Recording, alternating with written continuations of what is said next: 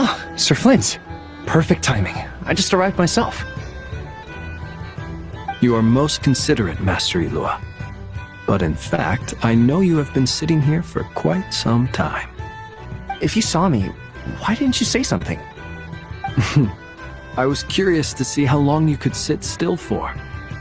Also, shouldn't you have managed to sense me approaching?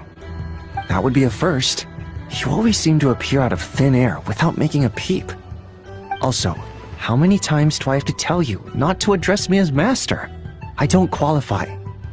I beg to differ. Why should a young man so well-versed in social graces as yourself not be worthy of that title? Please, Lord Flint. Sir Flint. I'm begging you, don't flatter me into complacency like you do with everyone else. You understand me better than most. My newest acquaintances tell me I love complimenting others. What do you think? I think they don't understand why you do it. You just love puffing people up till they're a big, happy ball of hot air that floats away into the sky.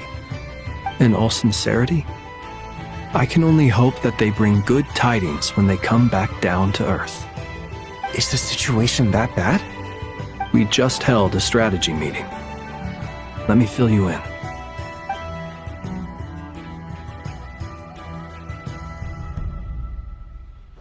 In short, we need everyone gone from Pyramida. We also need a team of Lightkeepers to scour the more remote regions of Nodcry for civilians to evacuate. I only hope we have enough personnel. We do. Old Man Nikita will definitely help, and we can recall anyone out on patrol to focus on this instead. Good. I'm sure you and the others will make short work of this. Now, don't forget, once you've completed this task, make sure you and the rest of the team evacuate to either Snezhnaya or Natlan as well. Flint? If you've got something to say, Master Ilua, why not guess what I'm thinking right now? You mentioned that you have something else to deal with later. How difficult is it going to be? I doubt it will be easy. I know you're a Lightkeeper, and it's your duty to protect others in times of crisis. But I have a feeling that you'll be walking into grave danger.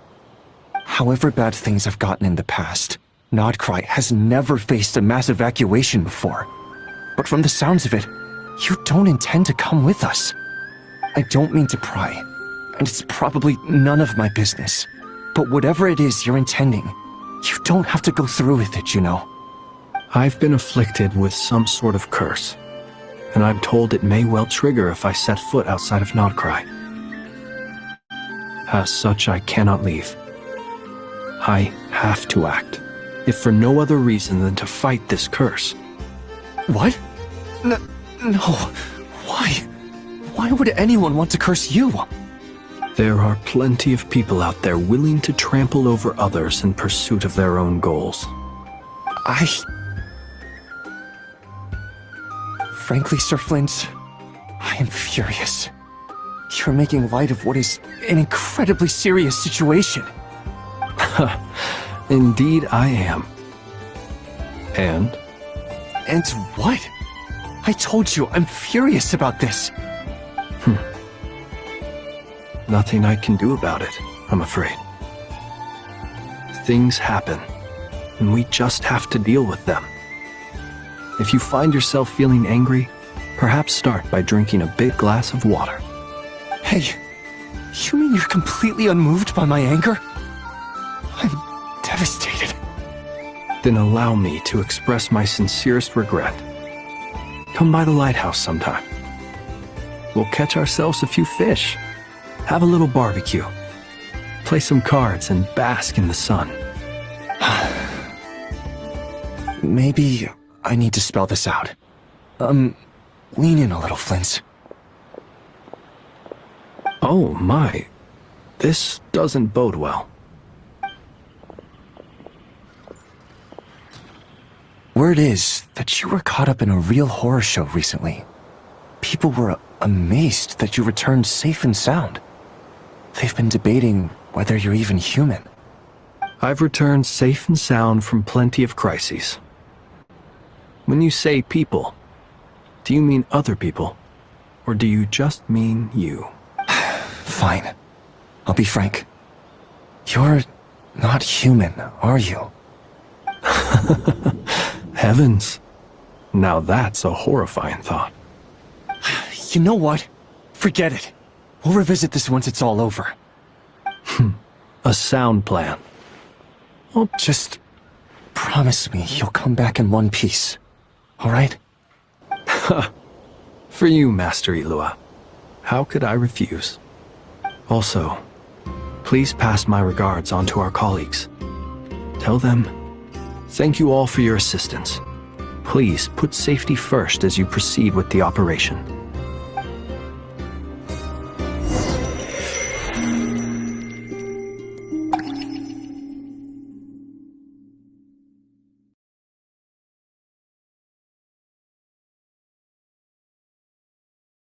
I have to keep searching for a path toward reality.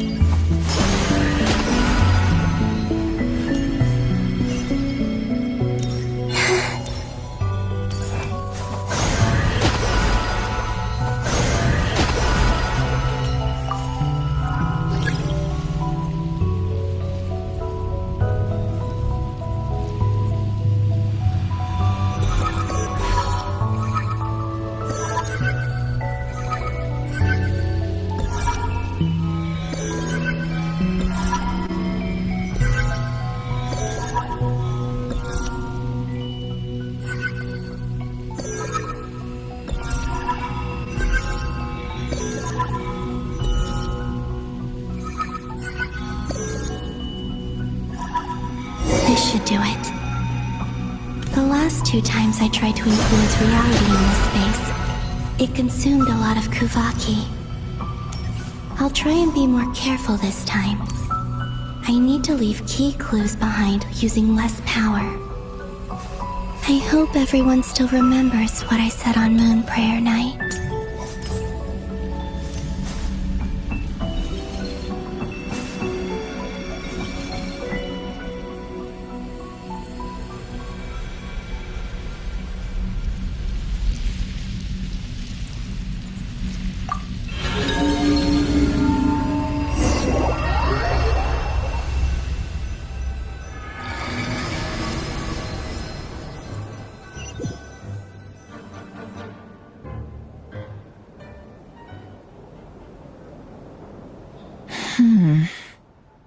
Nothing here either.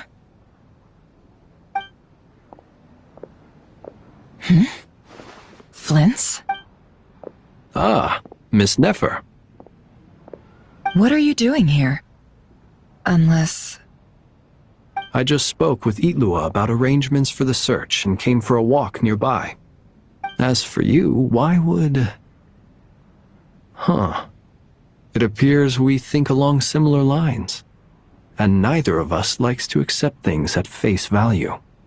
As well as figuring out how to gather intel on the Traveler, I wanted to confirm some of my own suspicions. Also, we'll need to bring a lot of force to bear against Ettore, even if we're only looking to rescue the Traveler. We can't leave anything to chance. You don't think Columbina I'm merely considering the possibility that she survived, just as you are. How much can we really know about a deity like her anyway? Do you remember what she said on Moon Prayer Night? About using moonlight to send messages to us? Of course. I think that's why we're both here.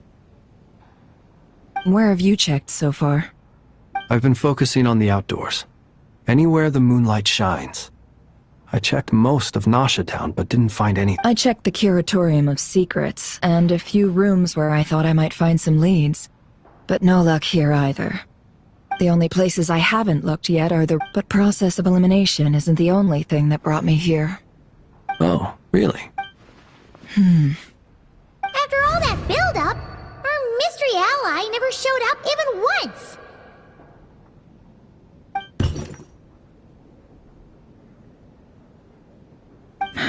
Am I imagining things?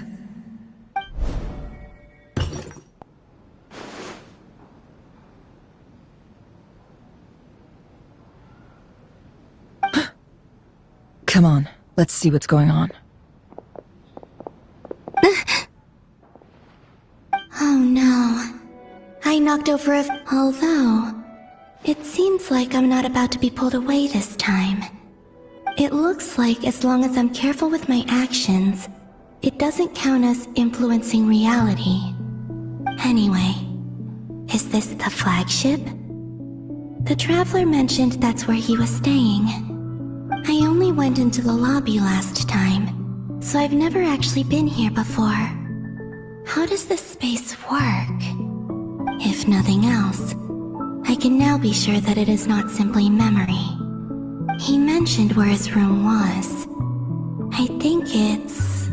this one.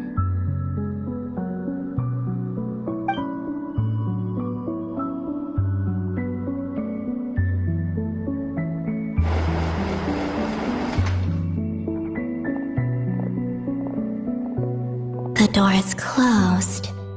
But if this is anything like when I disappeared, then maybe...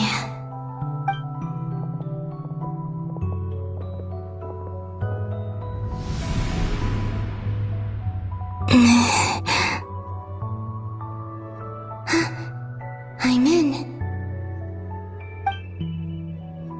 He and Paimon aren't here at the moment.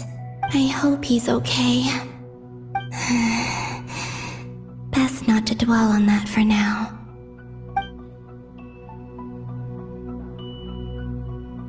Please, Traveler.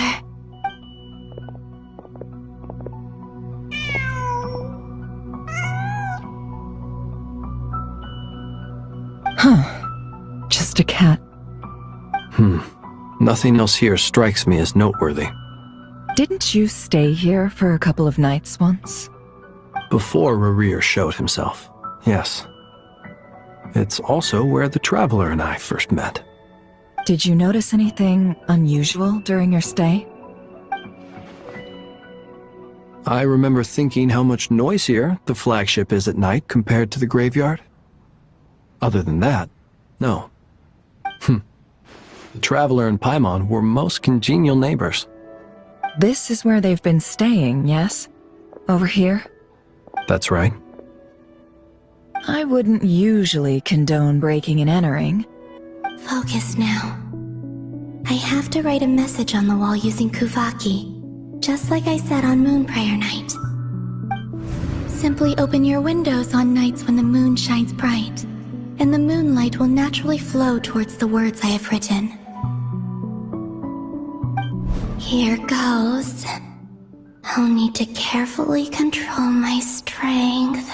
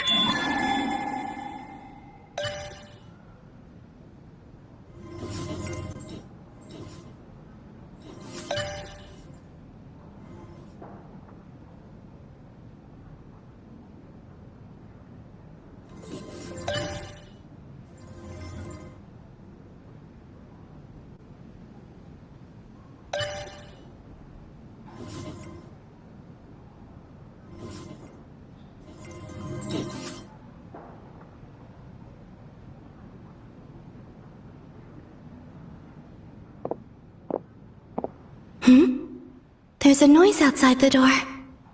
Is he back?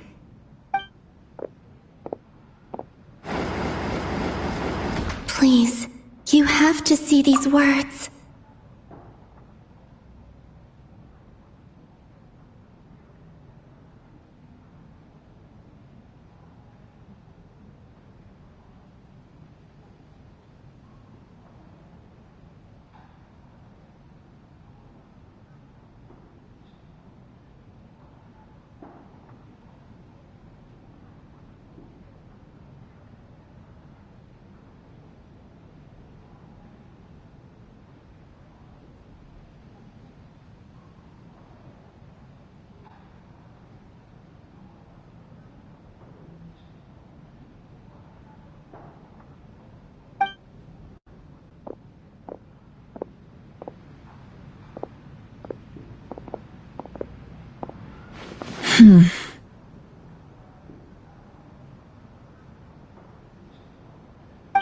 Well, do you sense anything?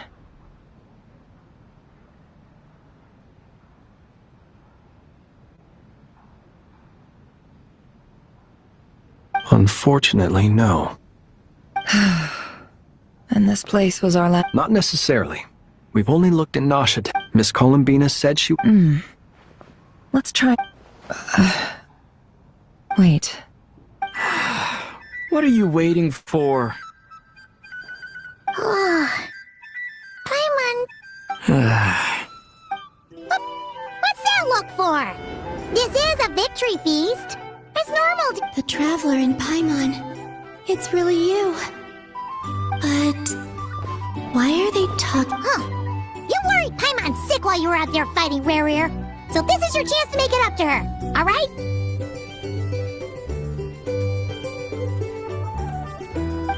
Wait. So this is the night after the battle against Rerir. How did I end up here? That's quite a long time ago now.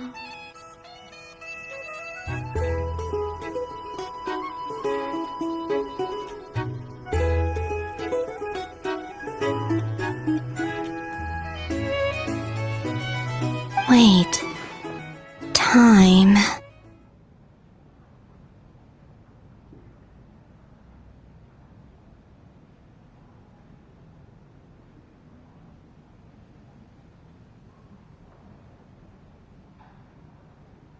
That's it. Every time I've entered reality within this space, it's been at an earlier point in time. Every one of those points has been before I fell into the moon's reflection. And everything I've done to affect reality really did happen in the past. Does this mean that, within the moon's reflection, time flows backwards? Starting from the moment I fell in?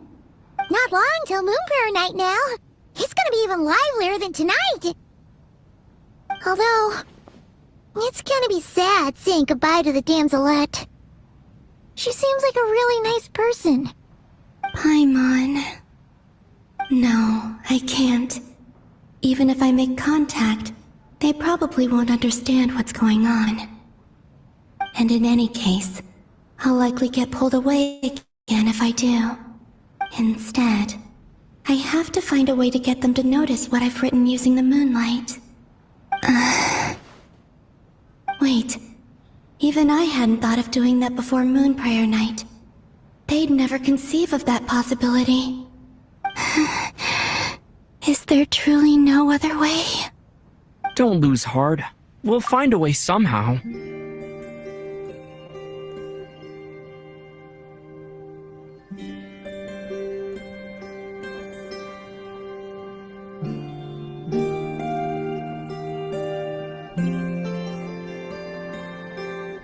Huh?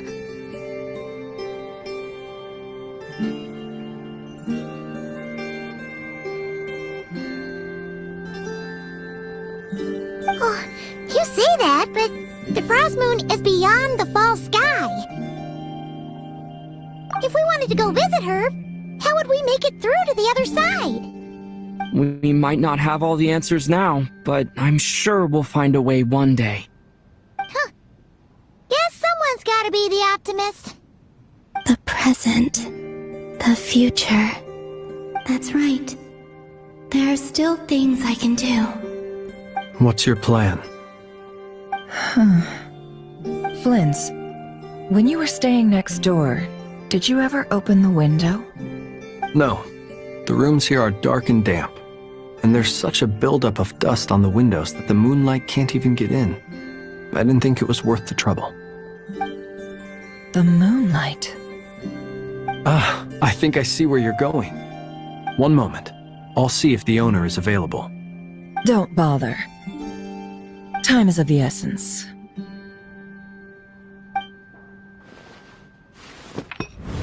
Time.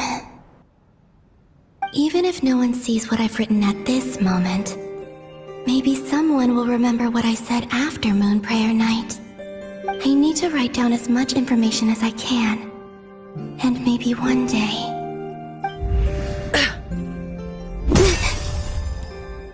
Huh? What's up with you? You can't even hold your cup steady. Are you getting tired? A little. Well, you should probably hit the hay then. You've had a really tough couple of days for you.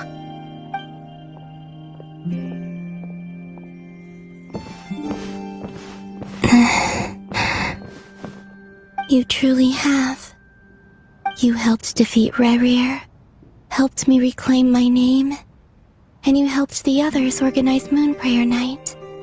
Wherever you are right now, I'm sure this is all I can leave for them. How I wish I could stay here.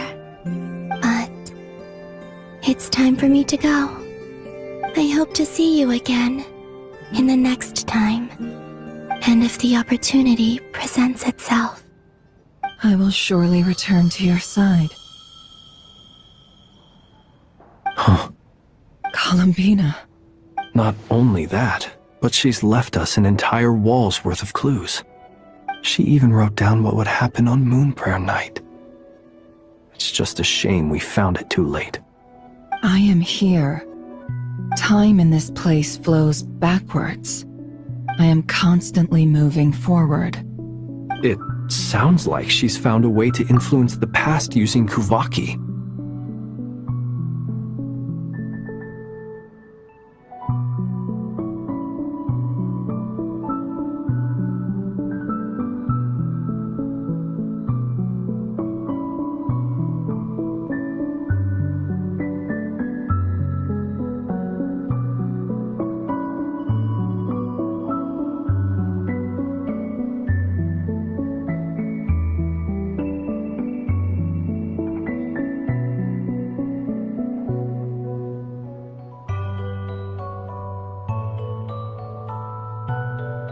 But her future is our past.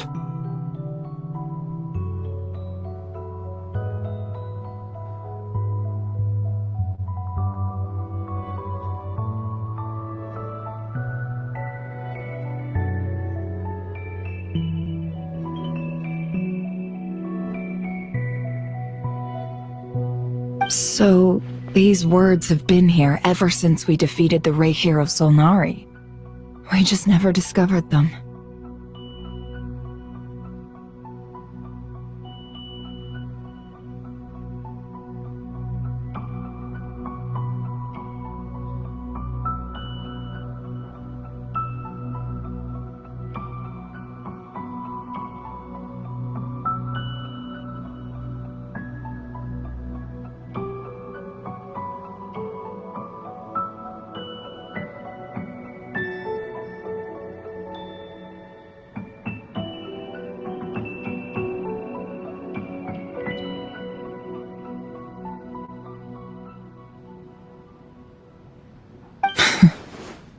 Which came first? Only when I'm in a good mood and at leisure. Well, everything that has happened already belongs to the realm of fact. As a business person, and especially an intel broker, what I do is extrapolate from those facts to try and read the future. An admirable philosophy. It's a means of survival. Let's go. We have a wall's worth of clues to share with the others.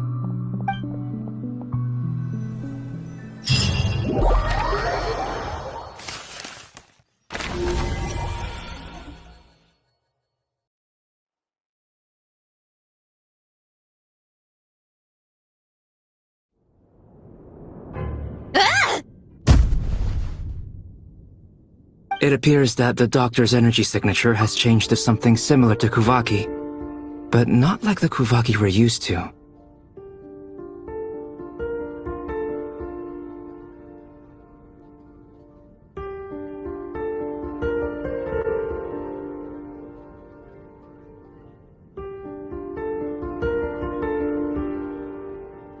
Nodcry's Kuvaki devices will only have a limited effect on it. I can see why you've chosen to place your hopes in alchemy instead.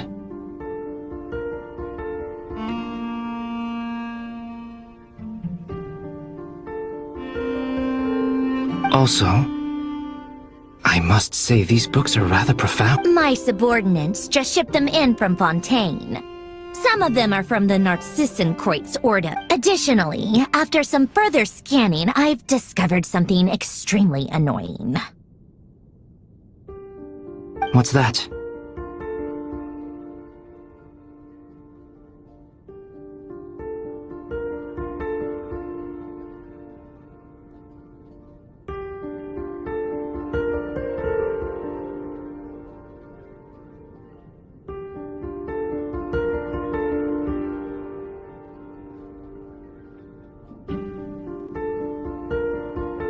Tibet's skies contain multiple moons. A long time ago, when I did my first scan, I detected 3, just as the legends say.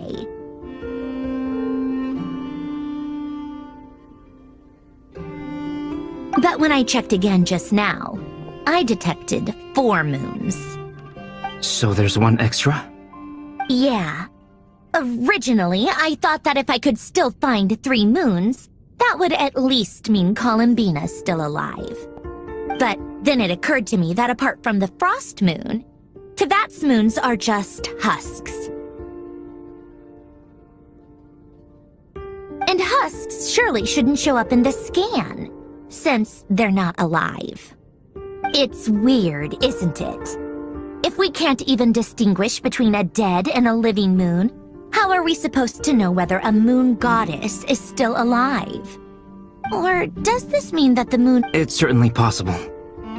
In which case, the 4th moon you detected may be Dotori's artificial creation. So he wasn't bluffing.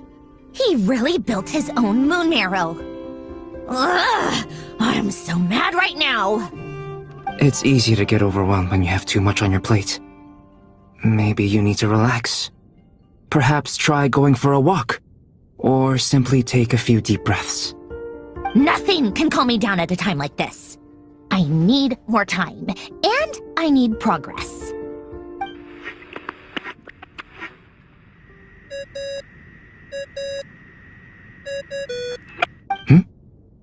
It's Mr. Flynn's. I really hate that ringing tone. Ugh. First the 4 orthants of the Narcissenkreuz, then moon marrows. Now what? Oh, sorry if we're disturbing you. Might I ask what's troubling you? What do you want? We're busy. Are you still at the Curatorium of Secrets? Yeah. Look, everyone else is still out, so there's no hurry. Plus, I'm busy, so I would appreciate if you gave me some space. Even though we have crucial intel to share? Fine, I'm listening. Do you intend to share it via the... Ordinarily I would, but this is...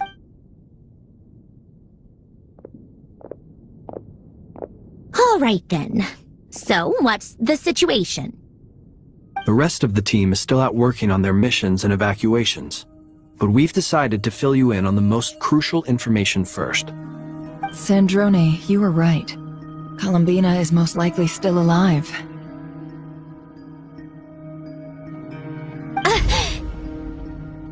That's the best news we've received in a while, by a long way.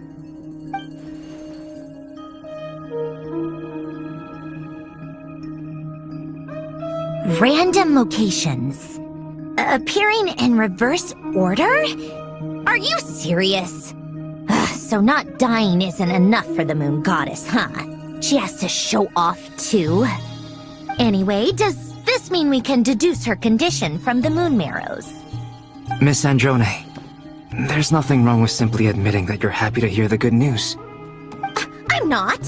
And she's the least of our problems. We're facing a huge crisis. If she can't control the flow of time in there, she's just gonna keep moving backwards. Different points in time won't intersect, and she'll never find a way out. Let's say life begins with a drop of water. When did time begin? The moment this planet came into being? No, that's not right. Her final destination would be the moment at which the space she is in was created. But it doesn't seem like we can influence that space from the outside world. So how can we help her? Also, if she's alive, Rerir and Thalindus might be too. But as far as we know, neither of them have come back out. That space may not have an exit at all. I'm afraid I must concur with Miss Nefer in this. Can't exactly argue with that. Let's leave it there for now. I've taken notes on everything you said. Will it help with your research? I doubt it's gonna help with breaking Dotori's energy fields. But who knows when it might come in handy. Better to have it all written down than try to remember everything when I need it. Alright, I need to get back to my research. Mr. Albedo has made a lot of suggestions that will require my undivided attention. Sure, I'll stay here. I have things to work on.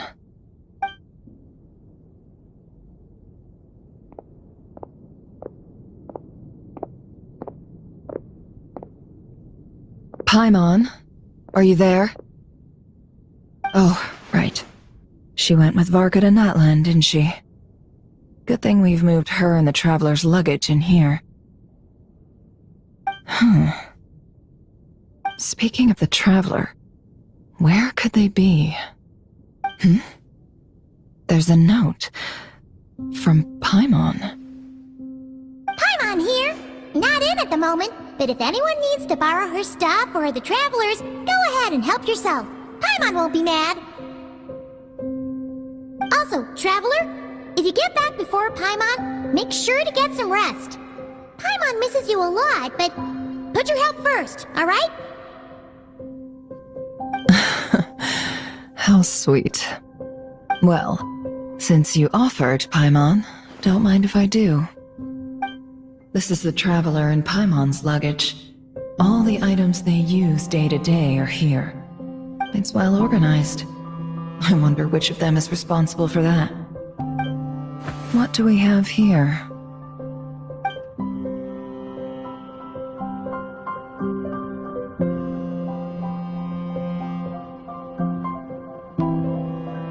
The camera captured a special moment that can only occur between people.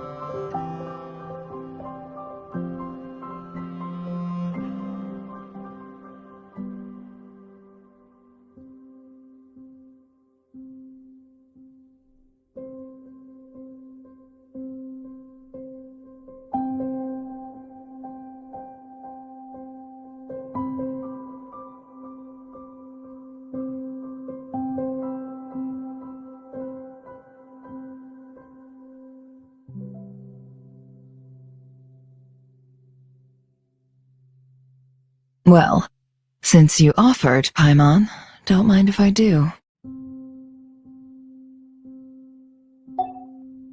You can really sense how the photographer feels about their subject. I wonder why this picture was placed outside.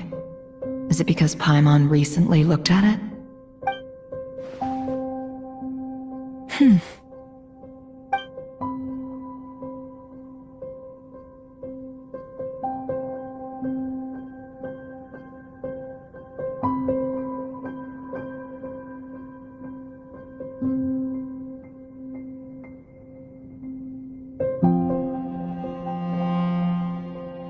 This must belong to the Traveler.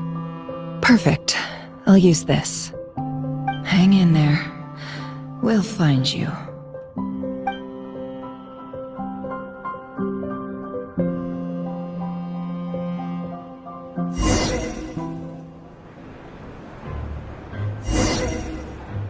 Polonia.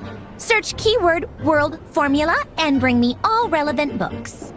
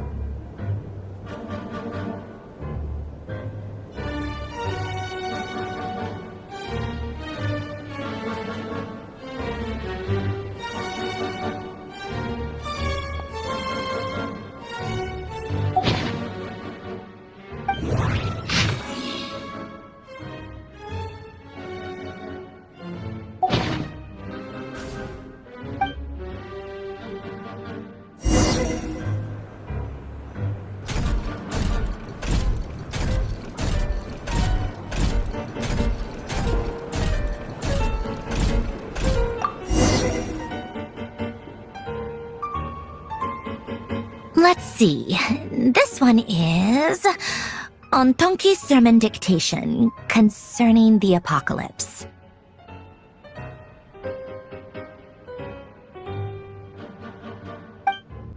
I believe that the correct term for this is Fortuna. I never imagined that Remorian ideas would be so similar. Human civilization should gradually shed possibility. The sparks of civilization shall run out, unless we consider variables. Sure, Descenders.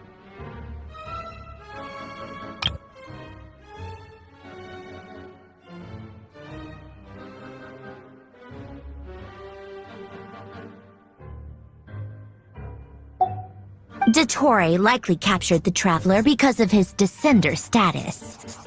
But the Three Moons' authority comes from the world itself. Where does this variable factor in? The world formula calculates the fate of an entire world. Introducing a variable would therefore give us...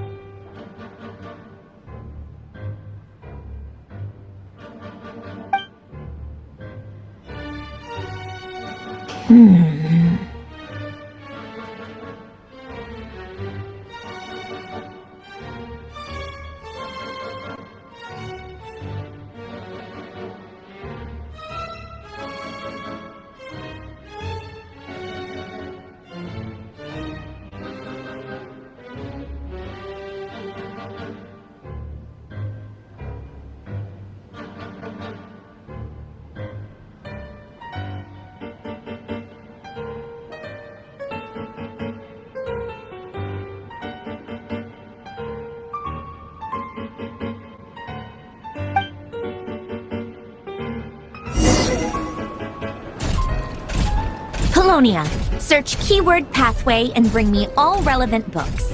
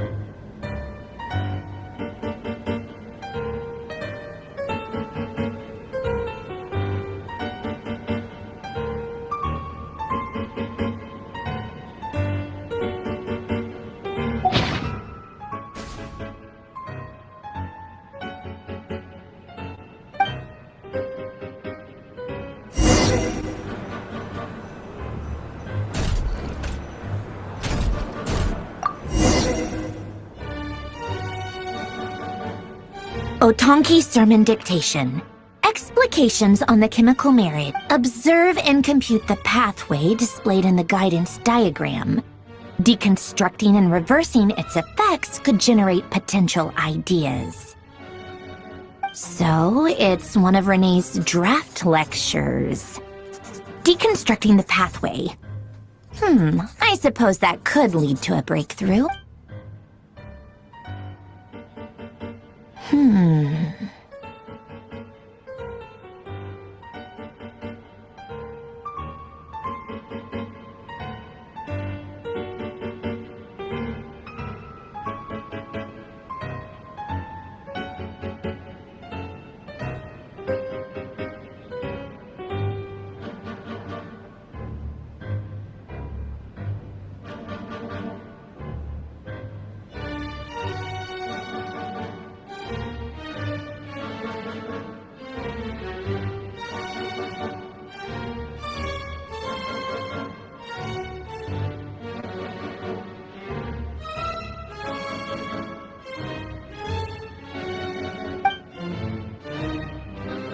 This is so long. This guy sure loves showing off his knowledge.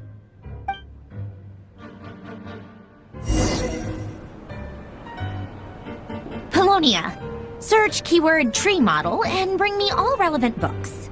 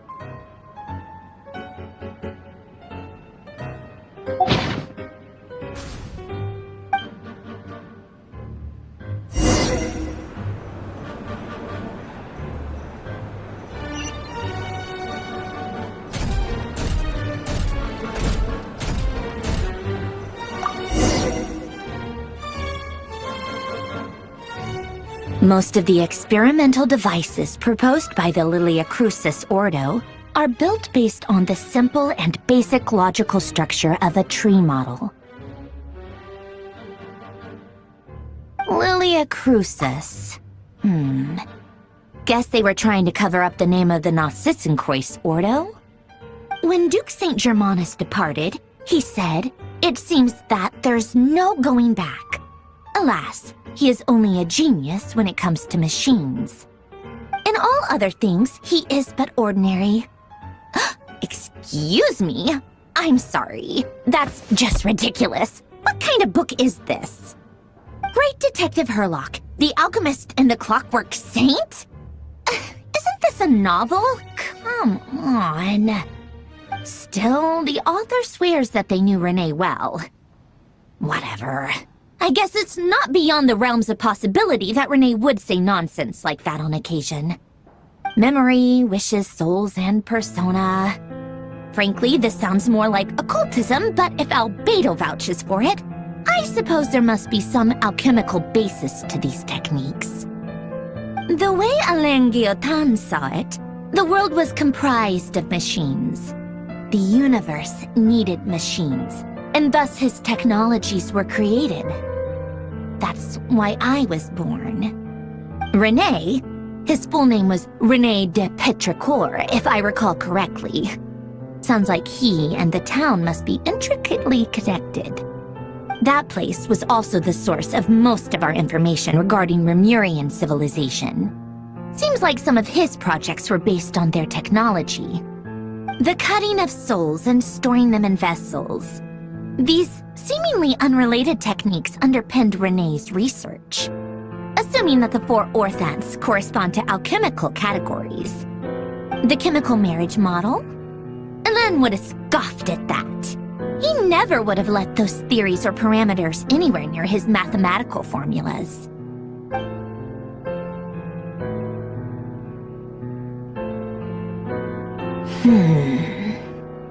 What was Alain's view on René? I know he mentioned the name, albeit very rarely. Oh, now I remember. Alain's old notes are here too. They mentioned René once. René seemed most out of sorts when he spoke to me. A lack of sweet foods has dulled his mind, I should think. Either way, his words are not to be believed. Yep, that sounds like Alain. My subordinates actually did a half-decent job digging out all these materials. Makes a change. Good for them. Some of Alain's old files are completely consistent with these records. He must have gotten them from the Tower of Gestalt. I never knew he got his hands on René's records that early. He may have kept them, but he never even attempted to use them. Didn't believe a word they said. Come to think of it, René's world formula was filled with calculations of constants. That shows he believed that the fate of the world to be predetermined. As for Alain... it's been too long. I forget what he said. What would he have said? A guy like him, fervent believer in machines, but not headstrong enough. The world can be changed. It is worth persevering. Yes, that's how he used to think at least. He created that procedure to save this world. Yet the scale of the world's fate proved too enormous. The result was beyond his ability to calculate. He died having never seen the outcome. And there I was, left behind in the ashes of his dreams. Did you really never take a close look at René's research? Or did you read it but deem his philosophy incompatible with your model? The very thought of trying to incorporate his ideas probably made you feel sick to the stomach. Well, don't worry, because there's a whole new category of lunatic in town. Next to Dottore, every other madman looks sane. You once asked me what I wished for. Should have asked him instead. He's the one pining for things you'd sooner die than witness.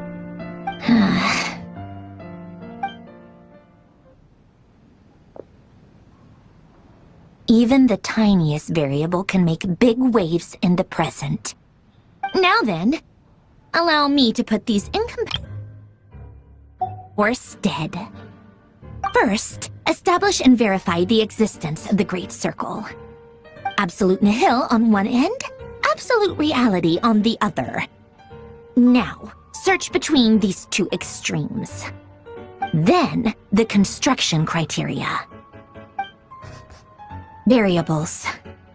The sparks of civilization shall run out unless we consider introducing variables from outside the system.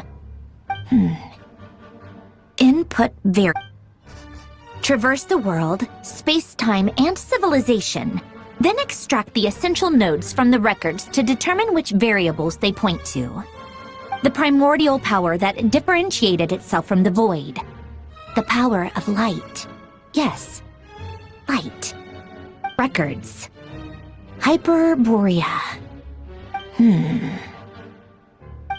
This is so horrendously complicated. After all that, I'm still missing a few variables. I need to think this through again. How do you think it looks, Polonia? Like the frenzied scrawlings of a madwoman? Fine, keep it to yourself. It's not like you can talk anyway. I'll assume you gave it a passing grade. I jest. But true madness does often start with trying to save the world. What would Arlecchino and Columbina think if they saw this incomprehensible hen scratch? They'd probably have me institutionalized. So would Rosaline. She's been dead for a while. When I close my eyes and think back, I can still see her face. And that enormous dress she used to wear. Such a bizarre choice. What possessed her? Oh, and the clack-clack of those heels used to drive me insane. No one's asking me, obviously, but I hope you all know that I never wanted to save the world. I'm not crazy. I don't have delusional ambitions, and that's a clinical fact. The world needs a solution, but I don't need the world's validation. It's the world begging me for answers, not the other way around.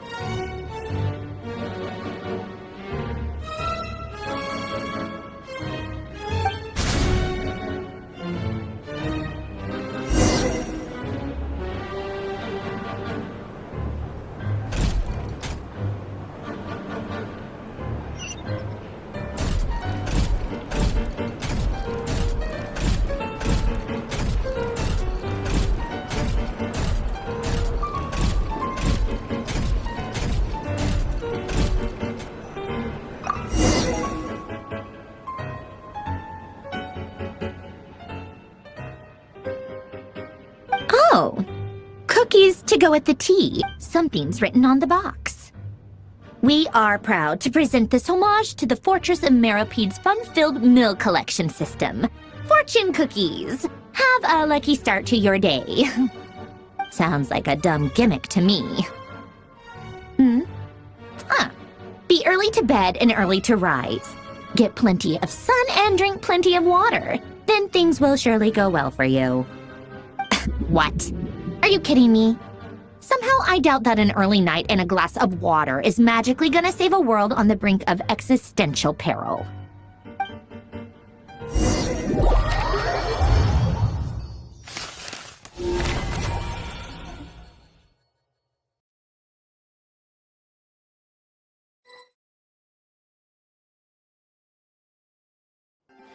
Lady Arlecchino, word has reached us that Lady Marionette's troops are all in position. They are ready to act as soon as the order is given.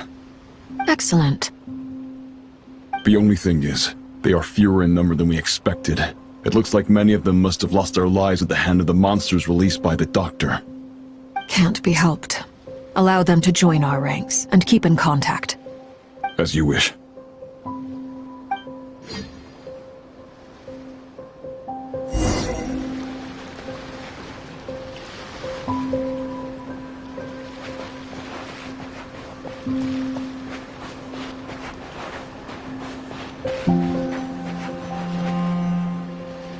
It's been a while, Arlecchino. You look well. Did Dottore really have to build his lab right on the sole path between Snezhnaya and Nodkrai? Had to go on a huge detour to stay out of its line of sight. Sounds like an arduous journey. I assume you've brought word from Her Majesty? Of course, all part of the job. Firstly, the Tsaritsa has authorized Fatui Internal Affairs to review Dottore's case. They will reach a formal verdict on whether he has turned traitor and whether he poses a threat to Snezhnaya. While they're working on that, I've been ordered to come and receive the refugees from Nodkrai. They are nearby. My team will escort you to them shortly. Great. Aside from that, Her Majesty has a message for you and Sandrone personally. Huh? Where is Sandrone? She stayed behind to work since I was making the trip anyway. It seemed sensible to have one person on standby at base while the other came out to meet you. All right, guess that's just how she rolls.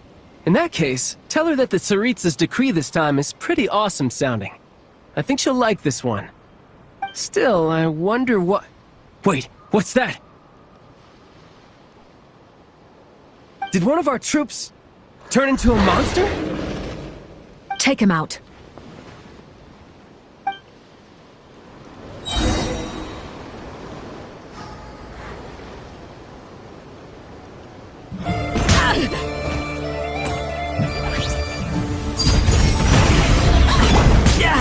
Amateur mistake. Riptide!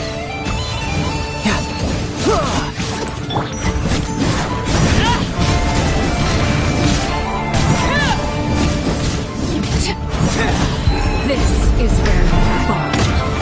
You've gotten stronger, Arlecchino. Nice. Stop that right now. I appreciate the praise, but I am not fighting you today. I knew it.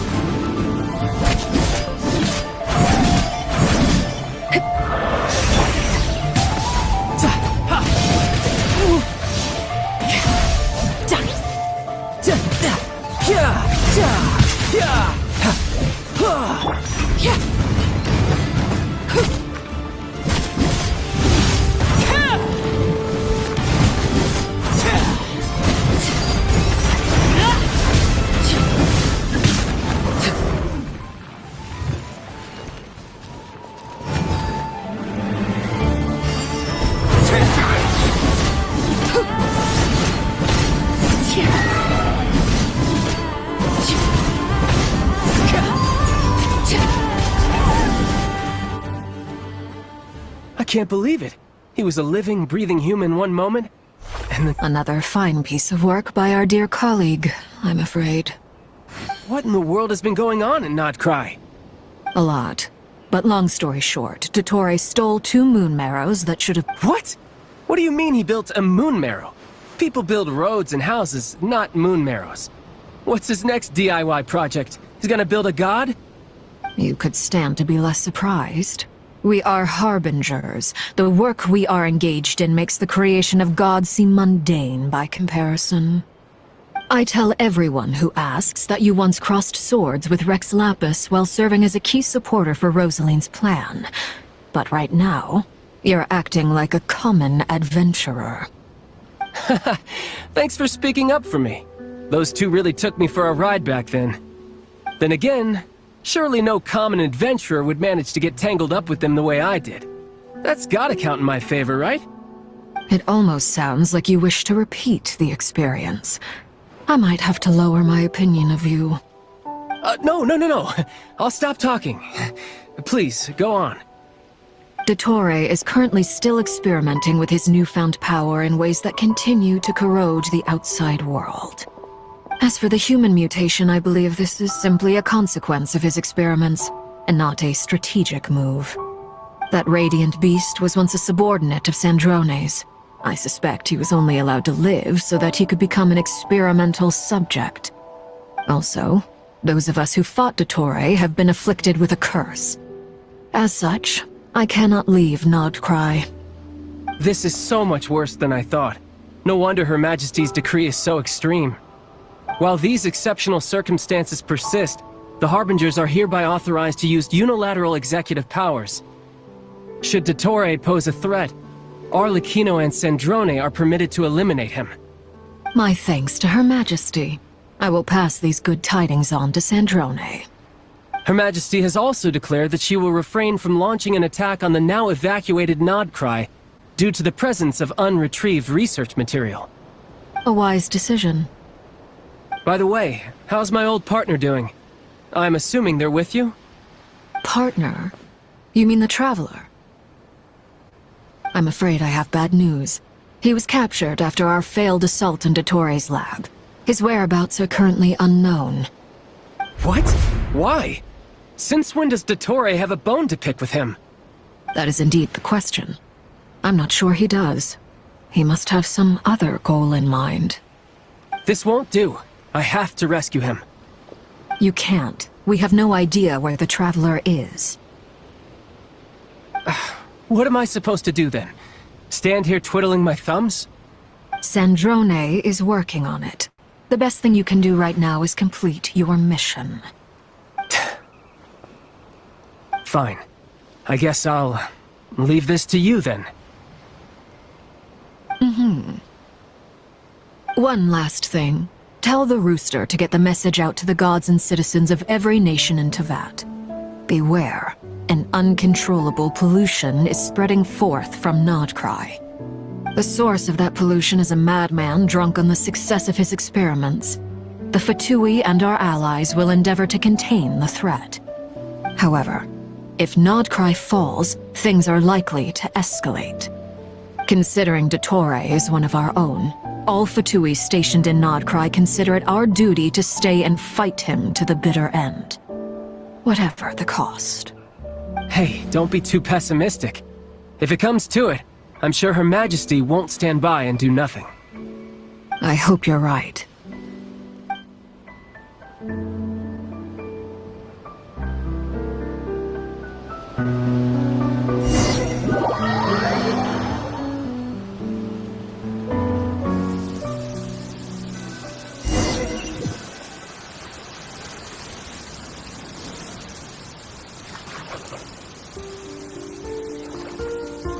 You're right on time. Thanks. Hey, do you think I'll get that gliding exam exemption? I made sure I was on my best behavior in Mondstadt. I landed well outside the city and walked in through the gates. I'll help you apply, don't worry. For now, let's see what we have here. What are the doctor's energy fields even made from? The usual attract and repel principles that govern Kuvaki don't seem to apply to them. They are very mysterious. But ultimately, they appear to be comprised of energies from the three realms. Thanks to research by Master and the Hexen Circle, we know that Tevat's 7 elements are derived from the more primordial power of the Light Realm, which is antagonistic with the power of the Void Realm. Since you have the power of the Dragon Durin within you, I'm sure you can already tell that this energy field contains no abyssal energy. That's true. It's not abyssal energy, it's something pure, wild, and untamed. I've been thinking about something.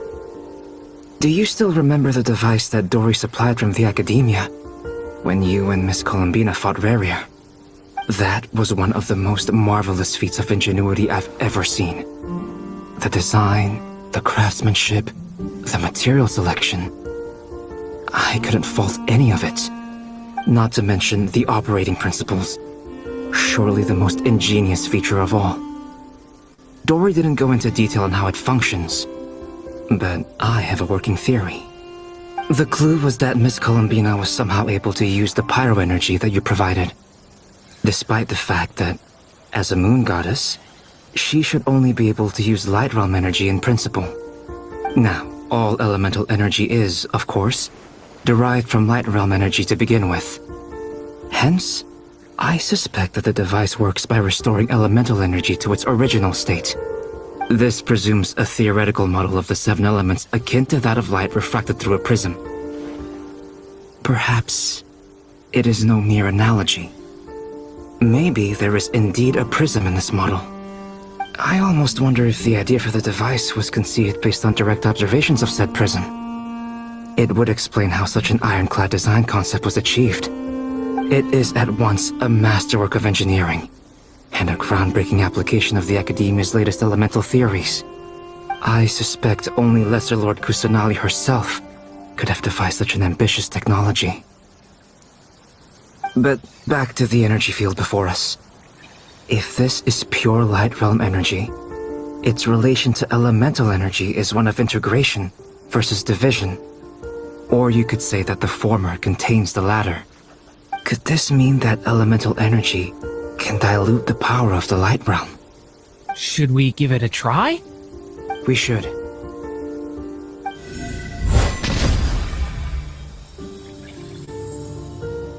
Ha! It works! Clear signs of disruption were detected at the periphery of the energy field. This indicates that elemental energy can disturb or even negate the field. Now you try. All right, here goes. It's working! Switch to abyssal energy and attack again.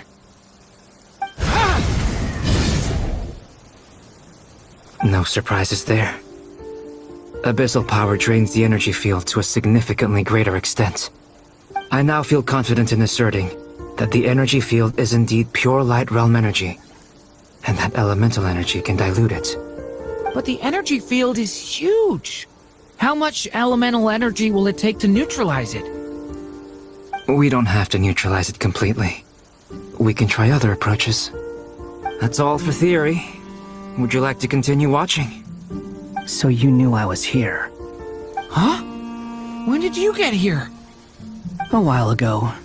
But Albedo sounded like he was working on his thesis defense back there. Back in Sumeru. You can end a person's whole career by interrupting them mid-speech. Very thoughtful of you. I'm truly touched. Could I ask you to lend me a hand? With what? A little test. Try using Anima to unleash a concentrated assault with circular blades, with the goal of breaking through at a singular point. Nice! This time it tore through the field. Tremendous. This is a major breakthrough. Should we go through? We probably shouldn't risk having mutually antagonistic energies in such close proximity. Durin, you stay here and watch the entrance. Hat Guy and I will go in to investigate. Sounds sensible to me. Keep your eyes peeled, Durin. Don't worry, I got this. You two be careful in there. Just give me the signal if you need help and I'll dive right in. What do you mean, signal? It's based on a new alchemical concoction I developed last month. When 2 bottles of it are smashed on the ground together, they emit a blinding burst of light. If it comes to that, remember to shield your eyes with your hat. Glad I asked. Thanks for the heads up.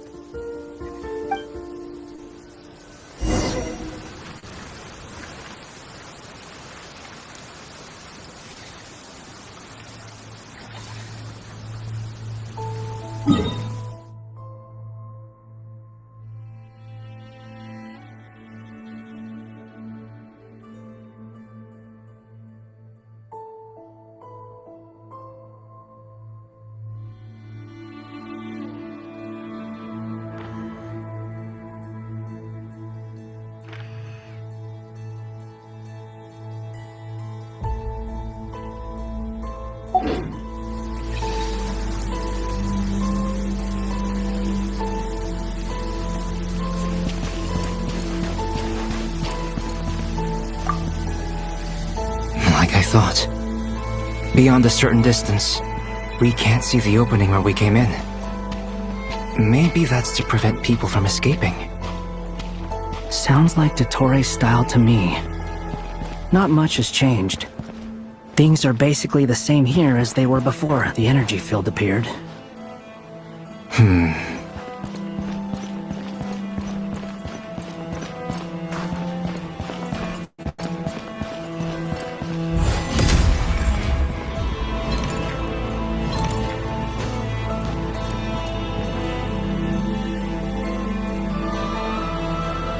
They have no heartbeats and they're not breathing.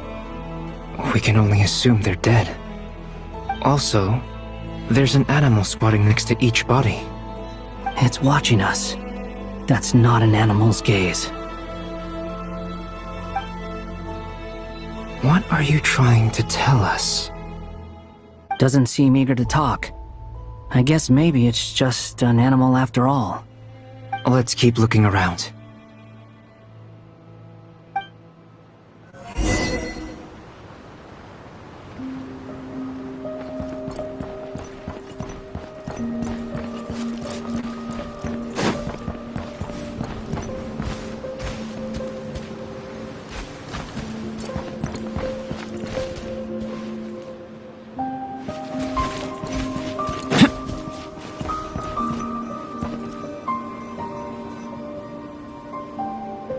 Same situation everywhere. Not a living soul in sight. Just countless bodies with animals standing watch over them. Well, I think we can safely rule out the possibility that they're all pets. Is skirting around the topic your way of showing consideration for other people's feelings? Just being cautious. I don't doubt that you can handle the truth.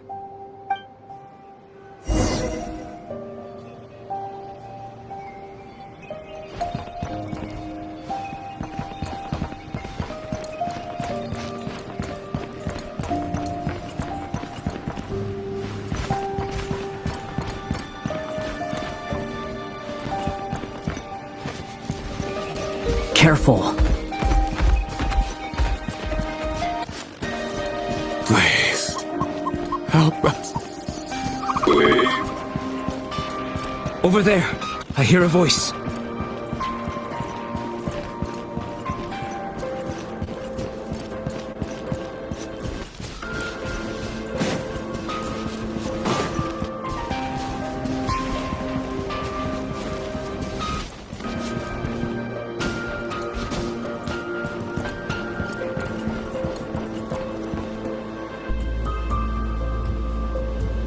Please. Help us. What happened here? I don't know. Suddenly, everyone collapsed. Then my line of sight got lower. I still have some of my senses.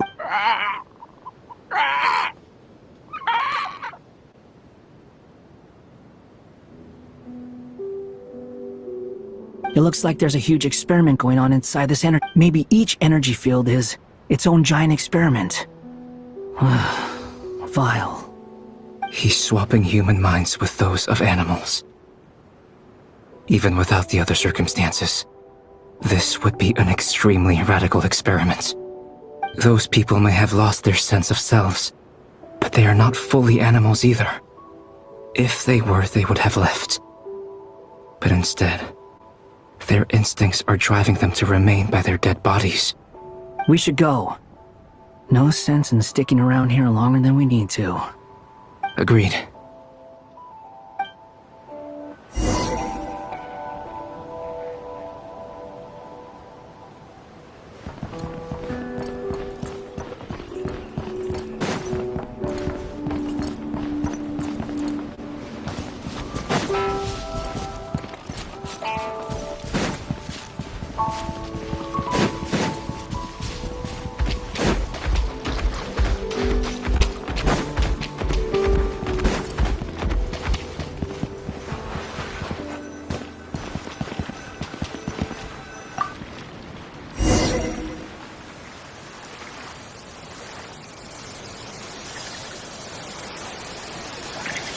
You're back! Everything okay? We saw some things that take a strong stomach. Otherwise, we're fine. We should share our findings with the others.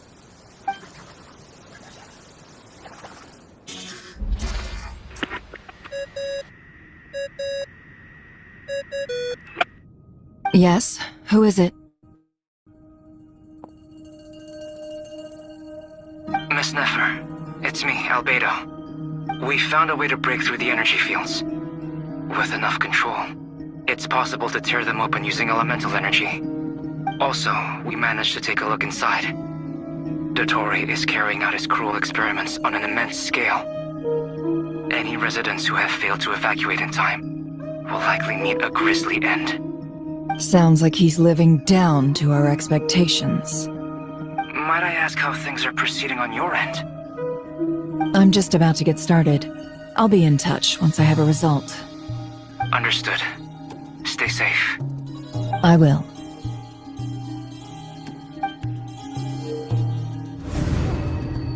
Well, Nefer, I'll link up with you once my tasks are complete. What makes you think I'd need you to do that? I'll need it. And considering the way you approach certain matters, I think you'll be better off with me present.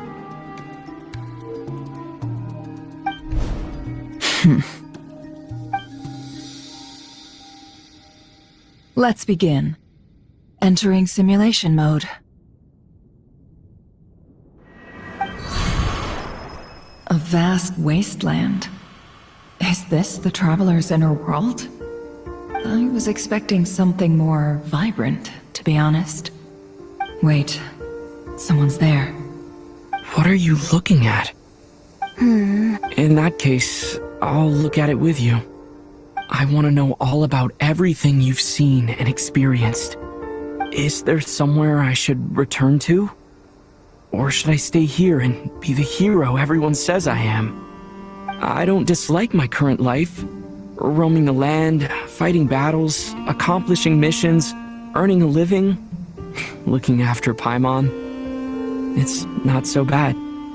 I guess the only thing that's missing is that you're not here with me. This is the conscious layer, which contains a person's true feelings. It is filled with both longing and kindness. I suppose anyone who lives long enough ends up wishing for someone who can't be there. Maybe it's the only way we can feel truly alive. Time to delve a little deeper.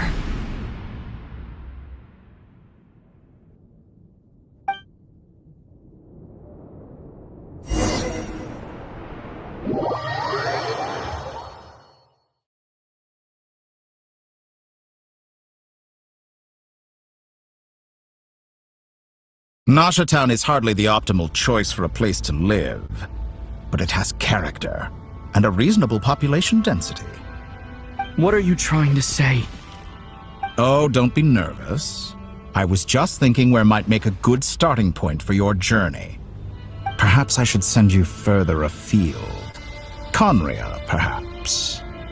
Conria ceased to exist long ago.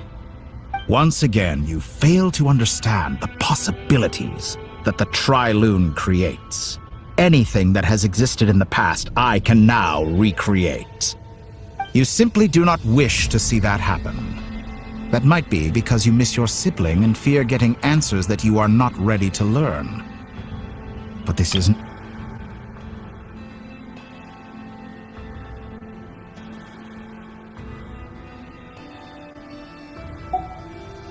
If we are to collaborate, we need to maintain an amicable relationship.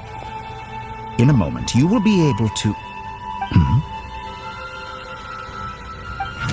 Oh no. What are you...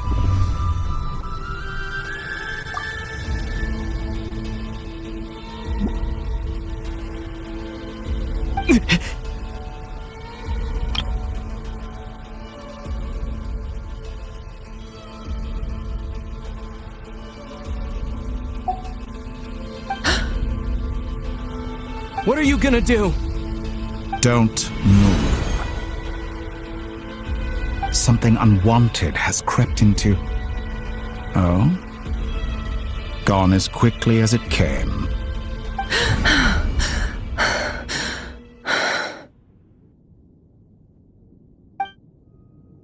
Did you save me?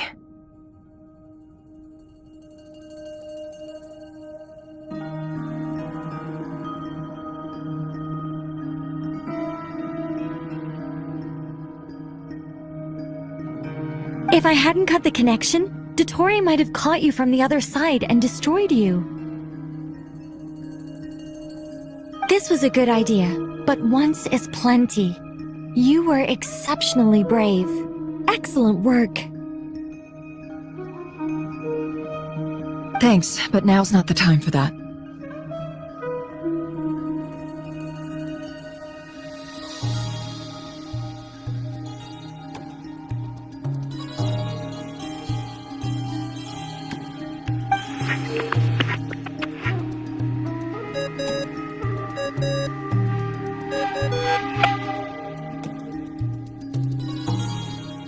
Albedo speaking.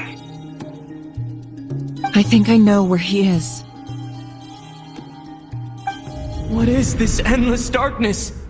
I can't see anything, even though my eyes are wide open. But why?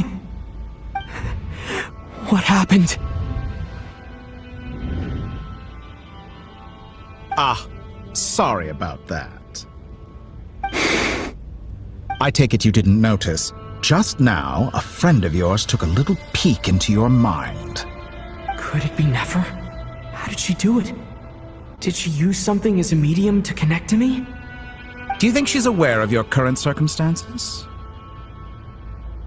Oh dear. Have I stunned you into silence?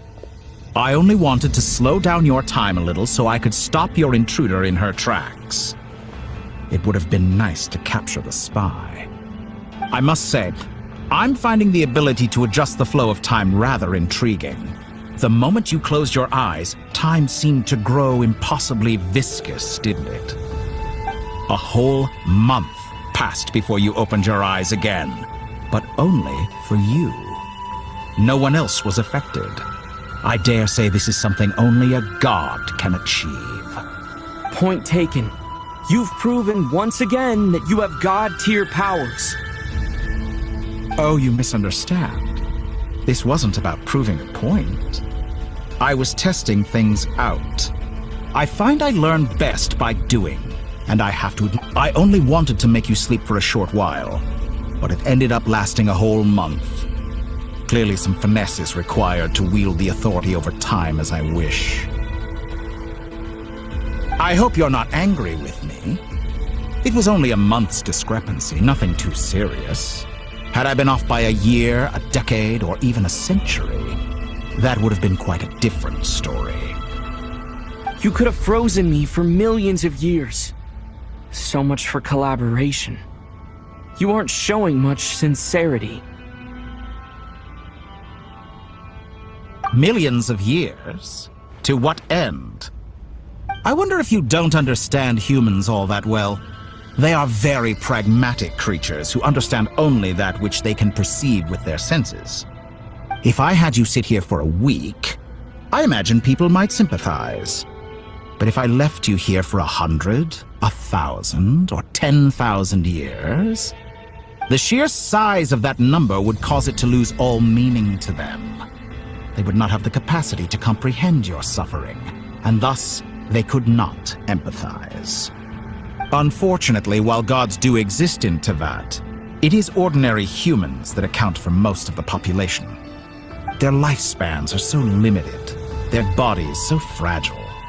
Did you ever really hope that they could begin to understand someone like you? Your long life and unique origins make you fundamentally different from them. How long will it be before they start to treat you like the alien you are? Before you are ostracized, outcast?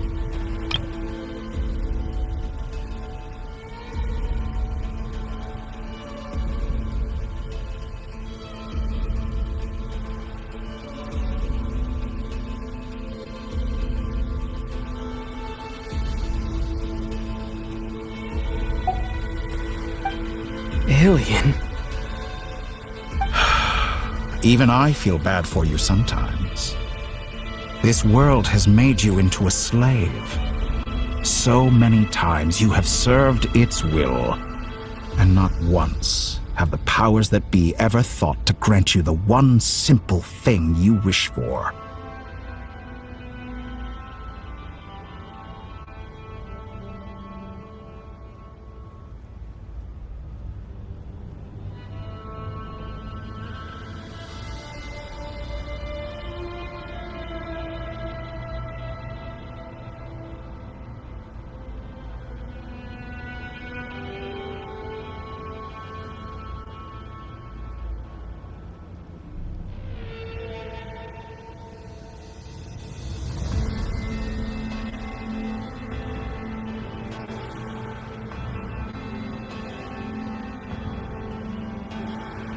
You have been treated most unfair. I can change that.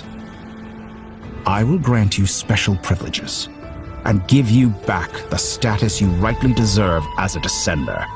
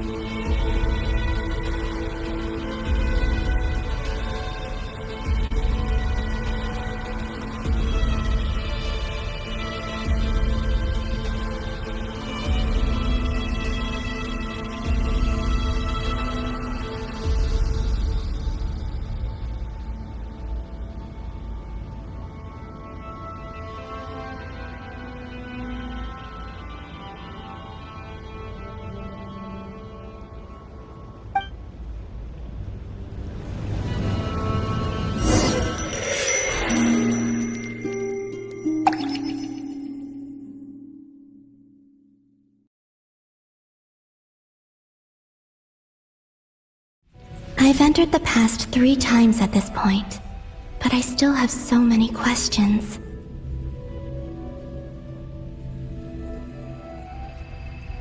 For instance, beyond each point being further back in time than the last, what determines the specific locations at which I can make entry?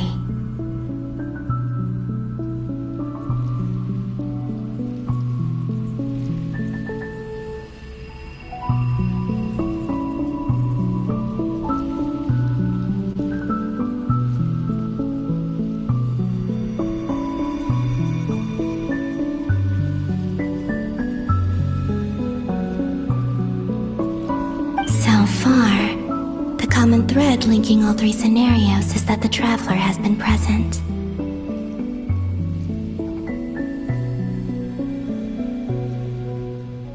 But it's more than that. I know I sensed something familiar around him. What was it?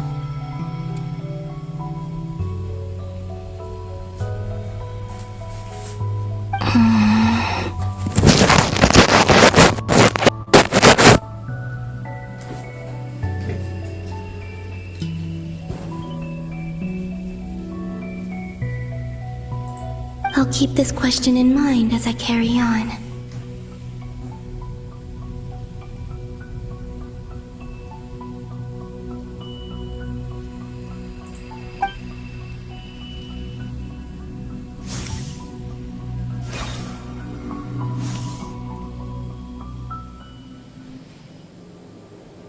Humans, you never change. Always trying to use powers you neither comprehend nor control.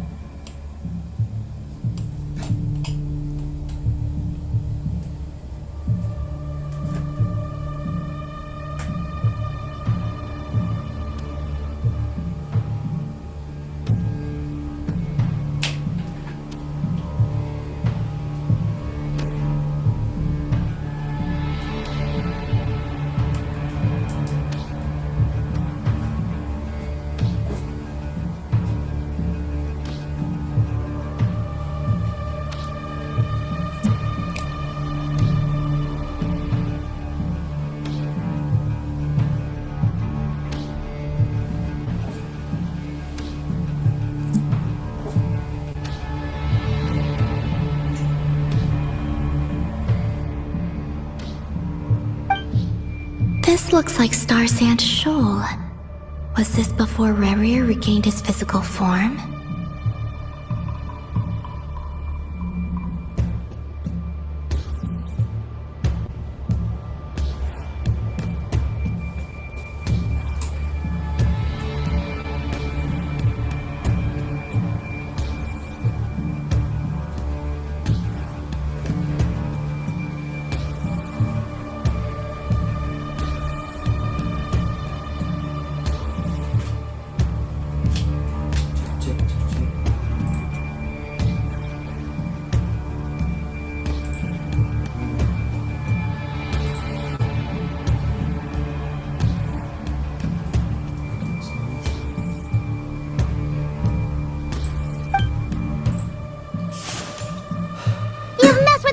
Again, huh?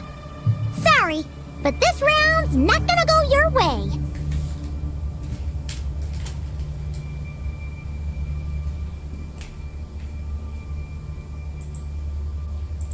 The cannon. That's right. I was at Silver Moon Hall and I sensed an abnormal Kuvaki fluctuation coming from Nasha Town.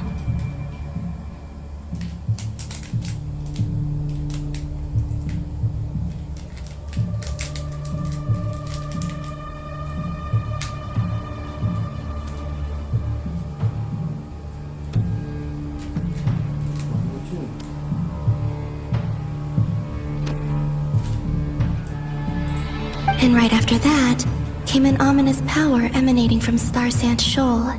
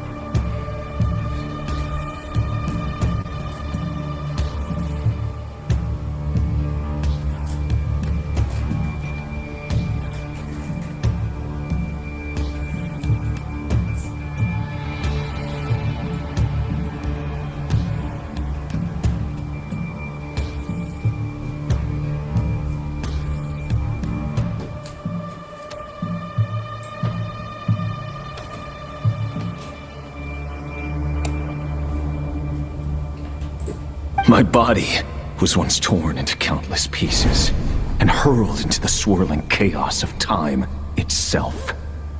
But even so, my life and will were not extinguished.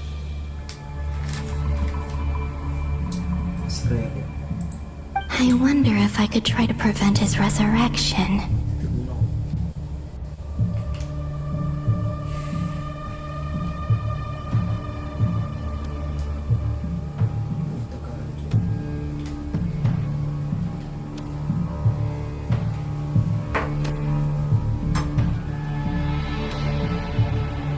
But how would I do it? What can I do, here and now?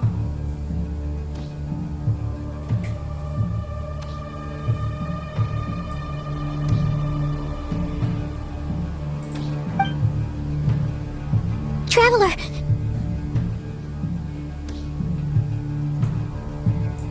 Behind you! Look at that light! No, I won't make it in. He's using the Kuvaki shield, like I taught him. Is he going to use it to block the cannon's beam? He's strong. I'm sure he can manage. But the force released when the beam impacts the shield might lead to collateral damage. He's the island. The Frost Moon Scions will be exposed to lethal levels of Kuvaki. A question, if I may. Kind Miss Columbina. When the cannon's Kuvaki beam was deflected earlier, I saw several bolts of energy streak toward Hisi Island, only to be blocked. Did you also have a hand in that? Maybe that really was me after all. Well, future me. But I don't know if I have enough power left. Sigi sato pasa sais, niti ipotuftos.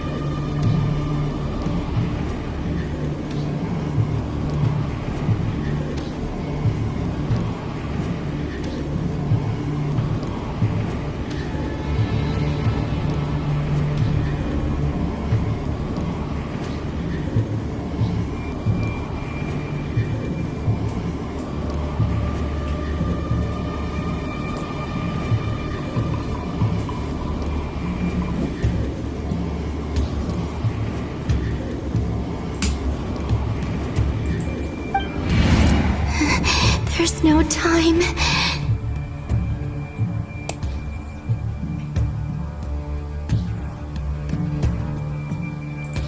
Osestikos paratin tirantur risuniku, topirto aithion feraton. I have to make it. Oh, Frost Moon. Oh, great land. Oh, slumbering moonlight of Nodcry. If you can hear me, if you can sense my call, then please, heed me once more!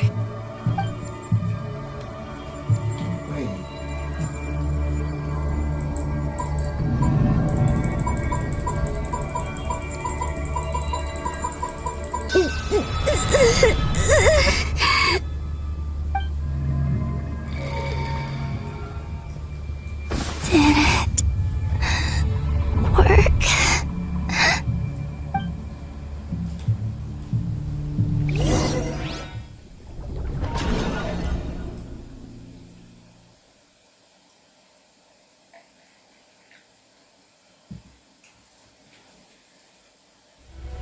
Hey, wake up. Hey, did you hear me? Call him, Bina. I said wake up now! Oh, good morning, Sandrone. It's 3 in the afternoon, actually. And could you kindly not use my quarters as your personal nap room next time? But I feel so safe here. And your coffee, right? It's so bitter, but it smells lovely. It's like you were raised by wolves in a forest or something. What did you drink growing up? Grass tea? The Frost Moon Scions certainly led a more frugal existence than the Fatui. Then I'll bet you've never eaten one of these before. It smells delicious. That's because it's a Fontanian recipe. I had a little free time today, so I made a batch. Rosaline will be here shortly, but if you really can't wait, I guess you can go ahead and... Hey, at least let me finish before you start eating! Did the Frost Moon Scions not teach you basic table manners? Or did the rules not apply to you because you're the high and mighty moon goddess? These are so tasty. Of course they are. I made them. I was worried they might contain traces of machine oil. What?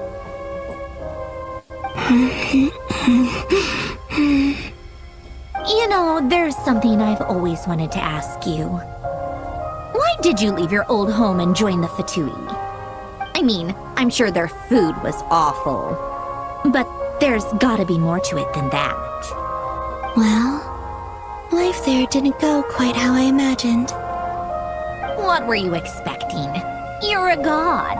Your followers are gonna make some demands of you, right? Surely you can just answer a few prayers here and there in return for the free food and drink. How bad can it be? Well, would you help other people just for free food and drink? The doctor told me that you were created by a great mechanic, Lord something Fisher. The Lord Artificer. Ugh, some people can't keep their mouths shut. Oh, Lord Artificer.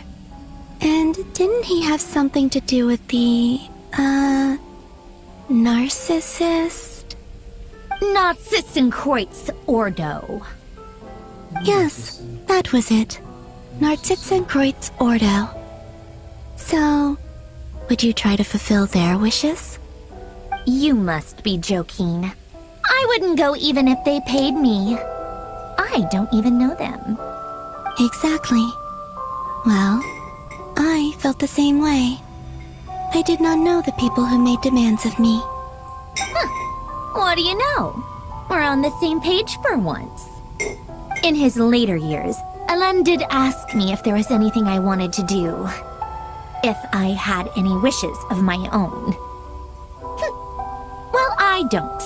And I'm not in any mood to fulfill someone else's either. Who's Alain? He was the... You know what? Never mind. You're not gonna remember. Anyway, the point I'm trying to make is, neither of us is the self-sacrificing type. Let me ask you this. What sort of place would you like to live in, if you could choose? A place where people don't ask me for things I cannot give them. Where they don't worship me, or fear me, but just want to chat with me like a normal person. I'd also like the freedom to come and go as I please. And ideally, it would be somewhere with the smell of coffee and snacks. Not to burst your bubble, but no such place exists in the world. Now, take your snacks and scram!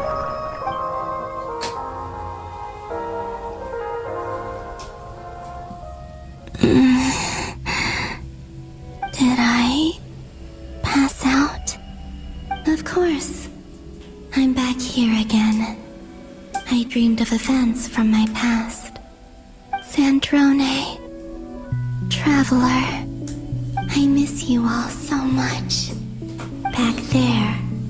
I guess I managed to harness all the Kuvaki energy on Hisi Island. But how did I do it? Time is flowing backwards here, and I can use that familiar power to enter the world of the past. That mystery ally everyone talked about. It was me all along. I can sense that there isn't much more power remaining up ahead. What lies at the end of all of this? Will time keep flowing into the past? And will I ever find my way back?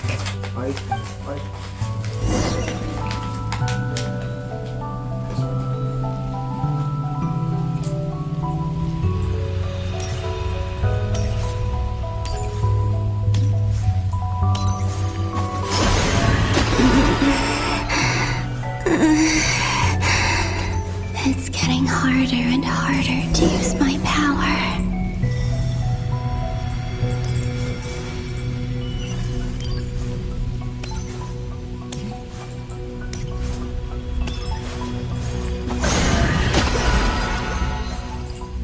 I'm no match for the Abyss in this state. I need to avoid the contaminated fragments.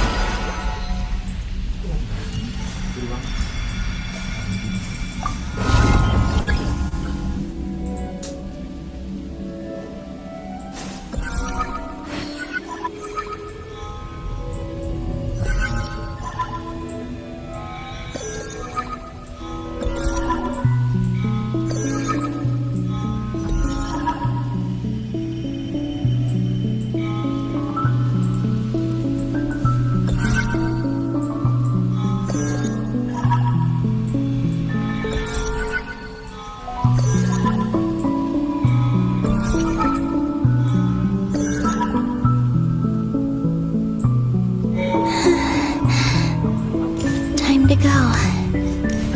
I wonder where I'll find myself this time.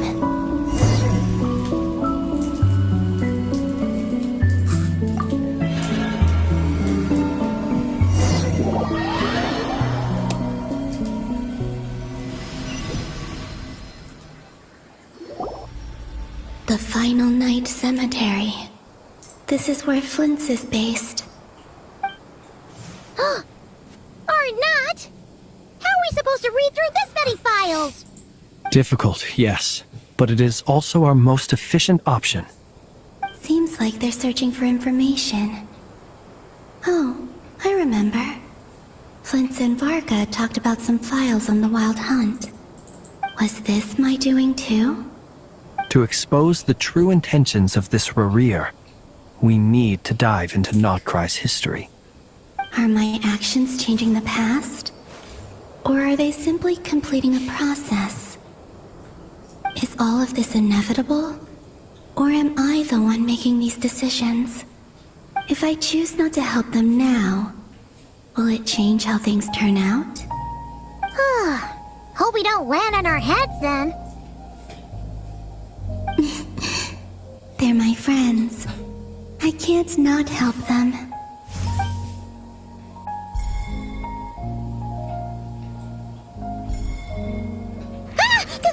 Ghost! And the other one was... here. Hey! Another file's moving!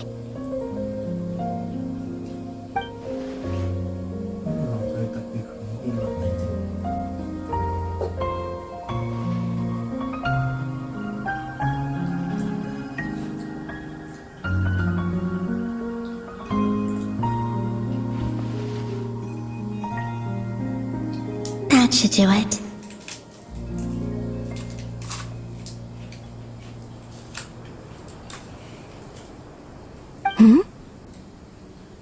Luanatar?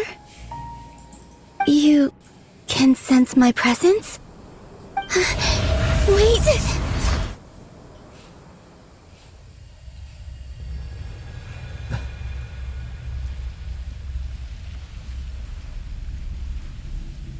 Luanatar. So she's that familiar presence I've been sensing all along. She's always been by the Traveler's side. That explains why the Traveler has been there each time I've entered the past. But why Luanatar? Is it because she has a connection to me as the Moon Goddess's familiar? If so, why not any other Kuhenki? That's...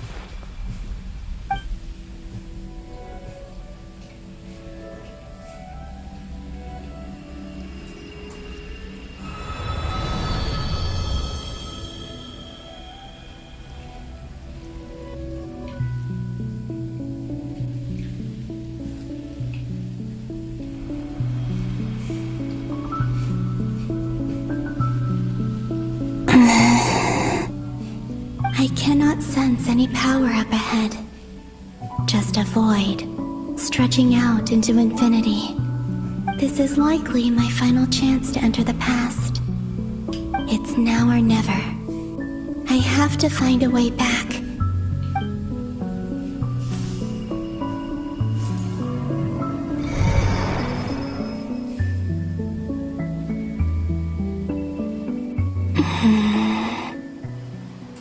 Easy Island? How far back in time is this? Where's Luanatar? I can't sense her presence this time. Oh, seeing Anafa and Aino reunited like that sure was heartwarming.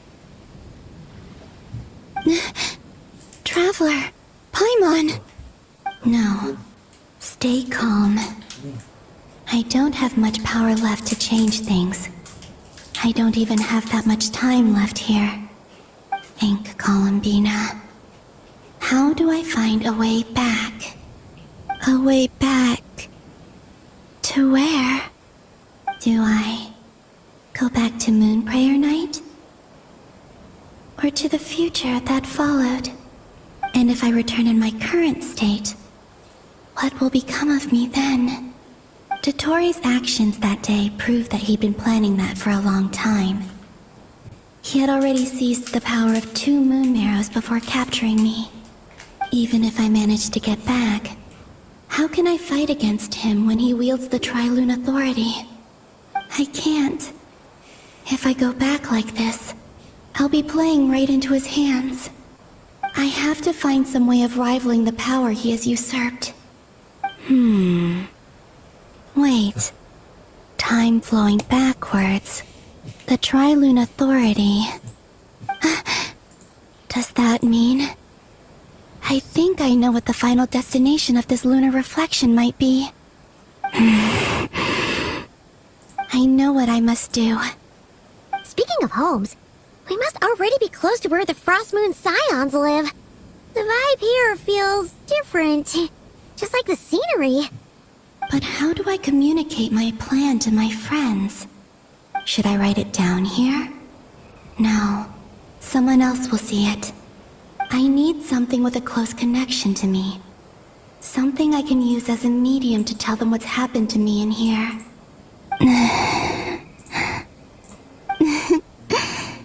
Now it makes sense.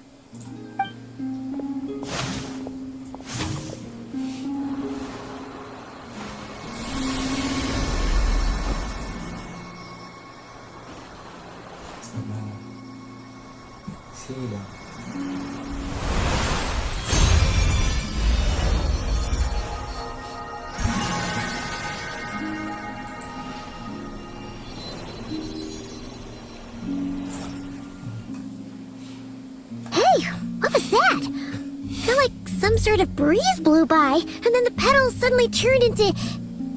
Huh? It was I who brought Luanatar into being. I gave up a piece of my own soul to create her. That's why I could sense a familiar power from the moment I entered this space. It also explains why she's been present in every past location that I've entered. Because we have a deep connection. Hey there! What's your name? And the reason why there are no more gates to the past after this point is that Luanatar hadn't been born then. No wonder I sensed the trace of a blessing when we first met. But I still didn't recognize the soul hidden within you. Back then, I was just a little lost dove. I had yet to become Columbina Hyposelenia. Go on now. We've got stuff to do. Best you find someone else to hang out with. Hey, you scared it off.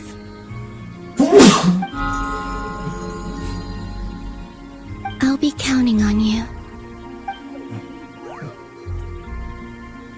Remember to stay by the traveler's side, guide him, and help him in my stead.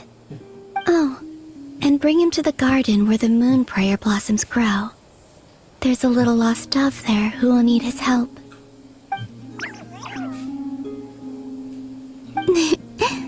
Go on.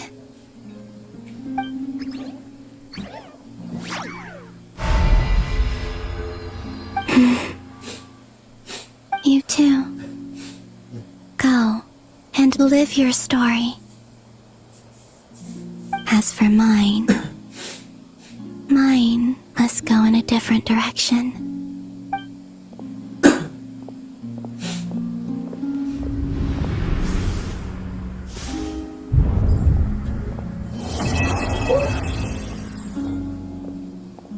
How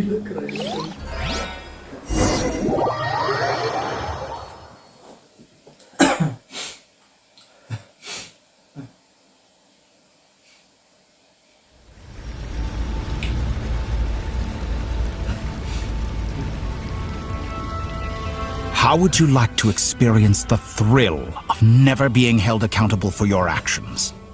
You could crush people like ants without consequence, or tear off their heads or limbs as you please. Believe me, such a life is but one small step away. What point is he trying to make? Freedom? But the freedom to kill? To do evil and get away with it? Why would you offer me that? The creation of a world is the ultimate scientific experiment. I have taken my research to the highest level, where I shall be not just a god, but also a servant to many sacred spirits.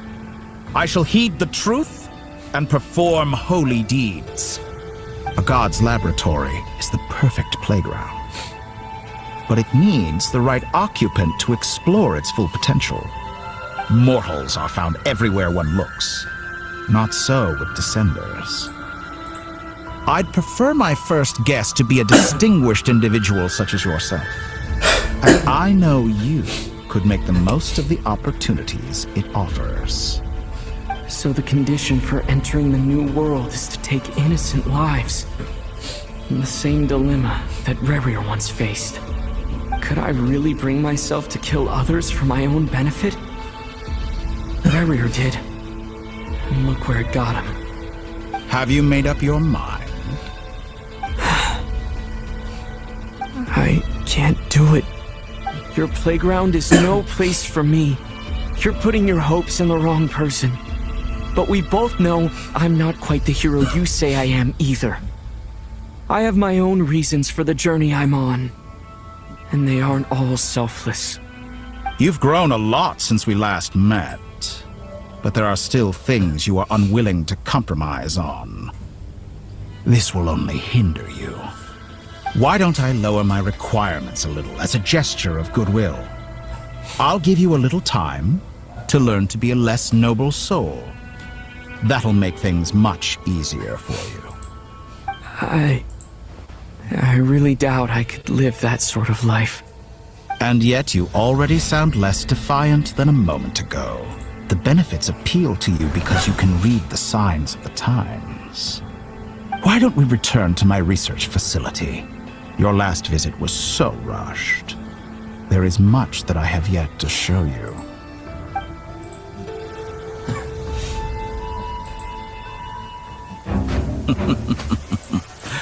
Now to that.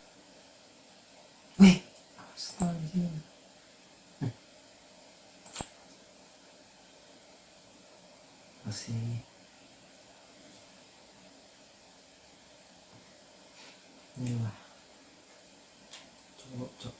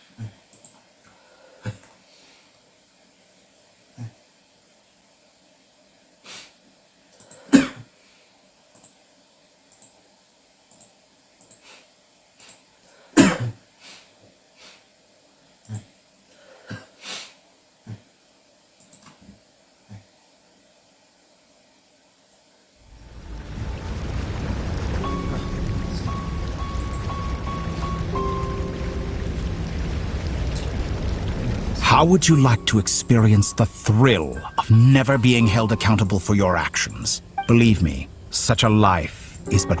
What point is he trying? Why would you... The creation of a world, a god's laboratory. Mortals are found... So the condition for entering the new world is to take in... Could I really bring myself to kill others for my own benefit? Have you made up your mind? I can't do... Your playground is... You've grown a lot since we last met. Why don't I lower... And yet you already sound less defiant than a moment ago. The benefits appeal to you because you can... Why don't we return to my research facility? Your last visit was so...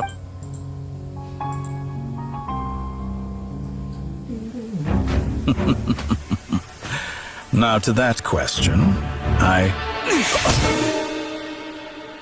Heroes don't attack from behind. Guess I'm no hero. This is most disappointing.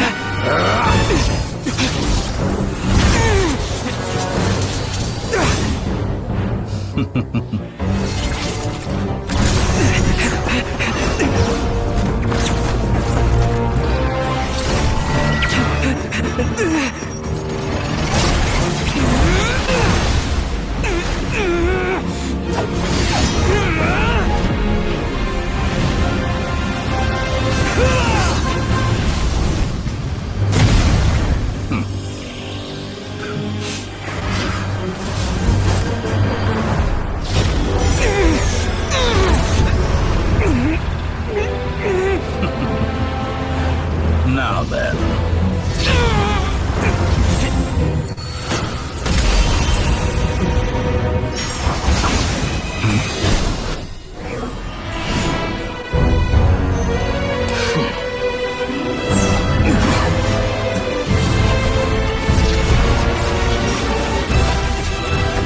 A new face. Interesting.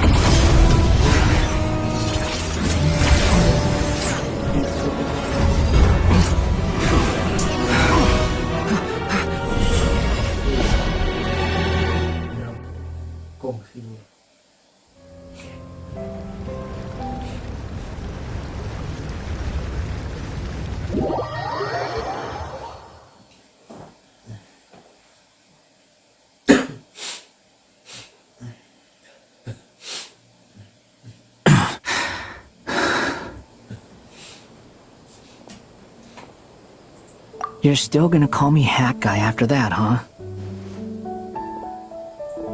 I didn't see anyone else in there who needed saving.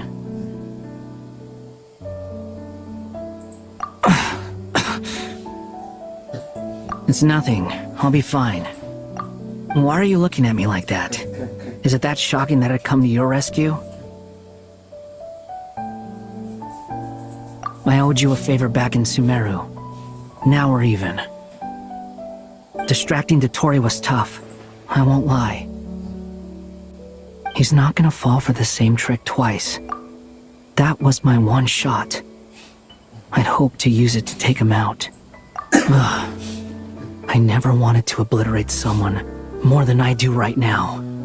Dotori doesn't recognize me, but his segments were originally made based on an analysis of my operational principles.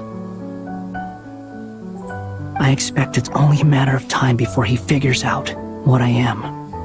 So Dotori doesn't recognize Wanderer because he deleted himself from Irminsul. Did he really miss his only chance for revenge by saving me? Why the long face? Hey, I'm not blaming you, okay? And I'm not complaining either. Rescuing you and killing Dotori are equally important goals. Everyone would be pretty stuck without you. It's best you live to fight another day. How are you holding up? Are you alright? Hat Guy said to put safety first, so we agreed to run as far away as we could after leaving the energy field, and only meet up once it was safe. You don't look injured. It seems that Dotori didn't do anything to you.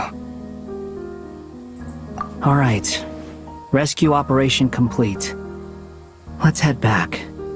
There's a lot more work to be done before this is over.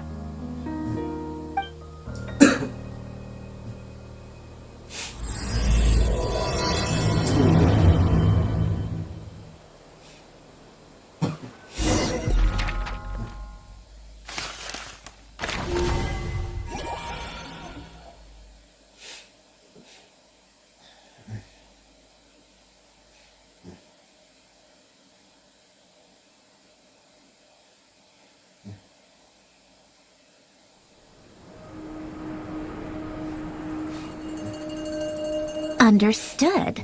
I will bear the Tsaritsa's decree in mind. I don't see what's so awesome about it, though. Does he really think everyone else is as immature as him? I'm not stooping to Tartaglia's level. I thought you might say that. How's your progress? Quite promising, actually. That alchemist Albedo gave me a few ideas. Remember how I asked you to look up some files for me? That stuff on the Nachtschitzenkreuz Institute. René de Petrichor and Jakob Ingold. Alain Guilton despised René's theories and methods, but he never managed to come up with better alternatives either. So I adopted some of René's ideas. I thought Alain was like a father to you. He and René were mortal enemies, were they not? And what would you say if Lenny and his friends one day learned something useful from someone you utterly detested? I would applaud them for it. That would mean that they have surpassed me. For all we know, Alain Guilton might have thought the same thing. Not that it matters, though. He's dead, and I'm alive. So it's my call to make. Once you die, it doesn't matter how great you were in life. Only the living get to decide what happens next. Hey, come on out. They're back. Huh?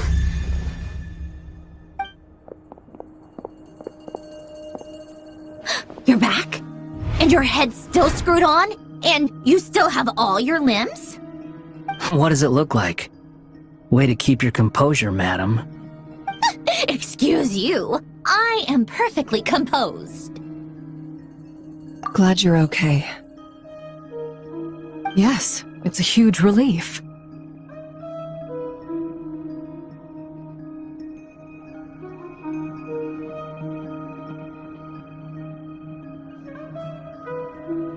Worry? Oh, yeah, right. You think we, the Fatui, were worried about you? We were worried sick. Hey! The Traveler and I were already friends. You are free to join this mission in whatever capacity you please. Much like your tea parties. It's a laugh a minute with you guys. I must say, I was quite surprised when Mr. Albedo told me he would need no additional aid. We discussed this on our way back as well. I am rarely so unequivocal, but in this case, we had full confidence in Hat Guy. He said he knew what he was doing. Albedo and I pretty much had to just wait outside on standby. Meanwhile, Hat Guy broke into the energy field and rescued the Traveler solo. You didn't have to mention that. Well, I'm thoroughly impressed. You are a force to be reckoned with, Hat Guy. Is he back? Is he really back?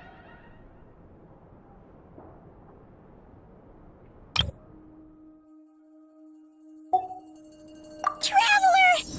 It's really you!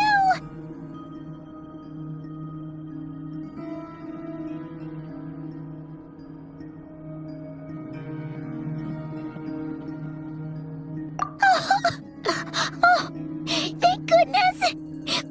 Paimon missed you so much!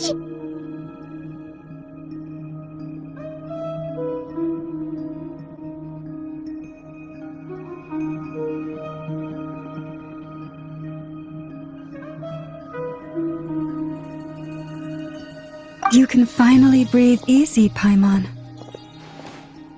It's great to have you back in one piece! Oh, Paimon's been having nightmares the whole time you were gone! Look at them. You know, once you reach my age, there's nothing better than watching a misty-eyed reunion between friends. It's nothing. Same goes when you get to my age, too. I bet Ino and Anefa would be tearing up as well if they were here.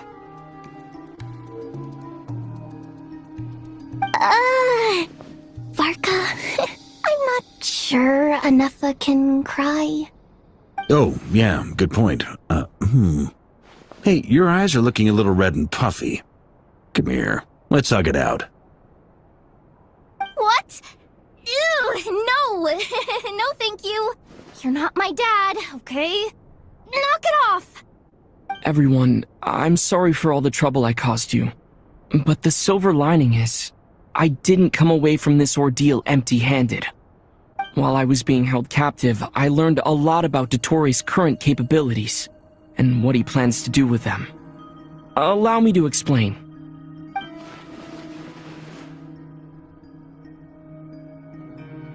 The three moon goddesses were even more powerful than we imagined. No wonder Dottore believes himself to be equal to the gods, maybe even superior. Utter blasphemy.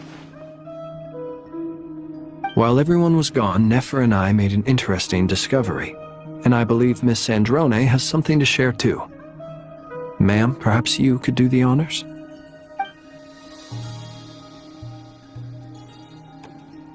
Called it.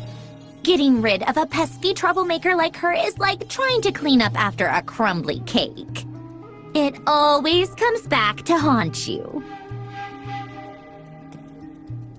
Our next step is to find a way to bring her back.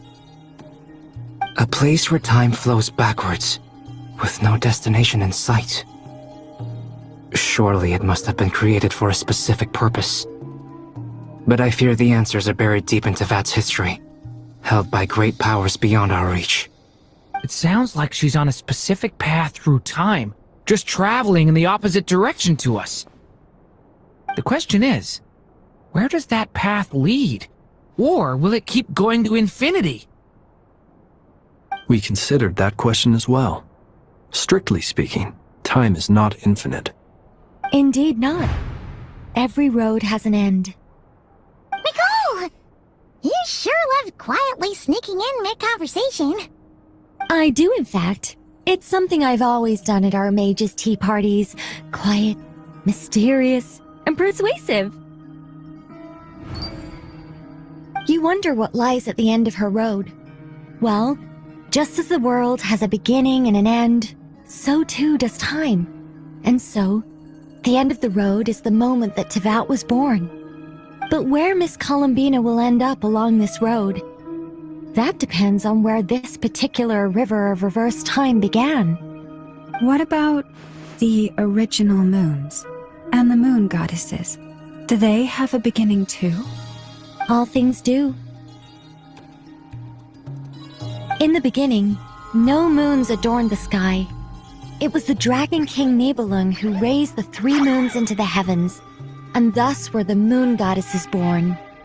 They were shadows of the planet, born to wield Nibelung's authority and oversee the world on his behalf.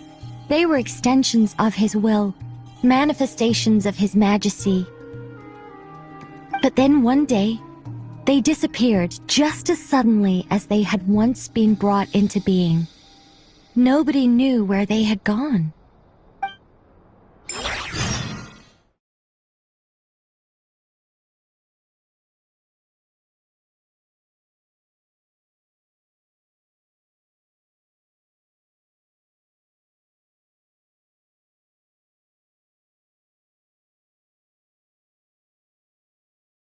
Like I thought, no more paths back to reality have emerged since.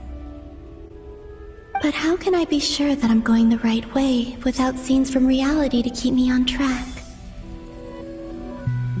I can't even be sure of how long I've been walking for.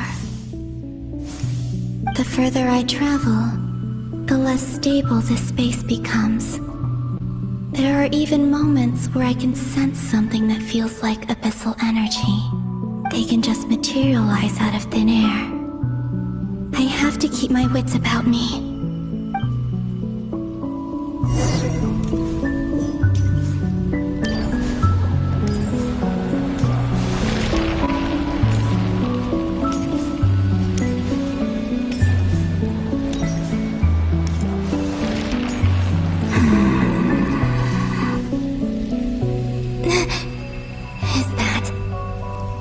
Here of Solnari? I can't believe he survived. How did he do it?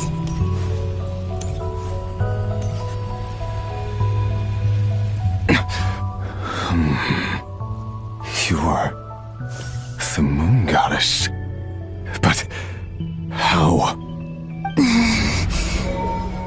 Please, there's no need. I'm not interested in fighting anymore. I find that a little difficult to believe. Yeah. Honestly, so do I.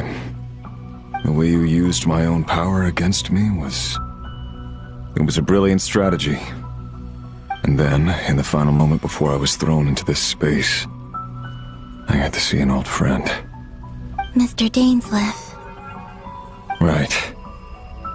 It was so long ago now. But we were friends once. When I first got here, I was filled with hatred, remorse, and rage. How I cursed and devoured. I tore everything here apart.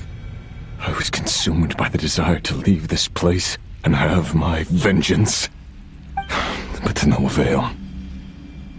This is a place with no exit. This is the second time I've entered this space. Though I have no memory of the first. I was torn to shreds the moment I entered. But this time I survived. It must be partly because of this new body, and partly because of all the Kuvaki I absorbed in Nodcry. Are you the source of the abyssal power in here? Not all of it. Some is from when I first arrived here and tried to destroy everything. But there was already a degree of abyssal power here before I entered. And like a venomous snake baking in the merciless sun, it tried to slither into my shadow. Tried to? So, you rejected it? Yes. Because after that, the world suddenly became silent for a moment. What do you mean? The voices in my head, they were gone. And then I saw her. Her? Thalindis. My former lover. Never mentioned that she saw a memory of Thalindis leaping into the moon's reflection. More precisely, I saw her afterimage. I'm sure the real her is long gone. She was just an ordinary Conrian. She couldn't have survived here for very long. Anyway, why have you come here? Didn't you know it was a dead end? If I hadn't escaped through the moon gate, my friends would have been in far greater danger. Oh, I see. Because of your power. The power of a moon goddess. What? You'd like to know how I know, wouldn't you? The one who resurrected me said so. I could hear a deep lust for power in his voice. Do you mean... Dottore? Dottore. So that's what he's called. He'd been collecting fragments of my body for a long time. Also that he could resurrect me at the moment of his choosing. I had no interest in his research. But being as corroded by the abyss as I was, we were aligned as far as hunting the moons and recovering my strength were concerned. So that's why the Wild Hunt suddenly became so active in Nodcry. When I left the Fatui in my weakened state, Dottore must have felt that his time had come. Moon Goddess, could I ask a favor of you? What? I know this is a lot to ask, especially from someone who tried to kill you. If you refuse, I won't fight it. But this is the only thing I desire now. Nothing else matters. What do you want? I'd like you to take a message to Thalindis for me. Thalindis? But... Yes, she's dead. But like I said, I saw her afterimage. I can sense that some part of her soul remains here. Far, far ahead. Why don't you go and speak to her yourself? I can't. I don't know why, but I can't move freely in this space as you can. All I can see is a glimpse of her, walking away. Just like the moment when I last saw her in life. In return, I will clear these abyssal obstacles for you. No, not in return. I'll clear them for you. Whether you want to help me or not. It feels like something I ought to do. Why? Yeah. Why, indeed. I've been asking myself that question a lot recently. Why did I do the things I did? I'm tired of it all. Tired of the person I became. People used me. And then I turned around and started using others. I hurt a lot of people. I think I grew tired of it long ago. But I wouldn't admit it to myself. And ultimately, that's how I ended up here. What do you wish to tell her? All of it. My past. My mistakes. Everything that happened after we were separated. Is it okay if I give her the abridged version? Yeah, I'm sure there's plenty you can skip over. Just tell her the important parts. Whatever you think that means. Like the part where you relentlessly tried to kill us? It's up to you. Love demands honesty. But my relationship with Thelindis was built on lies. We hid too much from each other. But after living my whole life in the shadows, I don't want to hide anything anymore. I will do my best. There.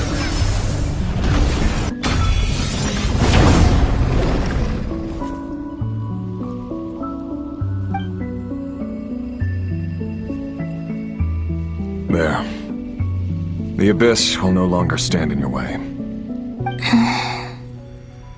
Even though Mr. Dainsleif felt he had to fight you, I think he still regarded you as a friend. Dane? He said that you betrayed him, but he also felt great remorse at never having understood what you were truly going through. Why tell me this? Because if he'd known that someone could take a message to you, I believe that's what he would have said. Thank you. It means a lot. I know this will sound strange coming from me, but don't die, Moon Goddess. I can tell that you're determined to get out of here.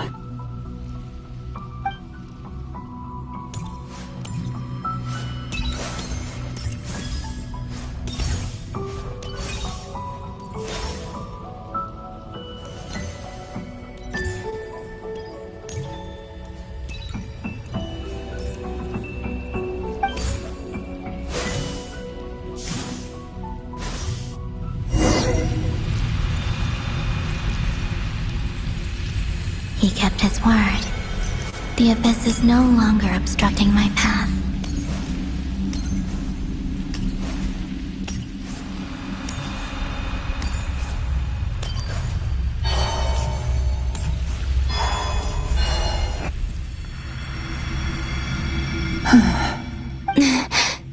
Is that the Lindis? She wasn't far off at all. And yet, they can never meet. Hello, Miss Thelindis. Who are you? How do you know my name? I've never seen anyone else here before. You can call me Columbina. I promised Rerir that I'd bring a message to you. Rerir? My Rerir? Is he well? He's doing better than he was. Better than he was, huh? Sounds like he's had a pretty rough time. Others have had a rough time on his account too. In many cases, their time ran out because of him. And I'm not just talking about the children of the Crimson Moon. So, things got worse before they got better. Could you tell me what happened, Miss Columbina? Are you sure you wish to know? Yes. This is my opportunity to learn the truth. No matter how hard it is to hear, I have to know. I admire your courage. However, time is short. I cannot stay here for long.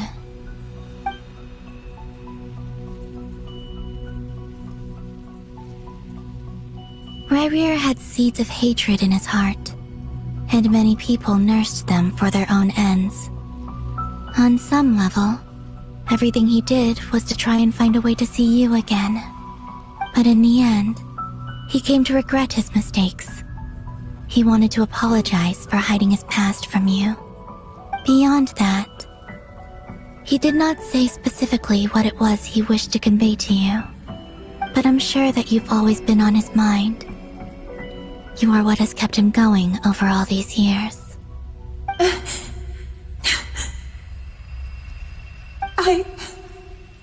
I'm sorry, Miss Columbina. This is so upsetting.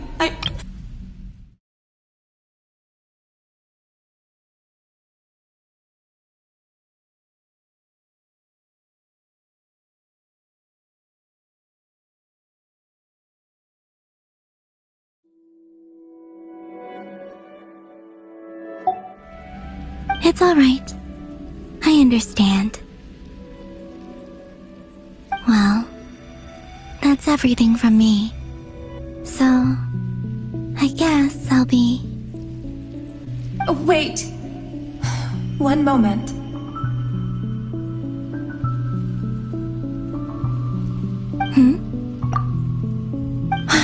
Time flows backwards here.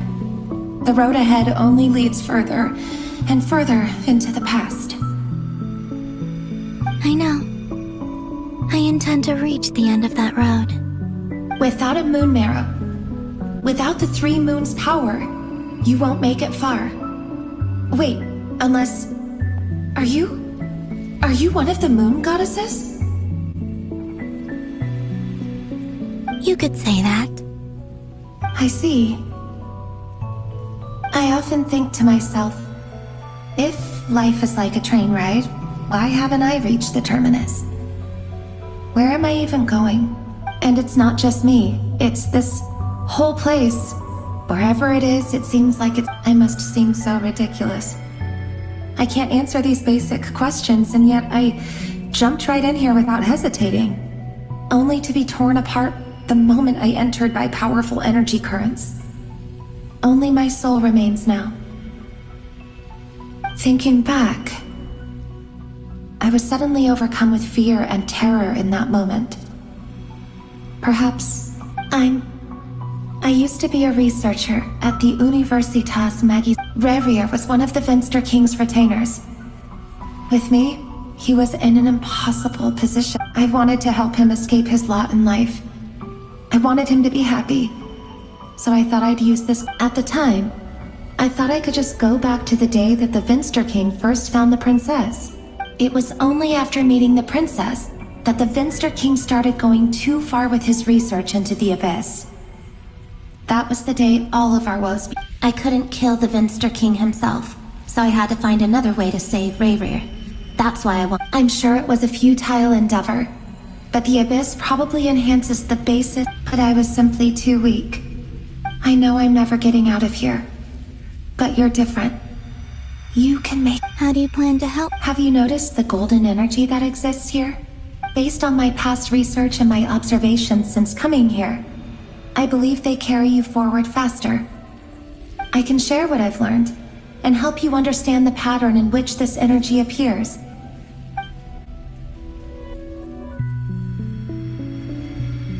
I think you just might... Now, also, I've been speculating. The documentation was scanned, but from what I know of the legends about the moons, the oldest ones seem to begin with Nibelung, king. I have no way of verifying any of it by the... Understood. I'm the one who should be thanking you. If you have... About Rayrir. It wasn't your fault. That's not true. Because we both feared bringing trouble upon each... But enough about that.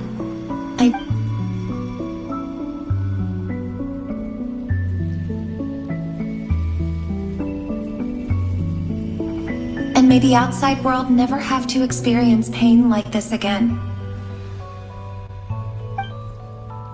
Rayrir, you're there, aren't you? I cannot see you, because you exist in the future. I expect we'll be trapped in this prison of space-time for all... But please, gaze upon the past, and then sit for a while. Let's find a place to sit down together, just like we did when we first met.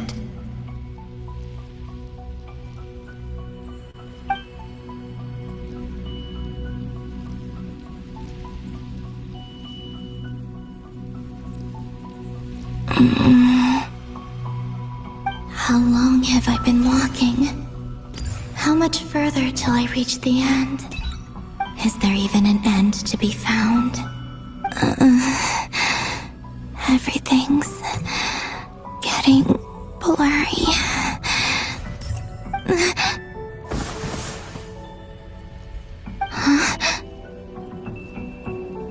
Are you all right, little sister? Have you come from the distant future?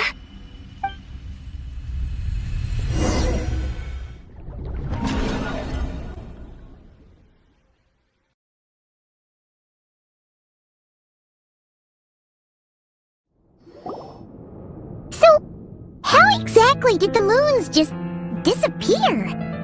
Shouldn't it be a little harder to get rid of major creations like moons? The world is a vast and ancient place. On a certain scale, all life lasts for but a fleeting moment. Miss Nicole explained that the moon goddesses likely perished in the War of Funerary Flame. The moons themselves were also destroyed at that time, save for the Frost Moon, from which a new moon goddess was later born. Am I missing something then? 'Cause the stories say... Why do their birthplaces differ? What's the difference between the two generations of moon goddesses? Also, remember what Sandrone said? Her scans detected 4 moons. In other words, 4 moon marrows. Technically, the result of the scan means that 4 moon marrows were detected and positively identified as moons in that moment. In other words, this piece of information alone isn't enough for us to know how Miss Columbina is doing right now. Yep, we have no way of staying up to date on whether she's dead or alive. She's on her own for now. But at least she's trying her best to get back to us. Yeah, she's a tough cookie, and a sore loser too. We have to trust that she'll find a way. Because we really need her power. As much as it pains me to say it, we've got no chance of beating Dottore in a straight-up fight. He's much too powerful. It wouldn't even be close. That maniac is going to devour everything in his path until he reaches us. We need to find someone, or something that can stop him before he does anything worse. I'll be frank. Our only hope of defeating this false god is with a real moon goddess on our side. I'm not just saying this because Columbina's a friend and I want her back safe and sound. It's just the truth. And I know that even she was no match for him when he attacked, but I don't have a better solution. We're not giving up on saving her, whether she can defeat Dottore or not. Right. Don't worry, Miss Sandrone. We're all aligned on saving Columbina. No one's trying to argue that we can only justify saving our friend because it will help save the world. This is about multitasking. We want to save both. So, she's more than just a moon goddess to you guys? Absolutely. Duh! She's part of the gang! And you are too, you know. Yes, I know. You don't need to labor the point. I knew that the moment I came running over with my documents that I was part of the in-group. I mean, if Arlecchino can fit in, I certainly can. Anyway, as for how we get Columbina back, I've been working on it constantly.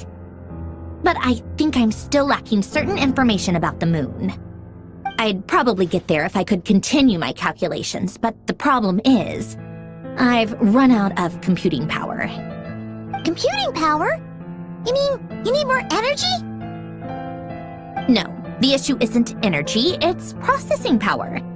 There's so much data to get through that the whole process has just ground to a halt. That's a tricky problem. René de Petrichor of the Nautitzenkreuz Ordo once foretold the fate of the world. But I don't know how he did it. My guess is that he used the primordial sea's power. However, that won't work for me. His methodology was vastly different from my own. What's worse, they're incompatible. And, to top it all off, we can't even leave Notcry. Ugh, this is so annoying.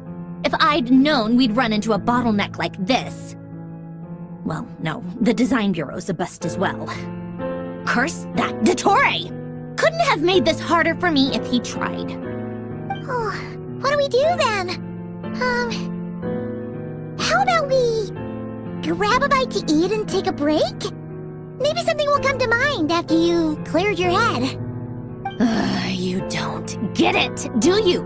I'm trying to calculate the fate of an entire world here. And I need accurate results, not big prophecies.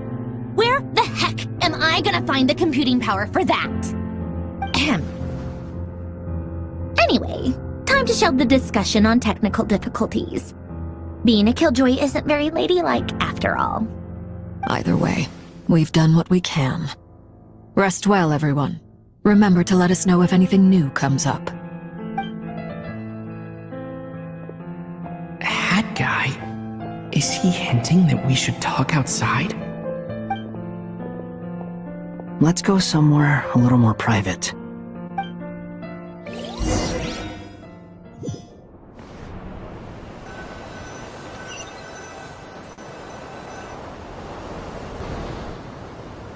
You know that Dory went back to Sumeru, right? Yeah, she mentioned she was planning to head back. Things aren't looking good for Notcry. She's gone to spread the word so that Sumeru has a chance to prepare for the worst. From what I know of Dottore, there are two possible reasons why he hasn't made a move yet. One is that he's still working through some kinks in his new powers. The other is, he wants to see how we're going to react. He'll easily devour everything eventually, so I guess he's in no rush to make it happen. The first false god he made was me. Now it's his turn. Even though my records were erased from Irminsul, Dottore's ideas haven't changed one bit. He once told me that becoming a god was like turning yourself into a hungry wolf or giant serpent to devour the moon. Clearly, he began studying the moon goddess's powers long before he even tried making a god. He's always wanted to get his greedy hands on divine authority one way or another. And in the end, he devoured the moon where I failed. In the desert of Sumeru, there is a chessboard built by King Deshret, also known as Al-Ahmar. I don't know if it was a real game, or if he was just trying to challenge his servants and citizens in some way. But creating games and setting rules, gods do that as a matter of course. That's the kind of power Dottore craves. Now he has the Trilunar Authority. His power is leagues beyond the common people. I don't think there's any point in other nations rushing to the front line. They're better off focusing on defense and hoping they can fend off any threats that spill out from Notcry. Either way, Dory will inform Lesser Lord Kusanali, and she will contact the other gods in turn. The Seven will have some recourse available. If nothing else, their protection should keep the rest of the world from descending into chaos as quickly as Nodcry has. So on the bright side, even if Nodcry is doomed,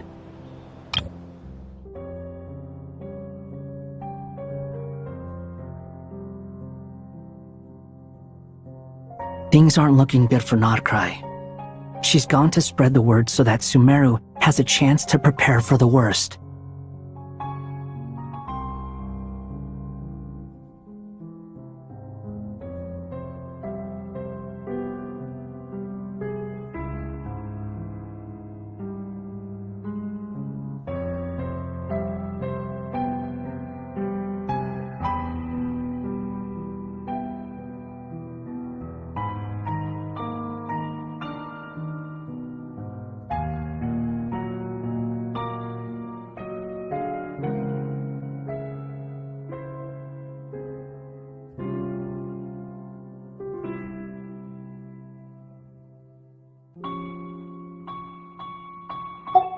That's good to know. But I'm not... There's a word for people who refuse to let anything go. It's called being greedy. Maybe it sounds greedy to you, and probably naive too. But whatever you call it, that's what gives me the determination to keep fighting. Battles are fleeting, but the will to fight is a long-term commitment. Give up for even a moment, and your resolve will shatter. Why do you always feel the need to do the right thing? No one is born to be a savior.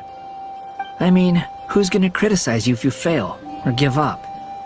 Don't take this the wrong way, but Dottore said something similar to me. I guess the Fatui attracts people who don't believe in saviors. Not necessarily. It's less about belief for me. I just want to know how determined you really are. After all, I don't owe anything to anyone else here. Only you. You look kinda worried. If your arch-nemesis was about to achieve their ultimate goal, I think you might feel a little worried too.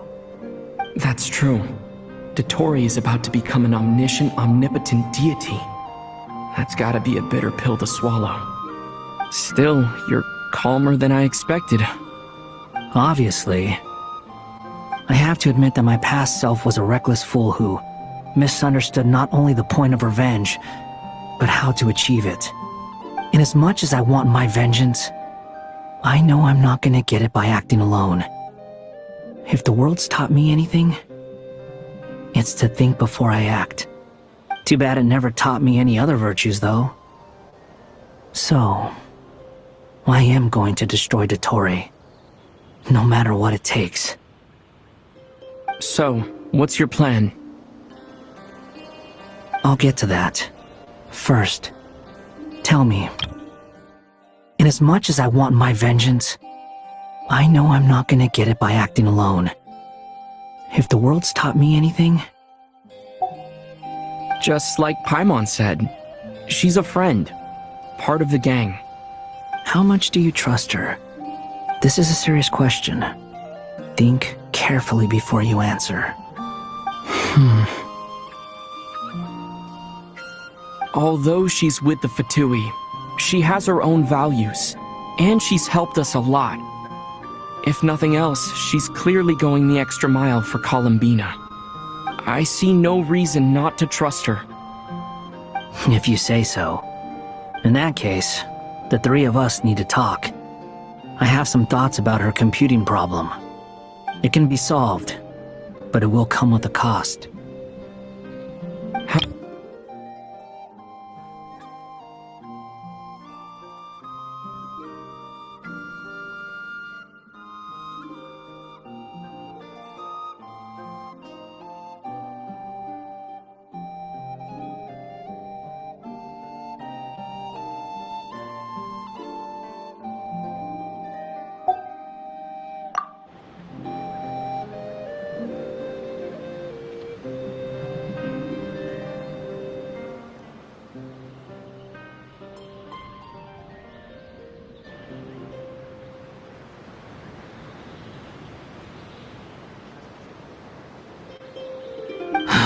Sometimes your heroism really backs me into a corner. You know that?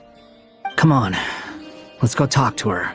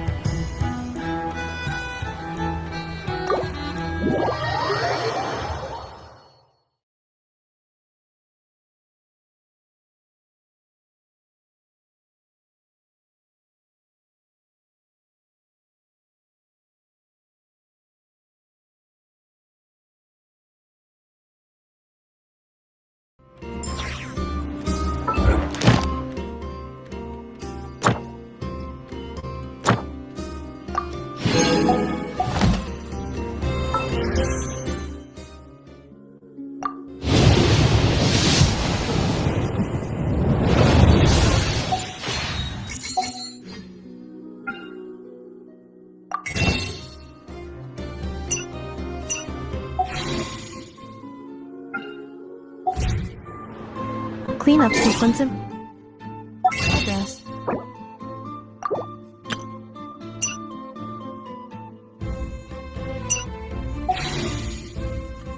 Based on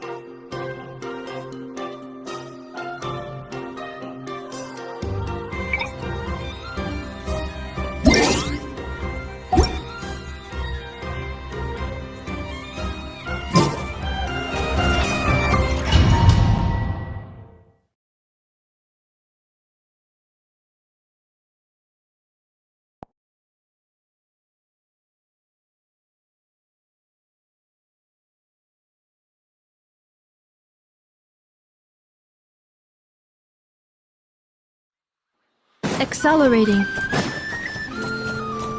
Insulation chamber deployed.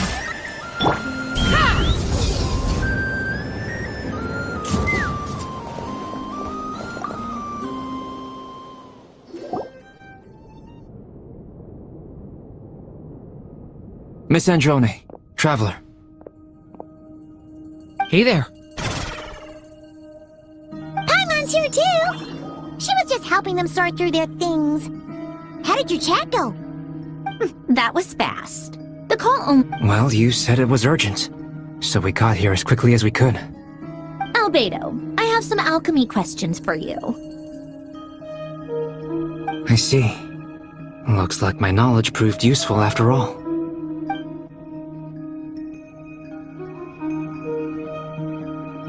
If I might ask, I needed to predict the future of the entire world. I see. I'll have a look at it. About that, it's been sorted. Oh, with the Traveler's help? Actually, you're not wrong. He found the person with the solution. Was it Hat Guy? Yeah, it was him. Wow! Go, Hat Guy! But where is he? Wasn't he the one who asked Albedo and I to come here? Come with me.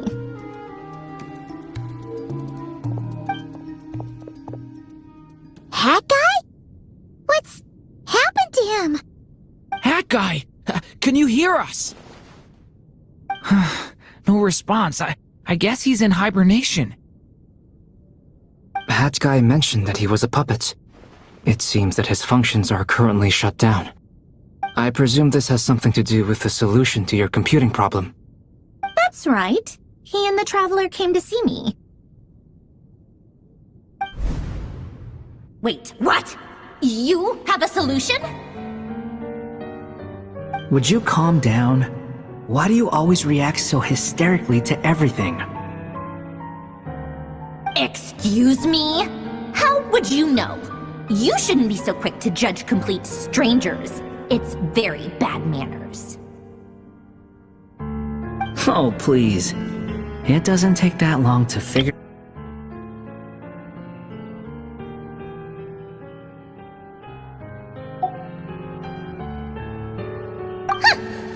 Where does a mere student get that kind of confidence? I've actually published more papers than you. Not that status counts for much.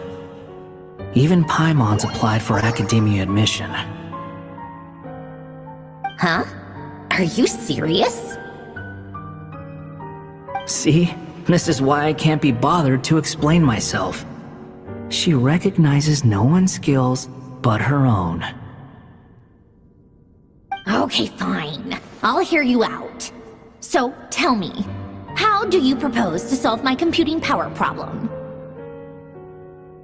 This world itself is constantly processing all kinds of information.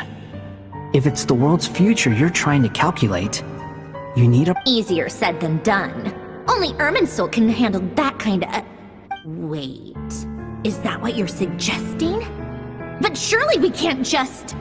plug... You should be able to tell that I'm not human, right? Yeah, I noticed.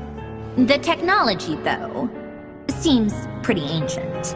Very different from Pontaine's. It's a completely different system. Conrian, to be precise. Puppets need an energy source and processing power. The artisans who built them sought out the materials most suited for that purpose. You? Do you mean... The Traveler and I have talked it over. He's willing to vouch for you. So, I'll allow you to borrow my core for your calculations. It was built using wood from a silver-white tree, which makes it a small part of Irminsul. Conrian technology and Irminsul wood. Who in the world could have built you? Are you sure about this? A puppet without its core will cease functioning completely. And if it's left in that state for too long, it might not recover. You could die if you do this. You do realize that, don't you? I can put two and two together. I won't lie to you. This has never been done before. I cannot guarantee your safety. Doesn't matter. Did you two actually talk this through? Yes, we discussed it. The bottom line is, he trusts me, and I trust you. Let's give it a shot, shall we? Honestly, I have no clue where this kid even came from. But for whatever reason, he lent me his core to use in my formula. I'm very close to finishing my calculations now, and the core is currently in use. This is what the core looks like. A silver-white branch. It's... Is Hat Guy gonna be okay? He's not gonna die, right? Right? In theory, he should be fine.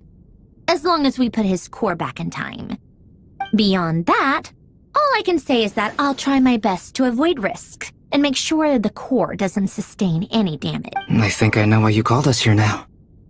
Someone needs to watch over his body and make sure it's protected until the process completes.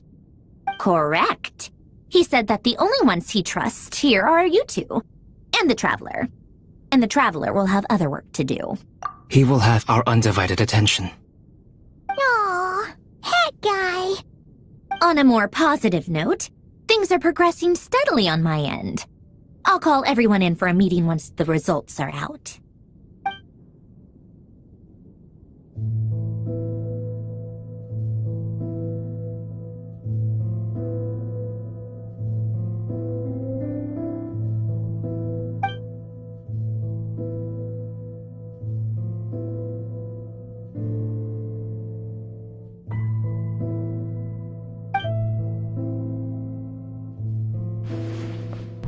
The The worst case scenario with the core removal is either a system reset or a total loss of function.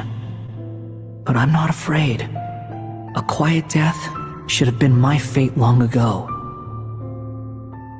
A core is completely different from a heart. It's like another vital organ entirely. I never believed it could be a true replacement for what I sought. But in the end, it turns out the core was more useful to me. Pretty funny when you think about it. It's like the punchline of my entire life. Do you think there's any difference between a puppet and a human? If not, then this would just be another samsara. I have already experienced both a past life and a next life. Part of me wonders whether I'm only capable of making this decision because I've become a real human. What's with that expression? Isn't this a good thing? Sanjoni will succeed, won't she? She has to. She will. We all have to persevere until this is over. That's right. And I'll protect you all until a moment of victory arrives.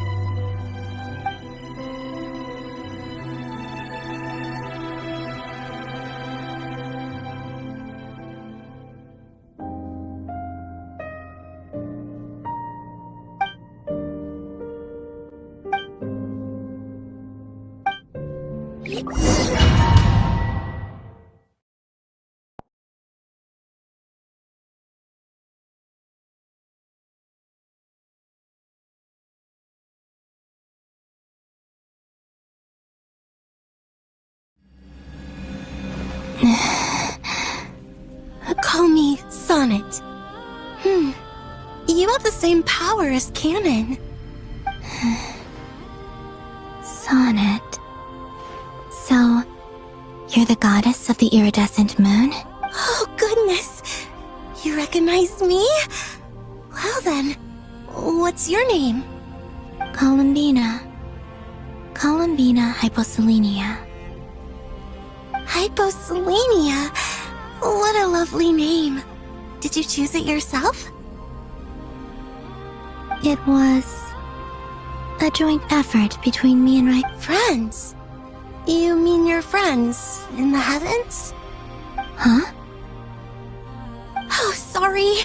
You must be exhausted. I apologize. Hang in there. Let me introduce you to my older sisters. Do you mean the other two moon goddesses? Arya and Canon? Wow, you sure know a lot. Hey. Oh, I guess that wasn't the best question to ask. It's alright. We were prepared for that possibility. You could say we were too prepared. I can't even remember how long my sisters and I have been here by this point. When did you get here? How long has it been? I can't say for sure, but it feels like it's been forever. I see. Are you feeling alright? We don't have far to go.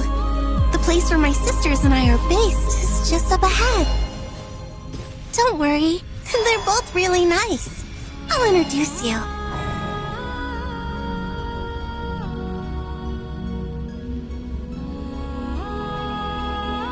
Sisters! I'm back! And look who I've brought with me!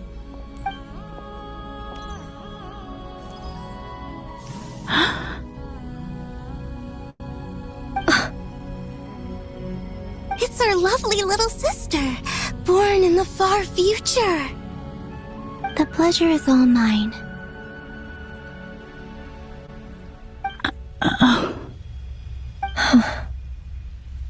Allow me to introduce you to Columbina Hyposelenia.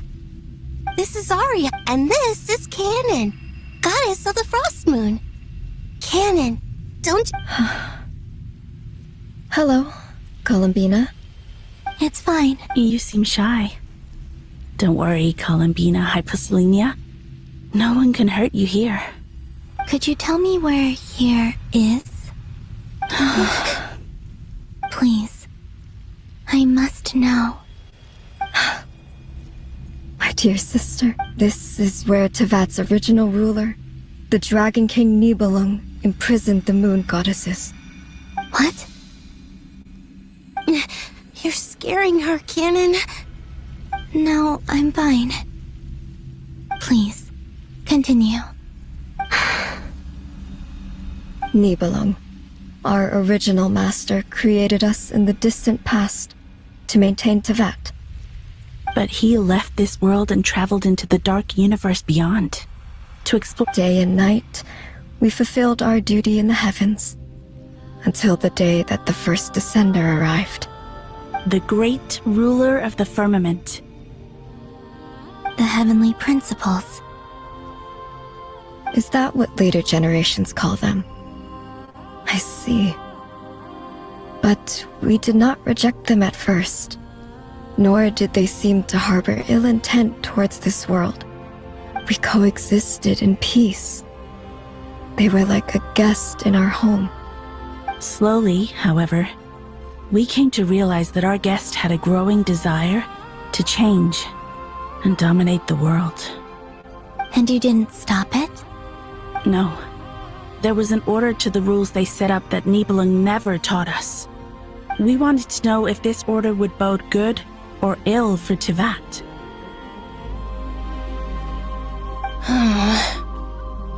All right. Canon and I wanted to know. Sonnet was against it from the outset. Later, we discovered that this great ruler of the firmament bore an almost paranoid hostility toward the desire of certain life forms to seek power. Or perhaps they feared them.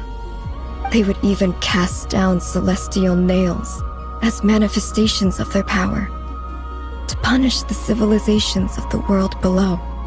Only this was far beyond mere punishment. Right. Their rules brought order, but the price people paid for merely testing the limits of those rules was far too great. I did everything in my power to help the punished escape catastrophe, but still, too many lives were lost. The ancestors of the Frost Moon Scions were some of the ones you helped. But just when we had decided to take countermeasures, the Dragon King, Nibelung, returned. And so began the War of Funerary Flame. So, that's the name the world gave that war in the future. Well, who won in the end? As far as I know, the Heavenly Principles won, although it came at a great cost. They remained in Tevat, where they continue to rule to this day.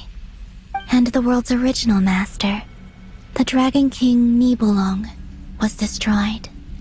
And what of the moons? Are there still 3 moons in Tevat's skies? You can tell us the truth, Columbina. We know we are but remnants of a bygone age. We are prepared for the answer.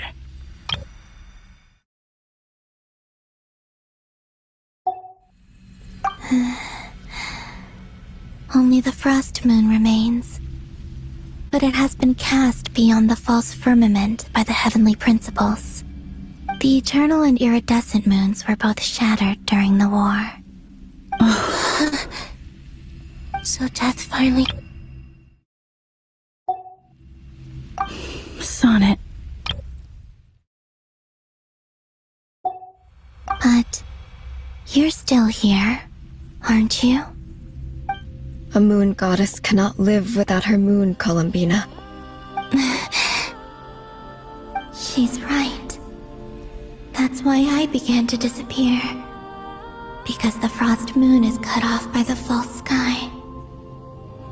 How much worse it would have been if it were outright destroyed. Our souls may endure within this lunar palace, but if our moons are destroyed, then we shall disappear the moment we depart from it. I'm sorry. There's no need to apologize to us, dear sister. If anything, we owe the world an apology. If only we decided to act sooner, rather than arguing amongst ourselves. All the more reason not to spend this time in regret and repentance. Instead, we should focus our efforts on how we might help our future sister. Sorry? Don't you see, Columbina, your story is not yet over. Is that not why you are here?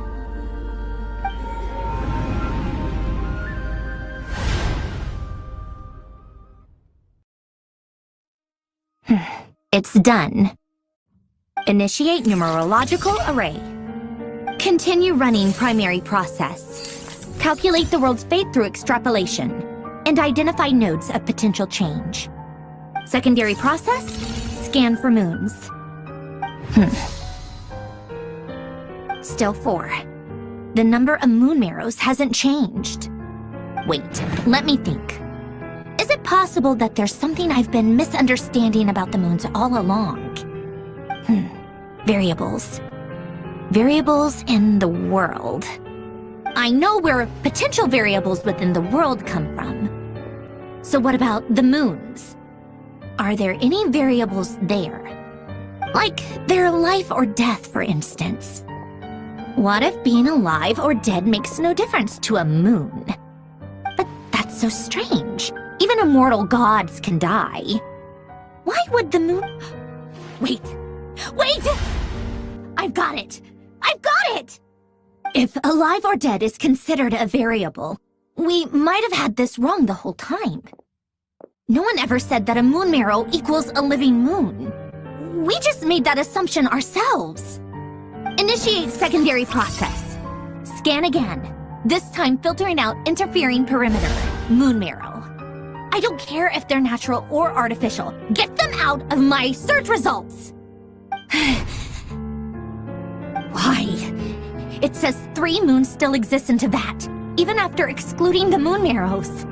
But we know for a fact that 2 of them are dead. Redo the scan. Narrow the results to living moons and real moons. No, scrap that. Narrow...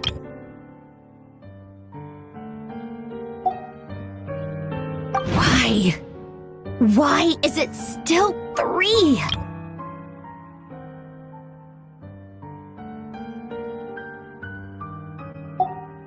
What is this, Columbina?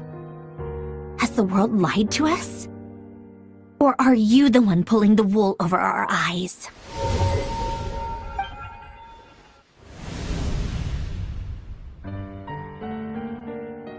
So, you think that the moon's reflection might be where Nibelung imprisoned the 3 moon sisters?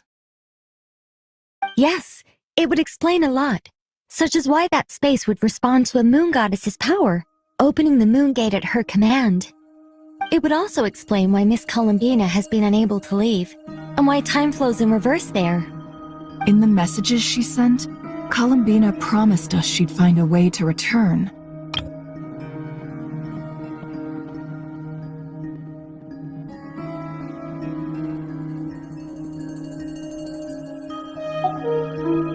The fact that she still has yet to reappear in this world indicates that returning from that place is no easy feat. So you're saying... Yes. I've been giving this some thought, and I've come to believe that Luanatar might be an act. This could also explain why Luanatar is always by the traveler's side.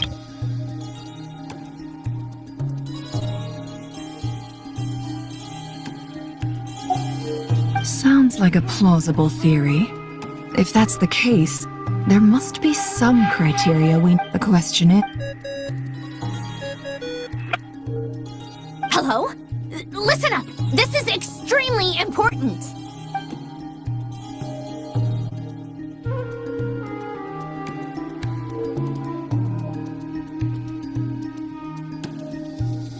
Not only is Columbina alive, but she may well exist in a form unimaginable to us.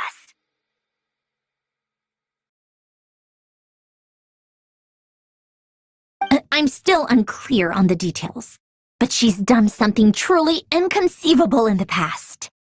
And the clue to what she's done lies in the moon and Teyvat sky. Truly amazing. I'm sure we all feel the same. And I'm sure Columbina is ready to get back here and fight by... I'll keep my calculations going and try to find some way of coordinating with her. But that's not an excuse for everyone else to slack off, okay? All of you had better keep trying to think of solutions. How can the dead moon still live? And...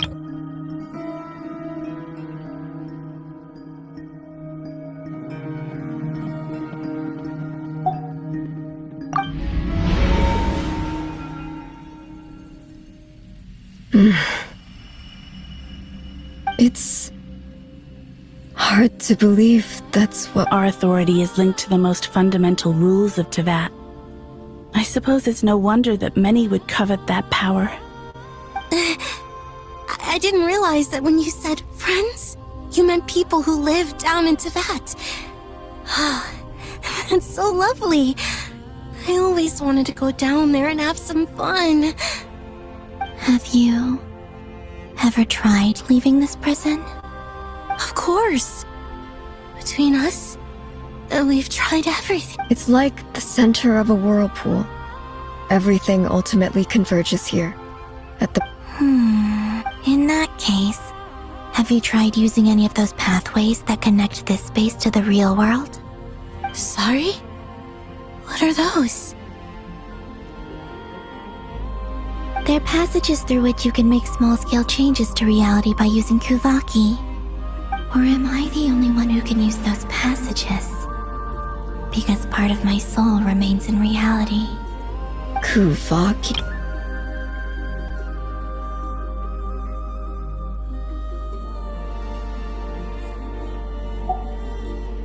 You don't know? It's a unique kind of elemental energy found only in Nodcry, the land from which the moons arose. Oh. Well, it's true that the moons first rose up from the part of Teyvat you say is called Nodcry. But there is no difference in the elemental energy between there and anywhere else. What?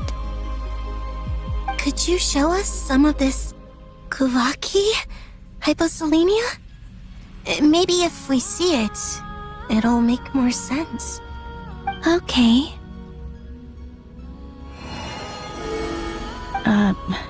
Isn't that just your power?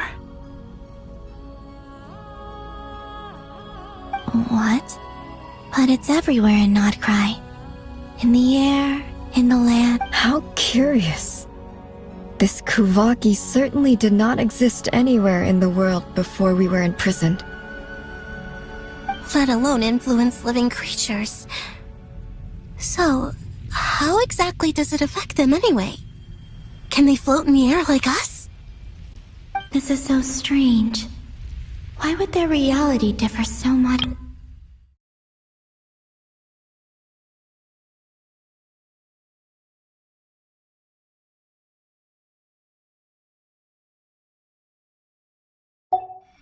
Columbina, you're looking for more than just a way out of here, aren't you? Yes. If I am to... You mean... you'll need our power? This sounds extremely risky. The Three Moons' powers are not mutually compatible. Concentrating them into one goddess will be a very painful process. And if anything goes wrong, it could tear you to pieces. I know. But I'm willing to take that risk. Even so, let's say we successfully transfer our authority to you. How will you take it outside this prison? Nibelung constructed this realm specifically to prevent us from using our powers to interfere in his war. No moon goddess can leave this place alive.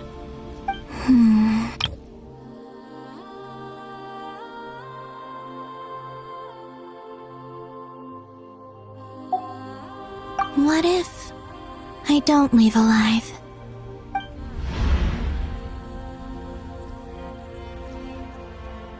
Where do we even start? How are we supposed to figure out what we're meant to do to help Columbina?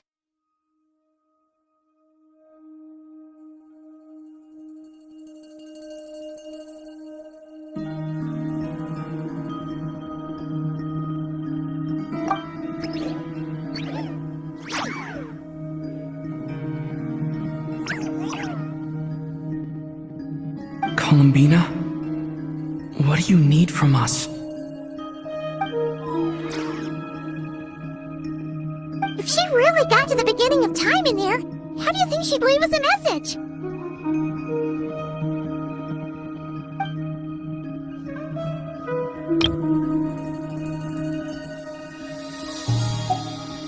You don't think she'd write it down on a stone tablet somewhere in the hopes that we'd find it, do you? Seems unlikely. Columbina may not talk a lot, but she thinks deeply about issues like this. Let's review what we know. This is the Columbina who fought alongside us against the Reikir of Solnari, and with whom we celebrated Moon Prayer Night. She knows our personalities, our ways of doing things, even our unique strengths and abilities. So, if she wanted to tell us something from a long, long time ago, what would she do? Oh.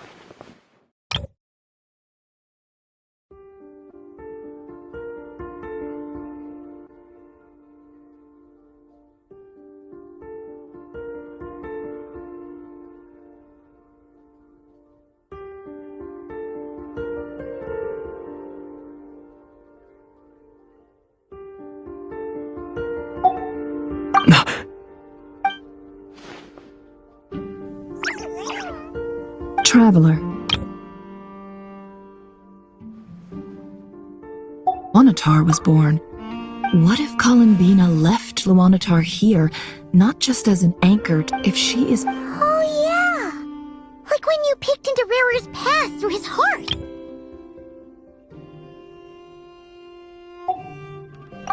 Nefer, wait! If you're right about this, and you can really see past events through Luanatar... Oh, I know. Looking at Rare's past in Conria was already enough of a strain on my eyes. It'll surely blind me. But it's our only chance. This is the only way. Boss! We spoke about this once, a long time ago. Do you remember what I said, Yehoda? The day I lose my sight, the Curatorium of Secrets will be yours to run. But... What's wrong? I'd be overjoyed if I were you. This day's come a lot earlier than either of us expected. I need to know you'll honor our agreement, Yehoda. Promise me. Yes, Boss Neff. I promise. Are you sure you don't want some time to think this through? What is there to think through? I should have gone blind after our battle with Rarier. Frankly, it's almost criminal that I got away with it for this long. Then at least let me take some precautions on your behalf. And if you really do lose your sight, I'll visit your office every day and make sure you're well looked after. Oh, please, anything but that. I was actually ready to go through with this. Are you trying to scare me into backing out?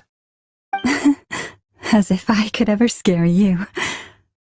I'll assume you're just joking to calm your nerves. All right, enough chit-chat. Let's do this.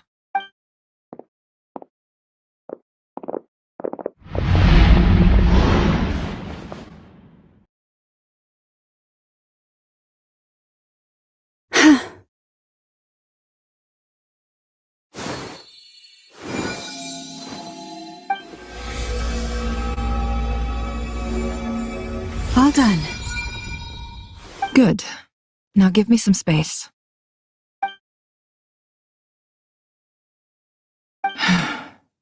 Come on then, little one. Show me what happened in the past.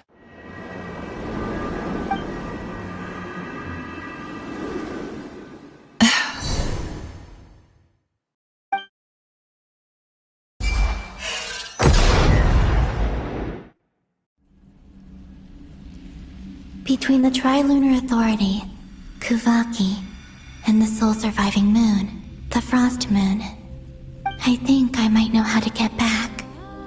But I will need my sister's help. Time to go talk it over with them.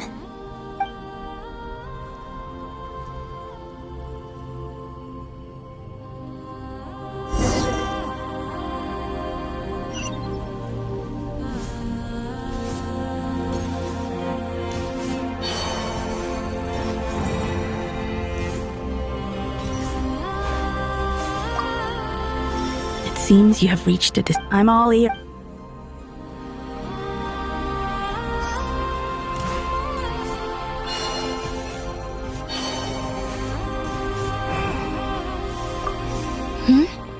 I hope it's not. Come on. Let.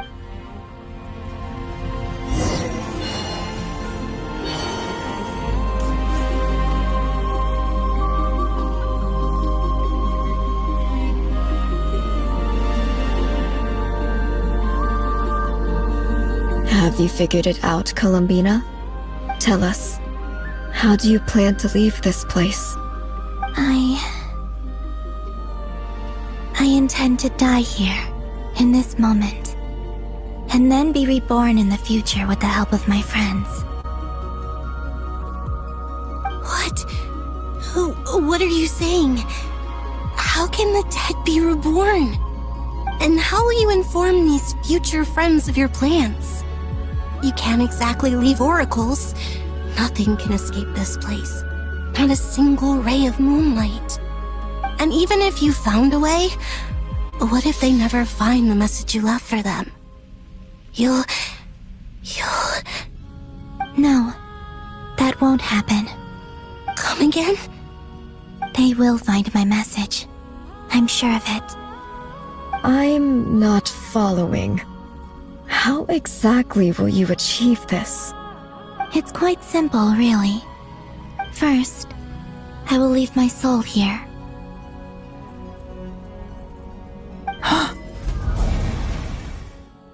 I see it. Your soul? You mean you're a divinity? Yes. I once left a portion of my soul in the future. One so small that this prison barely noticed anything. In this very moment, she can resonate with my soul across time. When the time comes, I believe that she can serve as an anchor to pull my soul from here back to the future reality. Just as gravity connects the world to the moon. Exactly. In the future, where I came from, the moon has been cast beyond the false sky, but I can still feel that it is there. In a similar way, I can feel a connection to the soul fragment I left behind even now. My friends can use it to detect my presence. But how do you just leave your soul here? Is that even possible? On my way here, I met an ordinary mortal who entered this place long before I did. Her body is long gone, but her soul remains. And before that, I encountered an old enemy whose entire soul survives here intact, while the power that once corrupted his body has faded away. So, perhaps this space is specifically designed to imprison divinity and authority, but not the physical body. Still, even if your body can escape, would it not just be a lifeless husk without the soul inside? Wait, is that what you meant when you said you wouldn't leave alive? Yes. I shall turn my body into moonlight and pour it over Nodcry. That power shall protect the land and quietly blend into it, awaiting my soul's return in the future.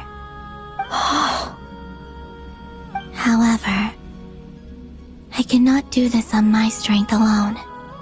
I would need your help to do this, so I'm humbly asking for your assistance. Oh, dear sister, you need not be so formal. As I said before, we are but remnants of a bygone age. You, on the other hand, were born alone in that distant future, and you have walked a long and lonesome road since then. How could I bear to let your story end here in this dungeon? Don't forget, we are your sisters, your family.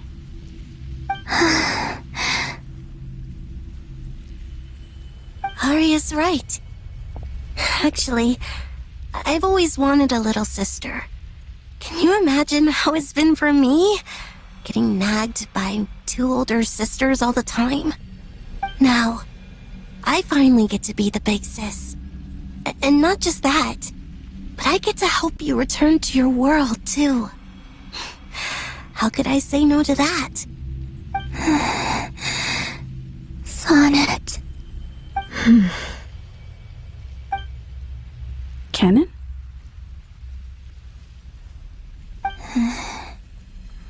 I'm sorry.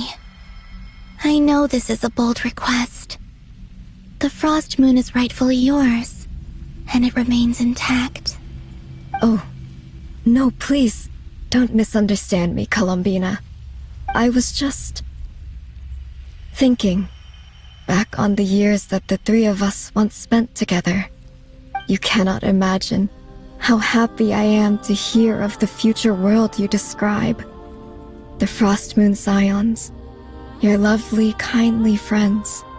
For the 3 of us, whose purpose in life was to maintain the peace in Teyvat, it is a great relief to know that the people of this world live in such an abundant future. If your plan can save them, and save not cry, I will gladly give you all that I can. Besides, the 3 of us have been together since the day we were born. I could never abandon them to live on alone without them. Canon. Still, I do have one question I would like to ask you before we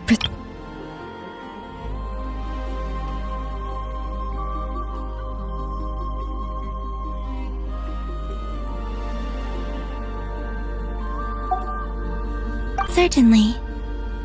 What is it? Why do you cover your eyes?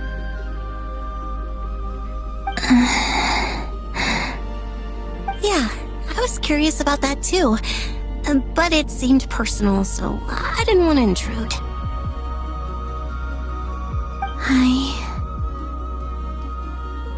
There was a time when I refused to look upon the world. I believed it was full of nothing but lies and falsehoods.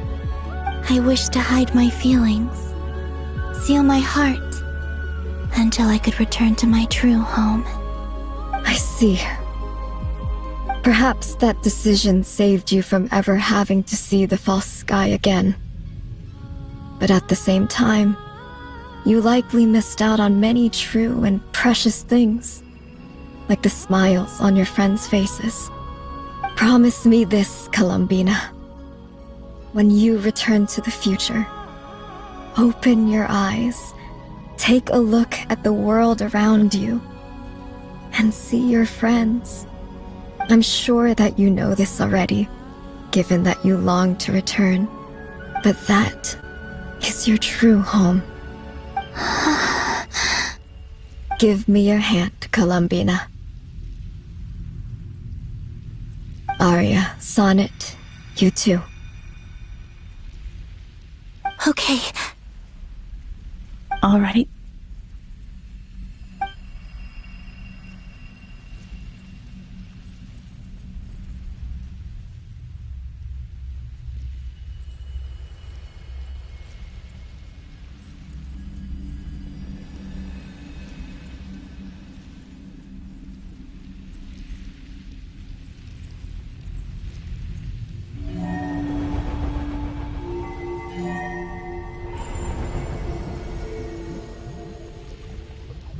We once were the song sung for eternity, but now it is you who must continue to sing.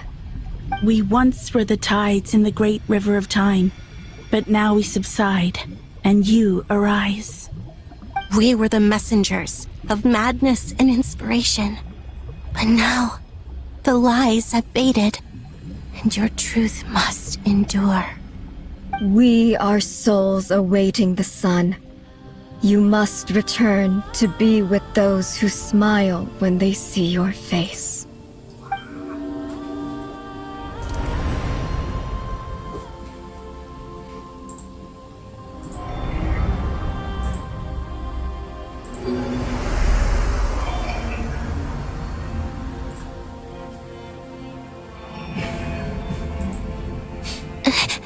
Is it done? Yes. We have transferred the authority over all 3 moons to Columbina Hyposelenia. From this moment on, she is the Tri-Lune Goddess, the one and only moon goddess of this world.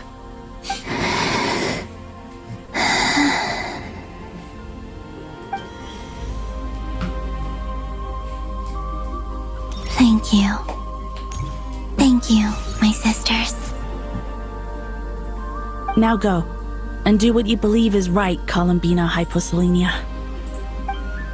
Be aware that we cannot grant you the power of the 3 moons beyond these prison walls.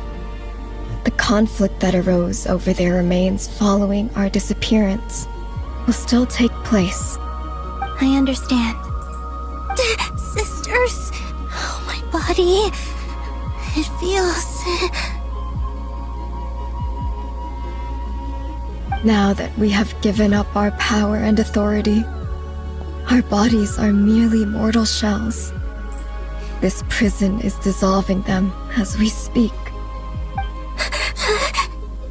It's okay, Sonnet. The end must come for every god, just as it does for every human. That's all this is. The final destination of our lives. Canon and I will be by your side the whole way. We have one final request, Columbina. Could you use the 3 moons' power to send us back into the real world? Now that we have lost our powers, I doubt this space will seek to hold us further. It's just... we would like to spend our final moments together in the only place we ever called home. Of course. Gladly.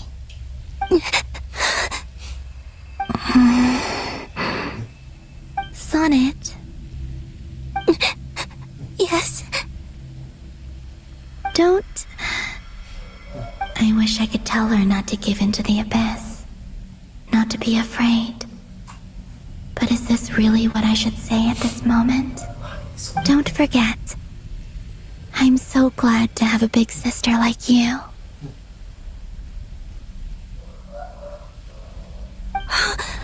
No, Hypo.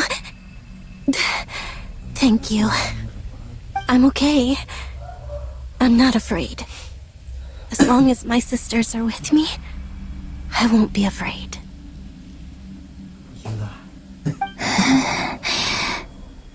It looks like this is goodbye, sisters.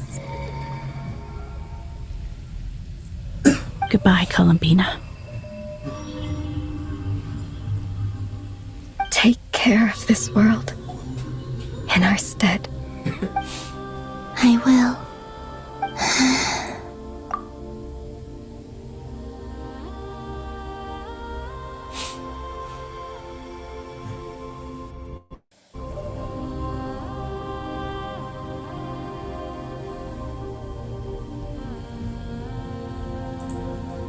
And now, it's time for me to bid farewell to my body, too. May it become the moonlight that keeps Notcry company through the long years ahead. So this is why Notcry was not always home to Kuvaki. It only appeared after I poured my body out upon this land, and only this land. Kuvaki responds to me because... And the golden energy I've encountered on my way here was, in fact, that very soul. O power Tri-Lune, eternal moonlight. I, Columbina Hyposelenia, lay aside my body. Let it be cast into the dark night to illuminate the future. May it be a companion to all who dwell beneath the moon.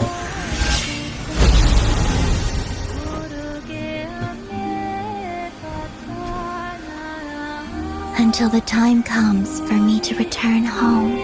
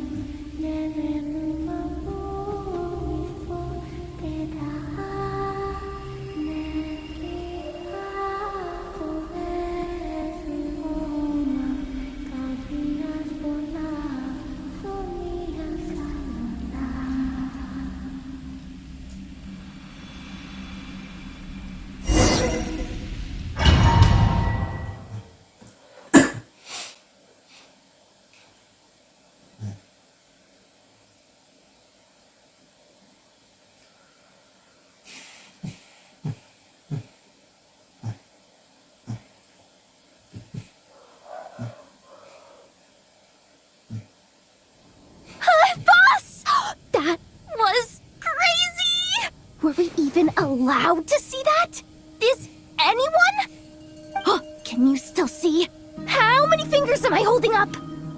I see 2 fingers, and a look of sheer terror on your face. Truly astounding, Miss Nefer. Your eyes have glimpsed the very ends of the world, and yet they remain as sharp as ever. Or is the credit for this miracle due to Miss Lauma? It seems that even time itself is no match for your medical skills. Surely you jest, Mr. Flint. I suspect we have Columbina to thank. She must have realized the immense toll that the ritual would take and purposely set aside some of her power in the past to protect Nefer's eyes when this moment arrived. There is always a great price to pay for witnessing the truth, but it seems that this time, Columbina has shouldered that burden on our behalf. She chose the perfect method of getting a message to us. Though her eyes were always shut, she was clearly so perceptive. She knows us well. She knew exactly how we would think and what we would try. Despite being separated by time and space, we're seeing the same possibilities and seizing the same opportunities. We still don't even know if she's okay right now. But as long as there's a chance we can do something, we'll fight to make it happen. We'll get you back somehow, Columbina.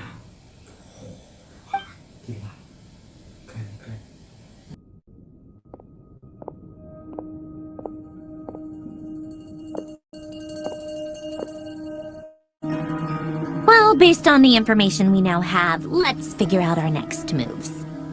Thanks to these gentlemen, we have a much clearer picture of the situation with Dottore. The civilian population has been moved to safety, so we no longer need to hold back. Miss Androne, how are the calculations going? So far, so good. I'll keep seeing how far I can push the system, though. Can't have Hatman being powered down for nothing. There's still a long road ahead. Where should we begin?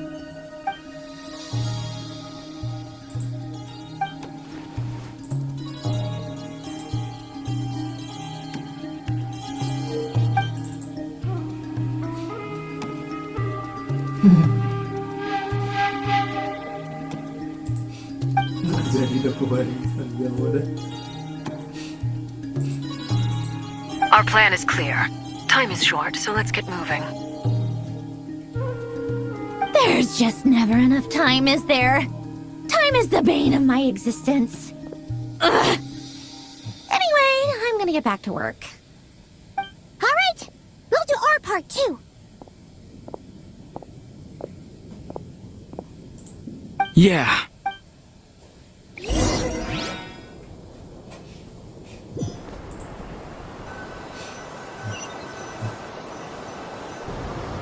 Albedo's theory says that elemental energy can dilute the light realm's power. But I'm no expert in building elemental defenses. Sounds like something out of the advanced elemental theory section of the library. Whew.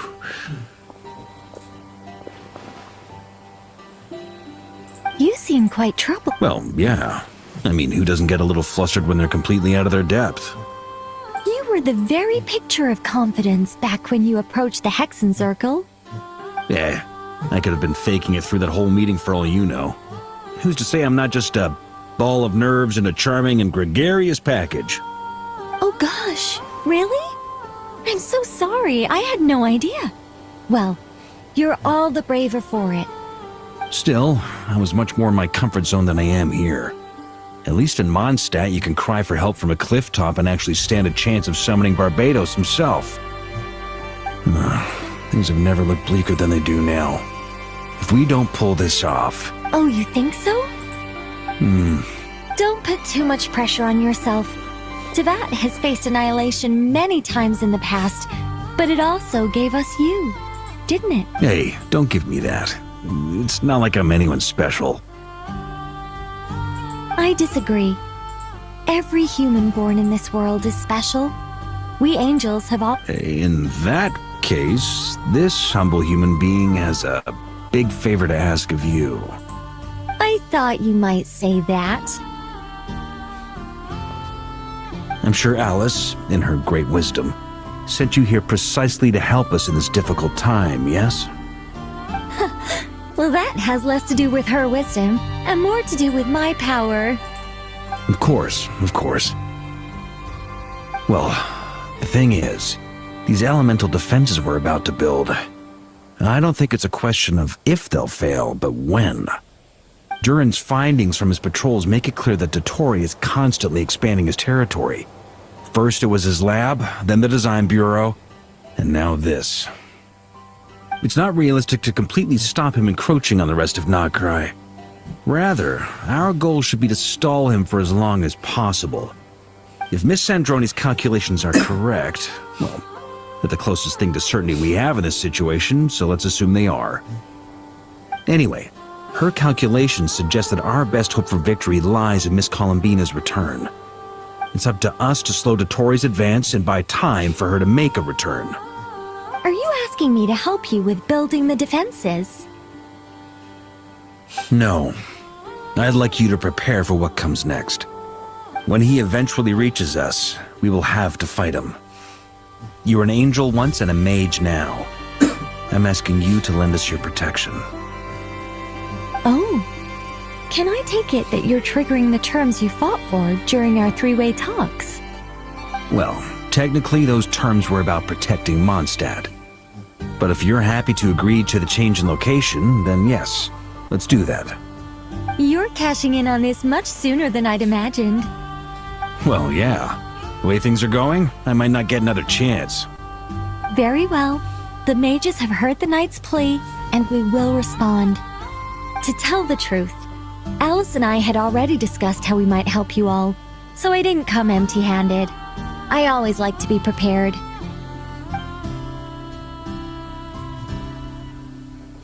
This is... wow. Yeah. This is great. It's been many long years since I had a chance to dazzle humanity with a little divine intervention. To humbly serve as a reliable and responsible guide. Anyway, Knight of Boreas, please accept this gift in recognition of your great virtue. Go now. May the angel's blessing deliver you safely to your destination.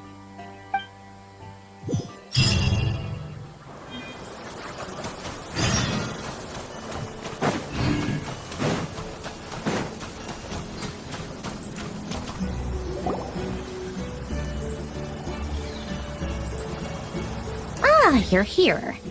Sandroni! How are things going? Glad you asked. You two are about to become the first people to lay eyes upon my masterpiece.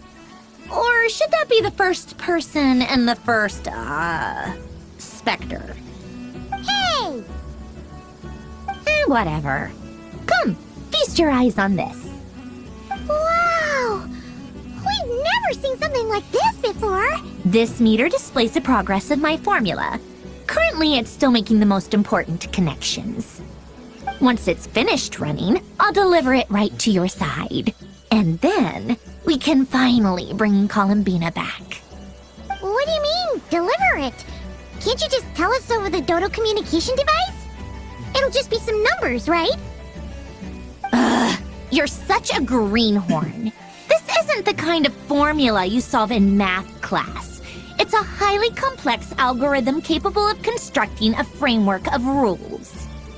Ugh, whatever. We'll be here all day if I start trying to explain it. Oh, I'll share the data with you. Nicole's agreed to let me use her information channel, so we just need to use the Dodo communication device like so. And... there. Now you can check in on my progress. Wow! Look at that! You're amazing, Zandrone! About time you recognized my... Anyway, that's all for me. You should check on the others if you have... That might sound harsh to you, but close supervision is a common practice in a Fatui. Not looking to catch anyone out. I'm kinda stuck here while the formula's running, so I need you to be...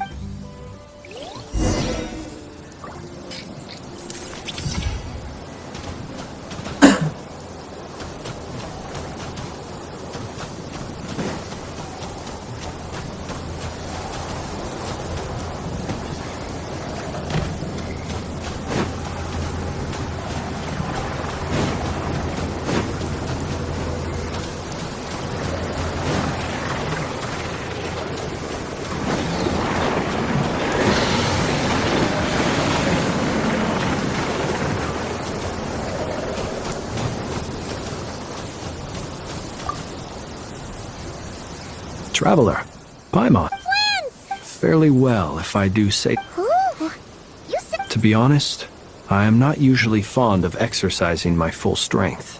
For one thing, I am conserving my strength until the moment of... Seeing you get into the zone like this really puts Paimon at ease. Huh, I consider it an honor to have your trust. Rest well.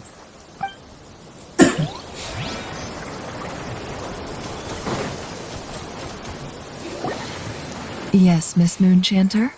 What are you... You always address me in the strangest ways. Yes, and? Not as such. It's just... Uh-huh. That's my name. What's your point? The point is I don't add any honorifics or titles. Meaning what? That... maybe we're on friend... Is that how you see it? And I thought... Never! Wilma! Paimon, traveler. Just swinging by to check in on you. How are things going? Did you manage to get some rest? Don't worry about me. I won't... And I give my all to ensure our victory. Ah, yes. Allow me to give you two a quick checkup. Hold on. You're both in good shape. You're welcome. You'll have your work cut out for you in this battle against Dottore. Paimon will keep an eye on him. Don't you worry. I'm glad to hear it. Take good care of yourself, too, Paimon. Sure thing.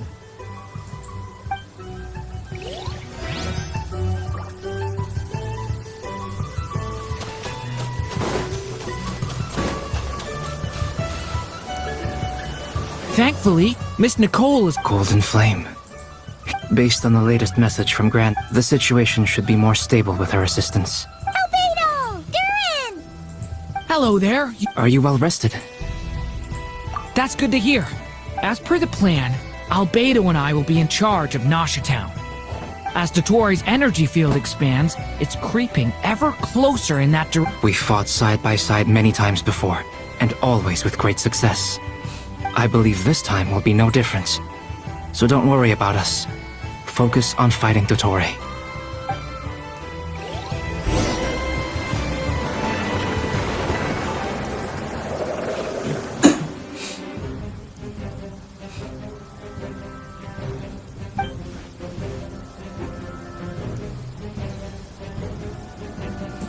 Here they come. That's as we expected. Get ready, everyone! Take your positions, and prepare to engage. Let's begin. I'm at the ready.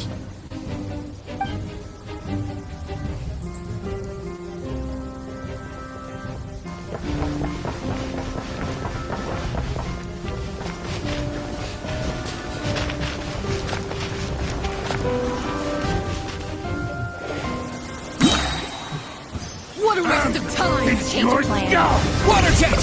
Wipe out! The long sleep beckons. Be silent. Observe. While you're still there, there's nowhere to hide! Close your eyes. to dust. I will return as an avalanche.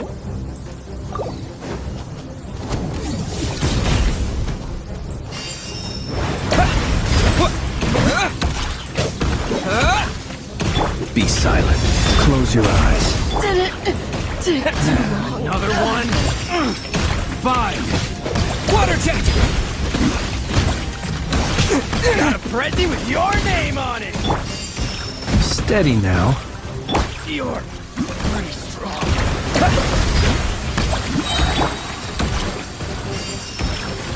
Be silent. Observe. To dust. Bombs away!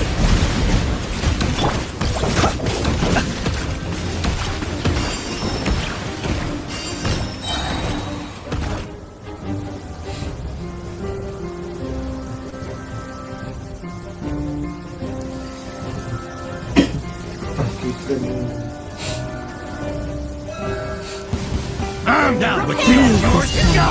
With one heart, we pray. Seek within. It all adds up. These creatures cannot stand against us. Oh, fighting talk. Just don't let your guard down.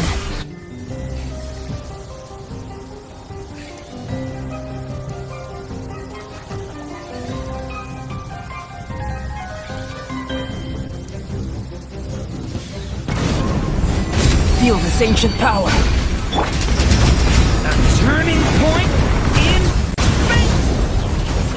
Get. Huh, that was easier than I thought. Naturally. What do you mean? Is it because as created beings go, we're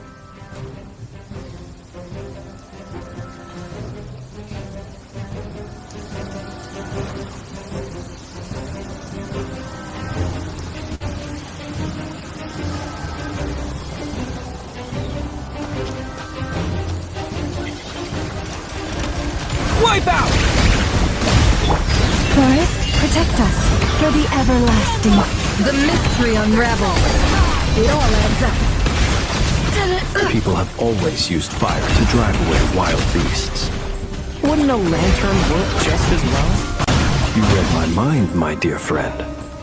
I was just about to say that. All right then, dear friend. Bring the light!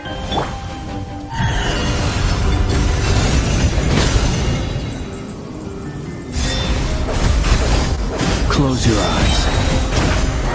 To dust. You'll... Lush as the moon. With one heart, we pray. Burn no more.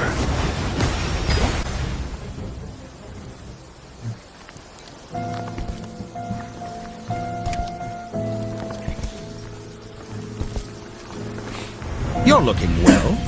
I trust you've had a good couple of days. Dottore. It's actually a good thing, in my view. If the subjects of my experiment were to die prematurely, it would throw quite a wrench in the works. And so, I must thank you all for your resilience. We are no longer on the same level, but you are nonetheless worthy of my respect. And in any case, it is only right that before I end your lives, the world...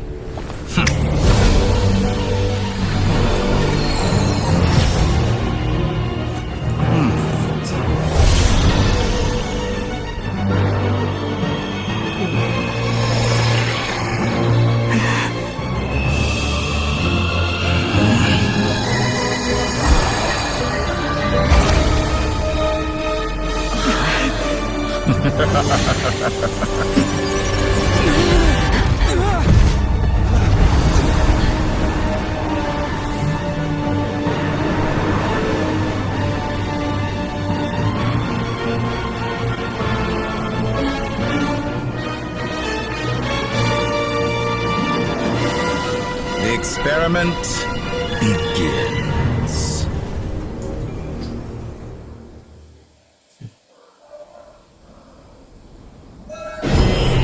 With the marrow of the great moons in my hand, behold the false moons fall!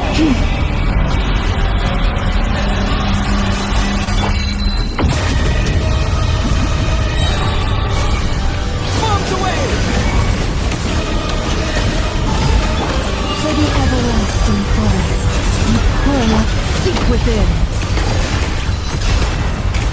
That's more like you cannot face me. Can't hide the truth.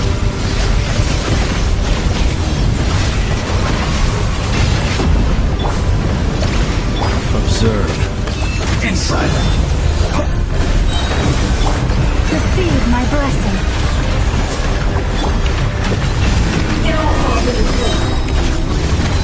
The mystery unravels.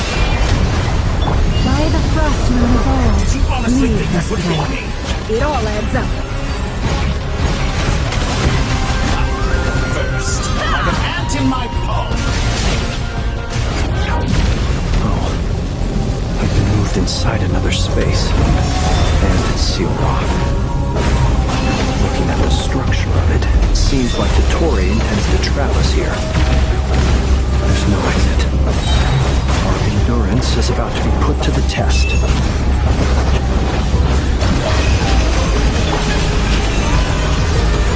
No more lies. Go! It all adds up. That's more like an intro to me. With one heart, we pray.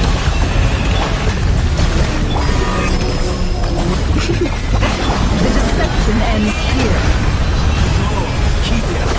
I reverse. Can't hide the truth.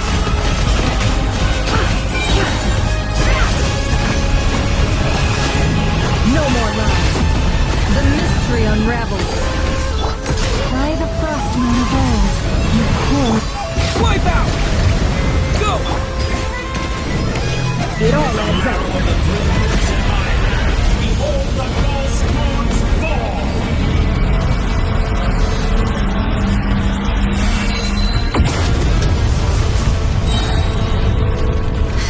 Tell me, where will you try scurrying off to next? Looks like Dottore has opted for a divide and conquer strategy. But we will not allow him to triumph. Now, I shall pray for our victory.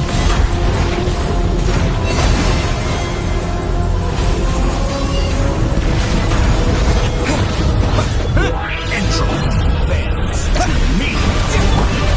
No more lies. Can't hide the truth. Keep that small. Did you honestly think that would hit me? It all adds up.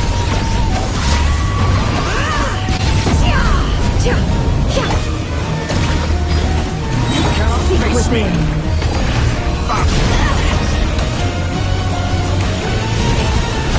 No more lies. Good. Keep it up. I'm still Can't hide the undone. truth. Water jet!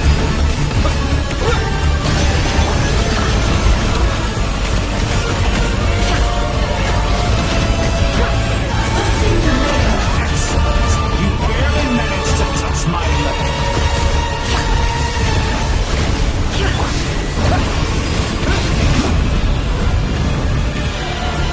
Water jet! No more lies. That which cannot stand against me. What's this supposed to be? A knockoff version of the space Columbine got trapped in? There really is no way out. We'll see about that, Dottore. No! I am not intended to take your teeth. But you have a choice. Obey and I can release them. An excellent deal, Rascal.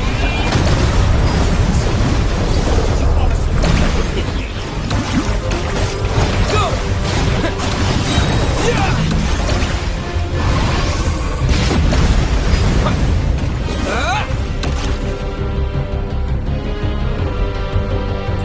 I'm aware you've been working on some little tricks to surprise me with, but it appears that none of them have come to fruition. My guess would be that you're trying to bring Columbina back. But then, where is Sandrone? Or are you trying to buy time for her? I always found their friendship to be a curious phenomenon. Two highly incongruent personalities, and yet they share a deep connection. Speaking of Columbina, I once saw her as like a younger sister. We got along quite amicably while she was with the Fatui. But then one day she suddenly decided she would refuse to take part in any further experiments. To this day, I truly don't understand what I could have done to upset her so much. It's such a pity. I could have had a sister, a family. But alas, she grew to dislike me. You're not fit to be family to her. That I can't deny. So many people, all obsessed with playing out the same So many people, all obsessed with playing out the same tired old dramas. This world is rotten to the core. Speaking of Columbina, I once saw her as like a younger sister. We got along quite amicably. And then there's you. You had every opportunity to reach the right conclusion. The thought of killing you off like this? But I maintain that I approached you in good faith, so I will offer you another chance. Will you work with me? You have until I count 10 to make your choice. 1, 2, 3. Not in a million years.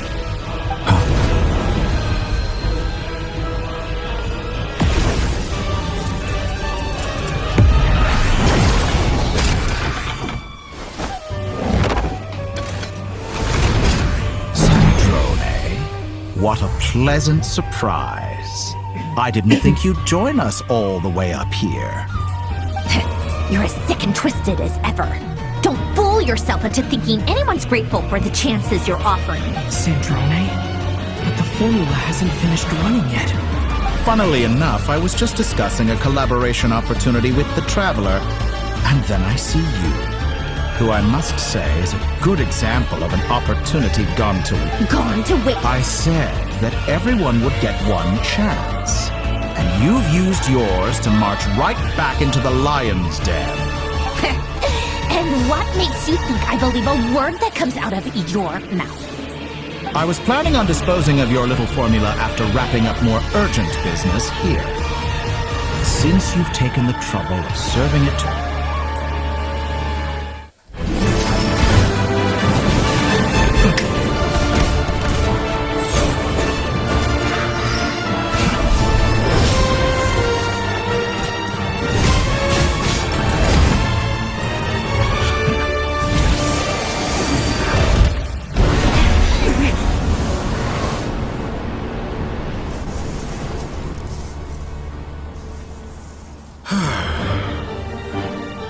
Is this your life's work?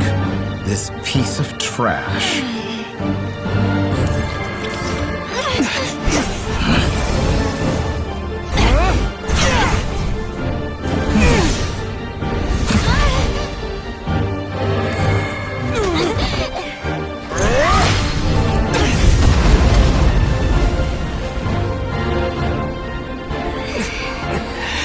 Your formula runs too slowly, Sandrone. You put your hope for success on others instead of fighting dirty. That is why you have failed. Now, whom should I slay first? Any volunteers? No one? How nice of you to leave the decision to me.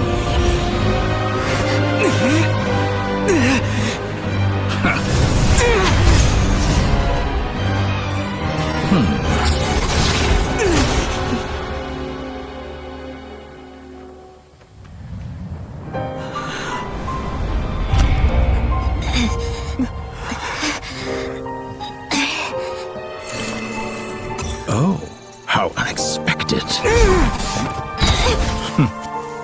Sandrone, any last words for me, comrade?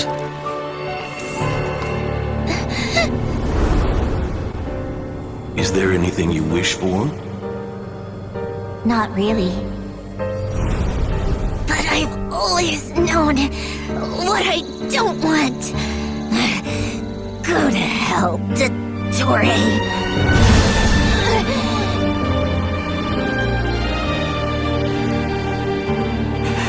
No!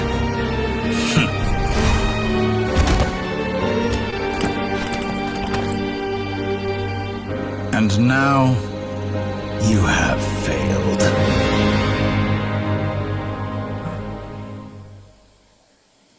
Sandrone!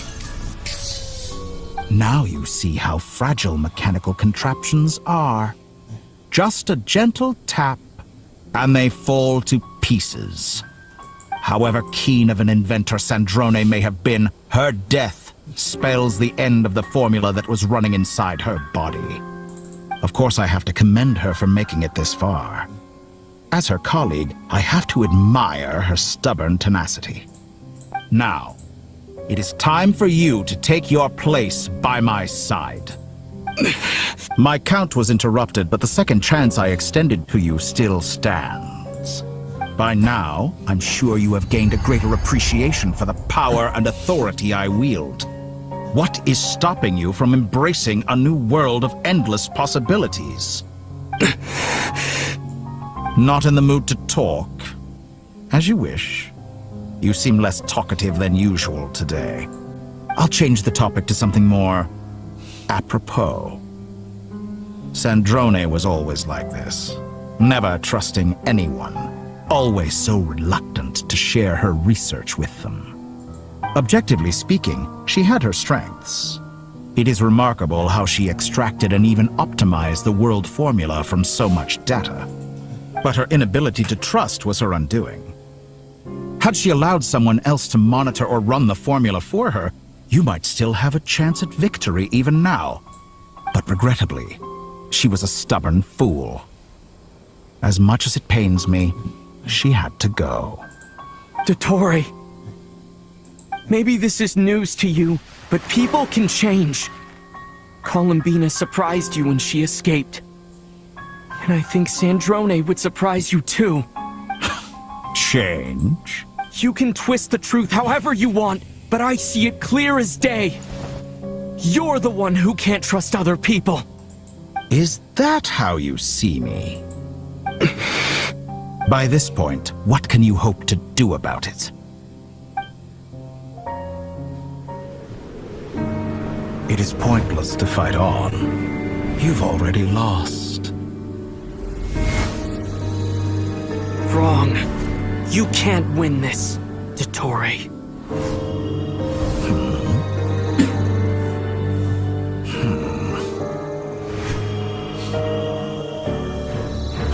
What?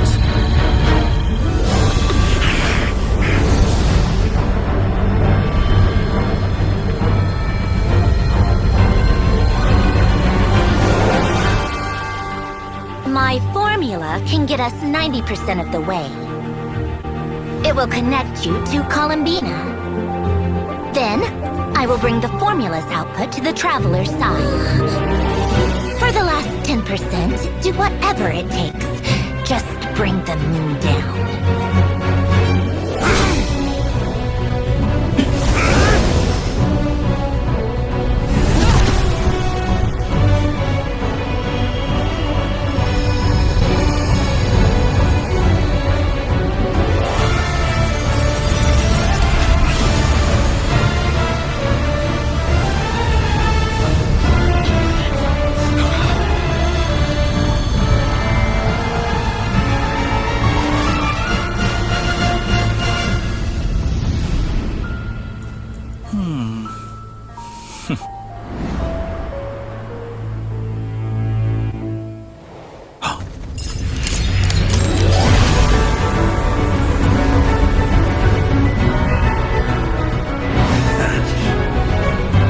The moon will never be yours!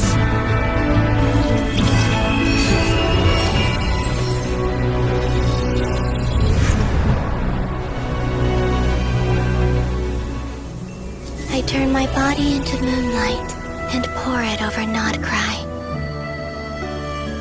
My soul, I leave here to inform my future friends. Lastly, I will hide the Trilune Authority within the Frost Moon. And when my body, soul, and authority are reunited, finally... Columbina!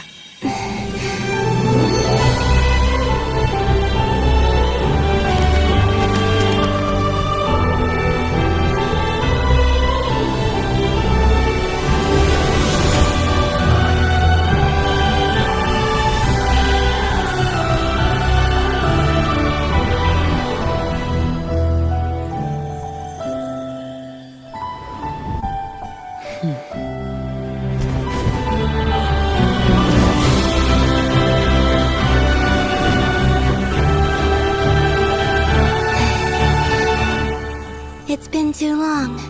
I'm back.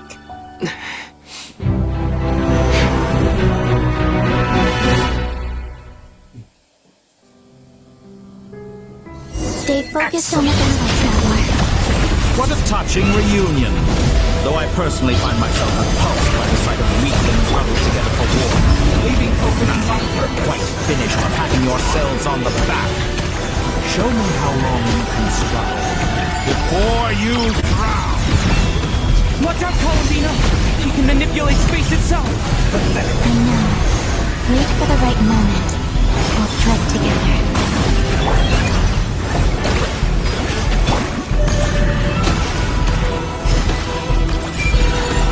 Moon's remnants fall. Yeah!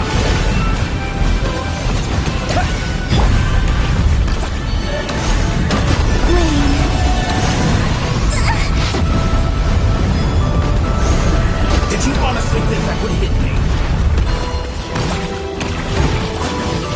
Entropy bends to me.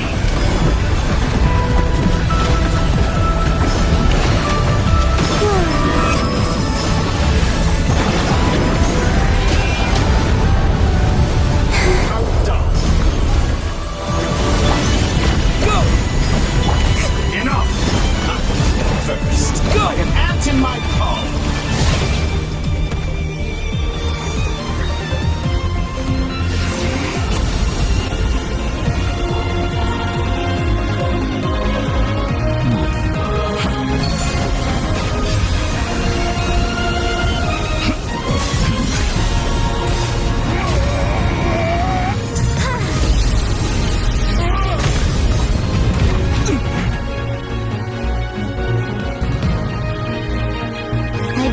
The new moon's blessing.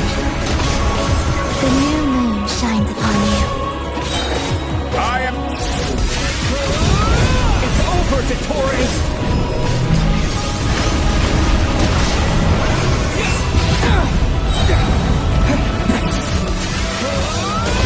Time to pay for your heinous crimes! No longer must the world power your old might. Future is not yours to command!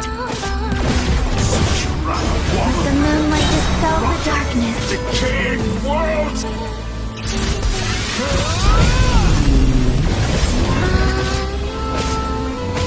Everlasting as the moon.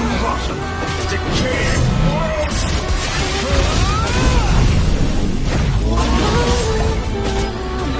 Such a world! Decaying world!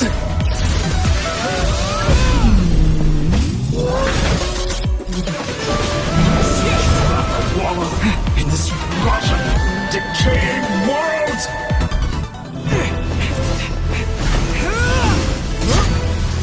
Willfully blind.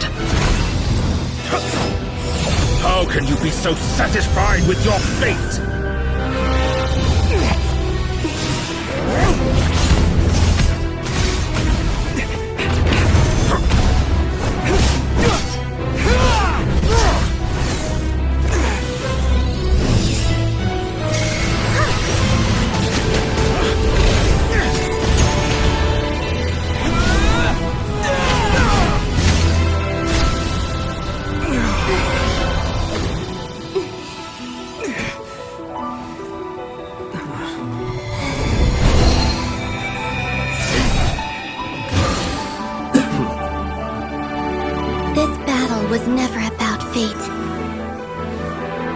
about friends, family, and the home you stole from them.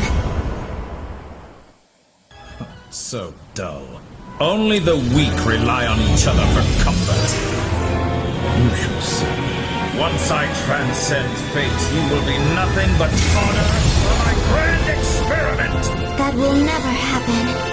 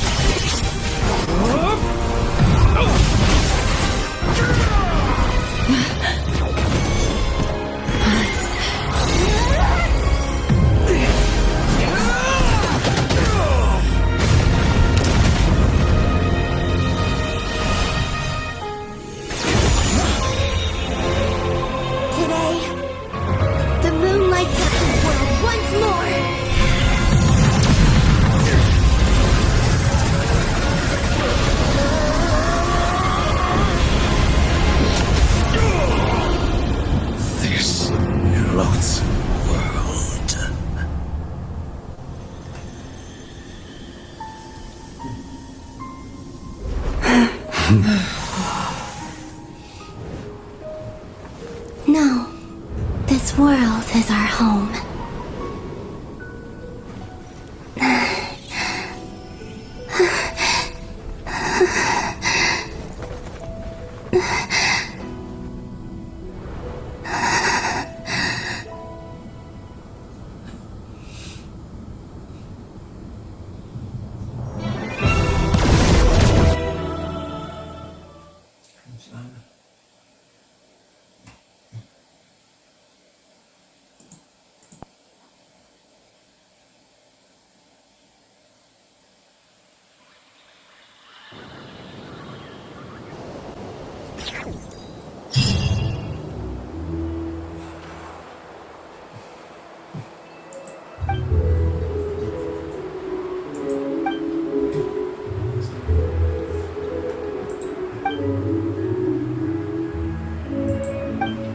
No, you're doing it wrong.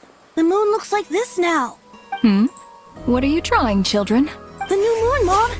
It looks different than before, doesn't it? Also... Can I go buy a sugar sculpture today?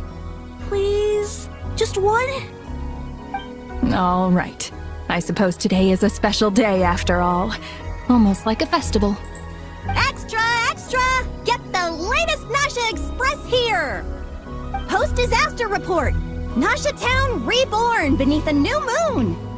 The voyage begins today! The future looks bright thanks to the League. Want a copy? I knew things would be different, but I didn't think that would include the moon. They say a new moon goddess has been born. A new moon goddess? Who's saying that? The Frost Moon Scions? I guess so. I'm not too clued up on the details. As far as I'm concerned, the moon's still in the sky and it's business as usual. Hey, since we've come all this way, shall we grab ourselves a free meal while we're here? Are you a convert now? Or are you just here for the free lunch? Oh, come on. What does it matter?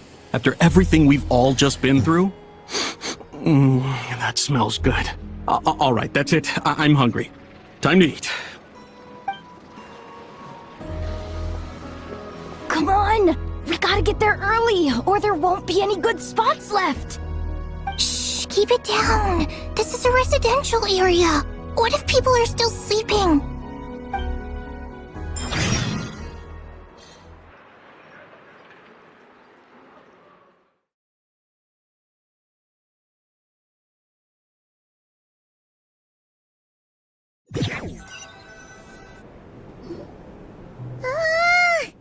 Why is it so noisy outside?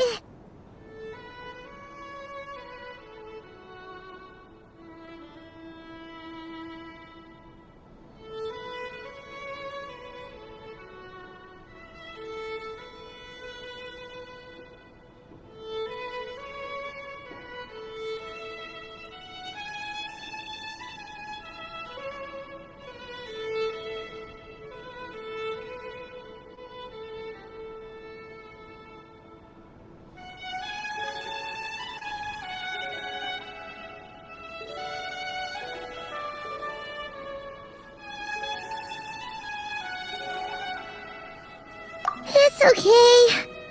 Paimon was pretty much awake anyway. It's been so long since we last had a chance to relax, huh? Feels like time is moving slower than usual. What about you? Did you rest well?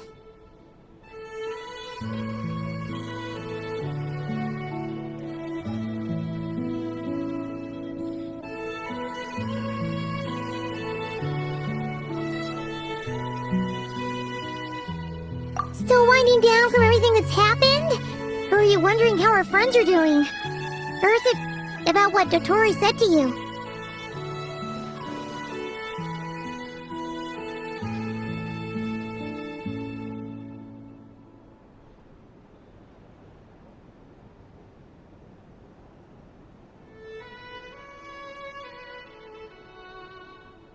Okay, if you say so.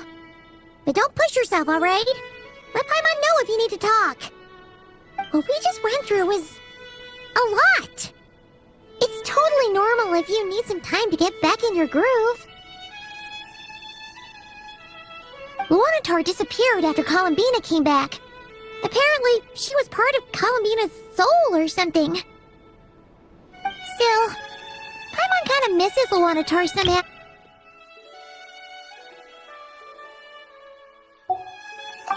Anyway, you did great.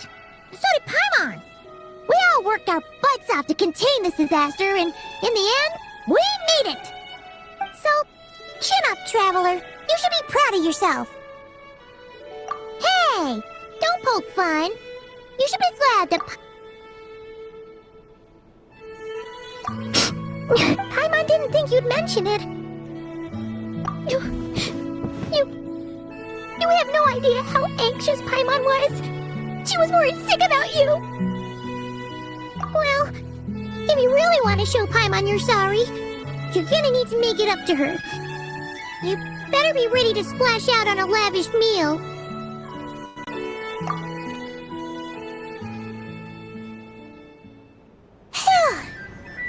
Okay. Paimon's full now. Huh? Oh, well... Hey there, Traveler and Paimon! Good morning! Morning, Yehuda! Here for some breakfast? Oh, I've already eaten. Just need some water. I was mostly worried you might forget what day it was today. So, I came over to remind you. Careful there, Paimon. Too much food will make you drowsy. Don't let anyone catch you hiding at the back and nodding off during the League meeting. Yeah, she'd probably be saying that to Aino. She's the baby of the group, if anyone. True. You know, I'm surprised that all these competing groups are actually coming together to try to solve things together. Definitely a first for Nodcry. Well, nothing like a region-wide calamity to bring people together. After that, surely even the most self-interested people have to realize that going it alone isn't worth the risk, right? Try telling Boss Neff that. She's not exactly convinced that people are gonna get with the program. Really? But if she's so pessimistic about it, why'd she agree to be the Curatorium's representative in the League? Probably 'cause even though Unity sounds like a pretty far-fetched idea, the benefits it would bring make it worth a shot. I think things will work out, though.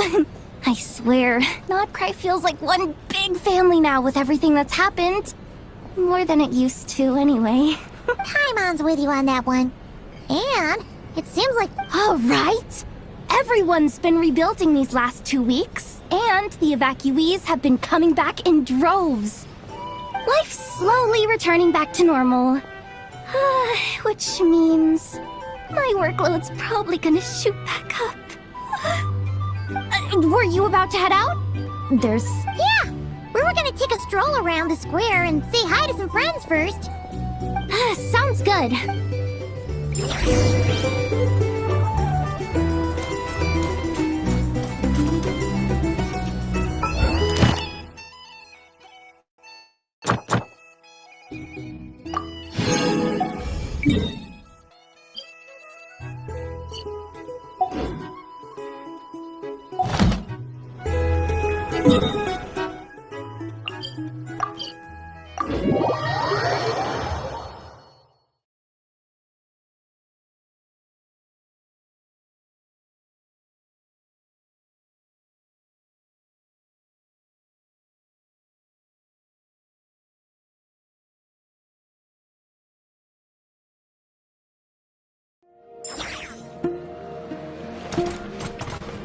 Ad Astra at...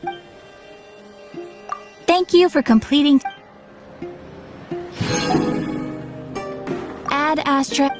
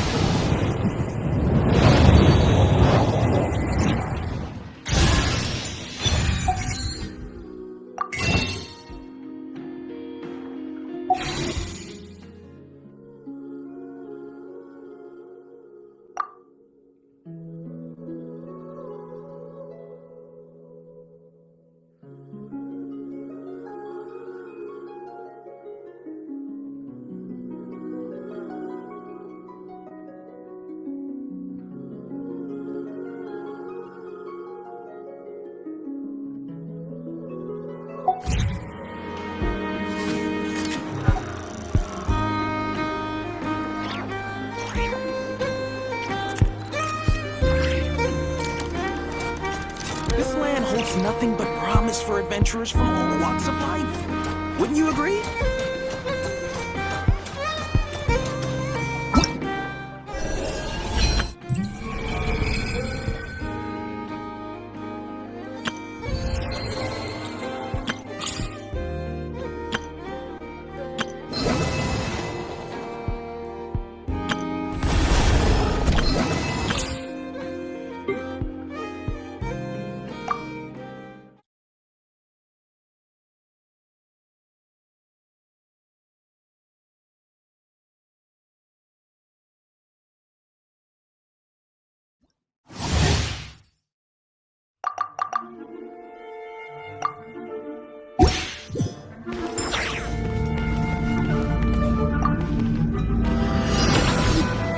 The dog! You got this! Look, the rainbow! Rally! Pull it! Divine Light, shield them! Change of plan. So...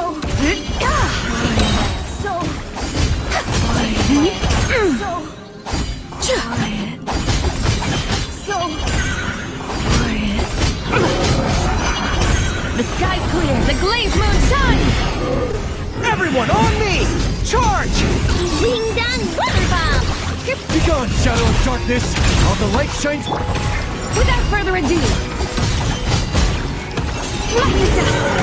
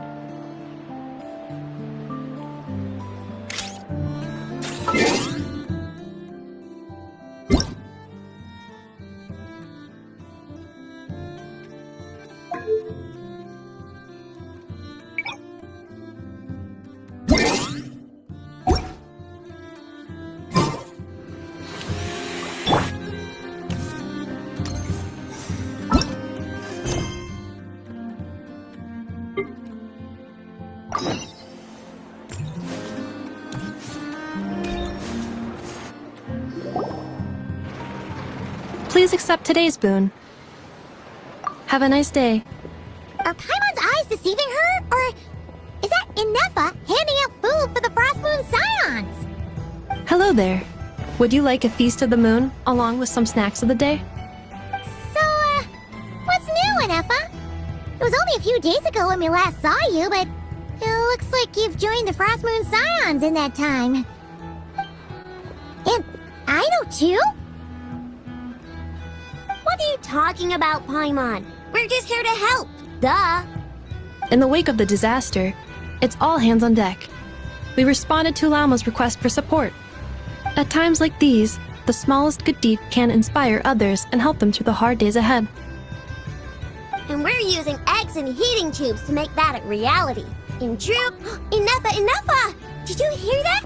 The Traveler said I did good. The Traveler! That's because it's true, I know. Proposal. If you can resist eating today's dessert, I will provide you with compliments, too. No way! Well, that proposal got shot down quickly. I need something to get me through the hard times, too, you know. Mom! Yes, dear. Go right ahead. Excuse me. Could I... She helped us get safely out of Notcry, and she helped us get back home, too. She's the best. Of course she is! And since I'm the whiz kid who built her, that makes me even better than best, right? But you stole my snacks, though. Oops. Shall we move to the open space near the center? The view there is better.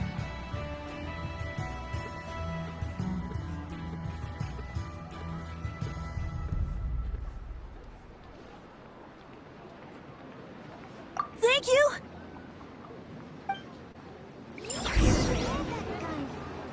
Aren't you the better pick for this job, Flint?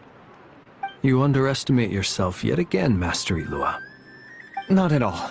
I rarely come by Nasha Town. I don't know any of the big shots here.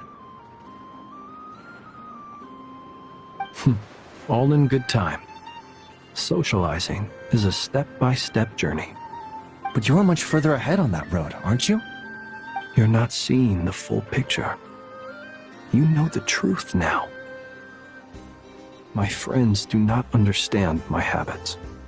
There is no question about it. Representative in the League. Someone who is upright, cares about other people, and can realize their self-worth through group action. You say it like you wouldn't make the cut. I am most flattered that you think I would. Sigh a little less, Master Ilua, and have more faith in yourself. All the Lightkeepers agree that you're a very promising young man. That is precisely why Starshina and Nikita felt safe delegating such important work to you. I'm sure we all also agree that we would sooner die of dehydration than manage to wrangle anything out of you in a discussion. My apologies. I am not in the habit of bringing water with me when I go out. Whatever. I'll take the job. By the way, who else is part of this? Oh, it's quite the who's who of Nodcry. There's the Moon Chanter of the Frost Moon Scions, the boss of the Curatorium of Secrets, a representative of the Voynich Guild, and even someone from the adorable Krumkake craft shop. I'm sure you will find speaking with them to be a genuine pleasure. If you say so. I've never done this work before, so I'm honestly a little scared of making mistakes. But I'll do it. Not only is it our duty as Lightkeepers, but because I want to make Nodcry a more welcoming place. An admirable attitude to take. The beacons are lit, Ilua. We're but one step away from breaking through the blizzard. We have the chance to band together and build our shared home. Yeah. Quite a few familiar faces have arrived.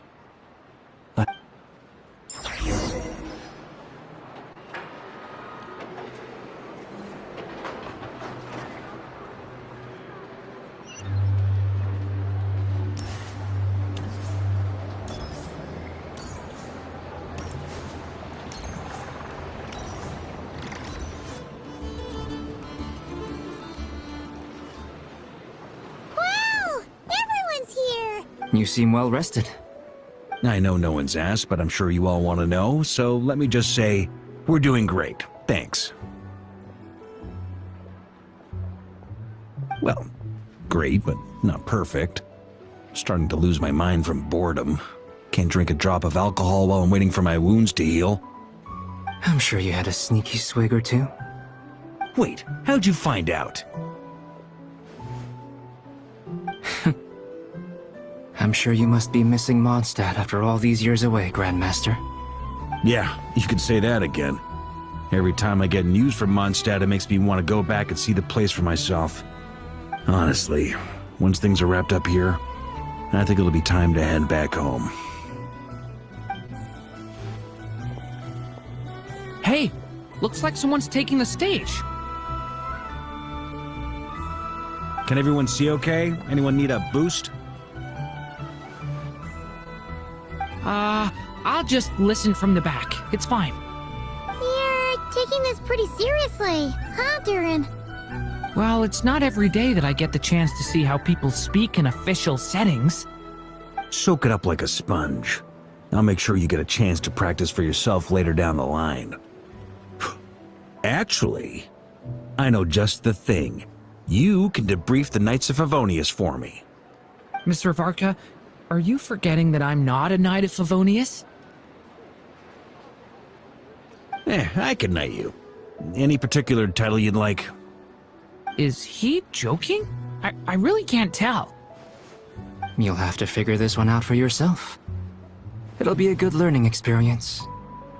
It is my honor to host the opening ceremony for the League, and to have this opportunity to speak to you all in my capacity as Voynich Guild representative.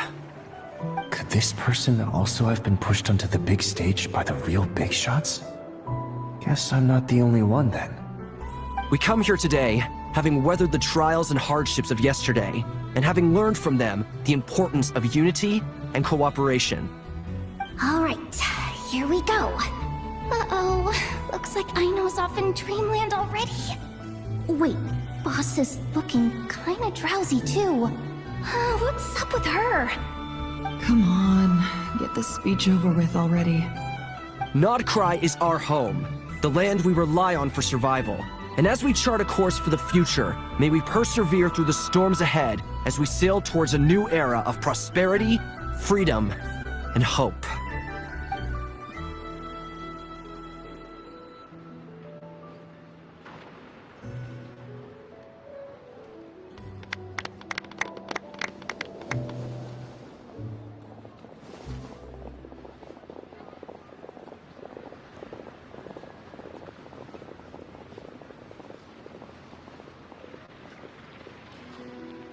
Looks like we'll have more opportunities to travel in the future. I'm sure you'll cope, Lady Moonchanter, given how fleet of foot you are. Unfortunately, I suspect I'll be too busy at the curatorium to act as your host. We have a busy schedule, not to mention an international network of contacts to manage. That'll be all right. I'll just check your schedule with Yehoda well in advance. And if she's not available, I can simply ask Ashru. You... So giving my employees extra workload isn't enough for you? You're really going to drag my cat into this too? I thought you'd approve. Aren't you forever increasing your employees' workloads? That's a bold statement. Are all the Frost Moon Scions feeling more audacious now that your moon goddess has returned? Columbina's return has brought joy to all who care about her. That includes both you and me.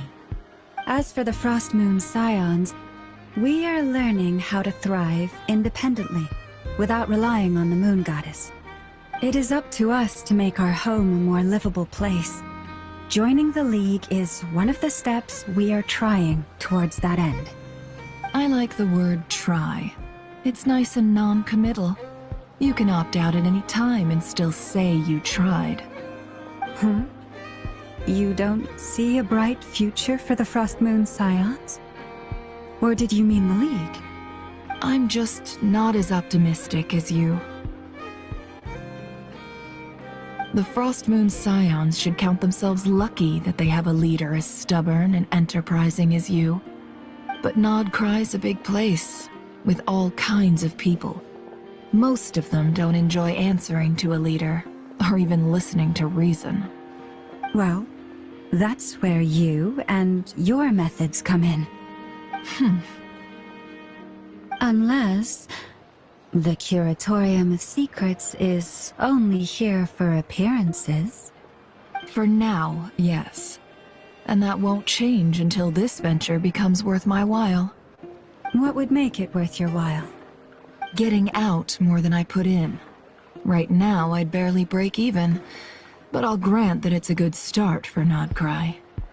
Then maybe it's worth a try. All right, you can stop now. Or do I have to join the Frost Moon Scions before you'll get off my back? You'd be very welcome to join us. Hey, you two! Congrats on all your hard work! What are you chatting about? Nefer was trying to dissuade me from adding to her employees' workload. Also, she's considering joining the Frost Moon Scions. Sorry, what? Your conversations are always the most interesting.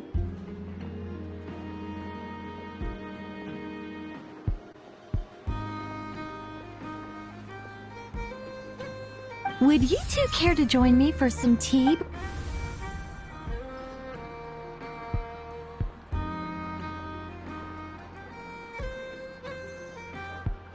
Nicole? Wait, where are you? Aren't you gonna show up today? Sadly not. I'm otherwise occupied right now. I'm sorry, Paimon. I can hear how disappointed you. If it's any consolation, let me say that perhaps you'll feel better if you focus on the fact you have a special line of communication with the great mage herself. Okay? Has something happened? No, or not yet, anyway. Well, that's not ominous at all. Not for the... Just think of this as a general check-in to make sure this communication...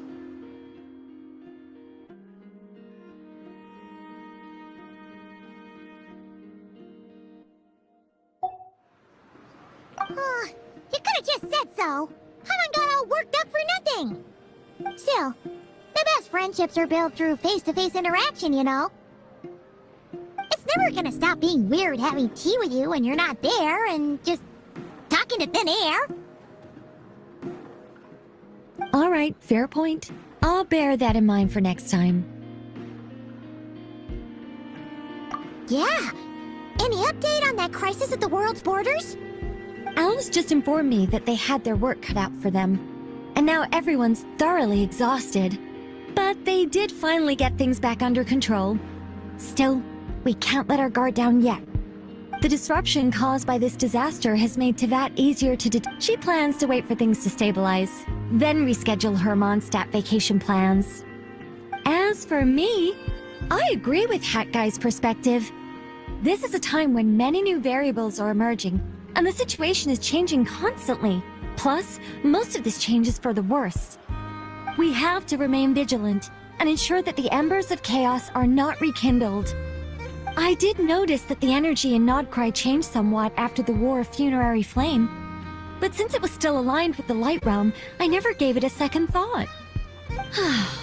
It looks like I'll have to examine the connections between phenomena I observe more closely in the future.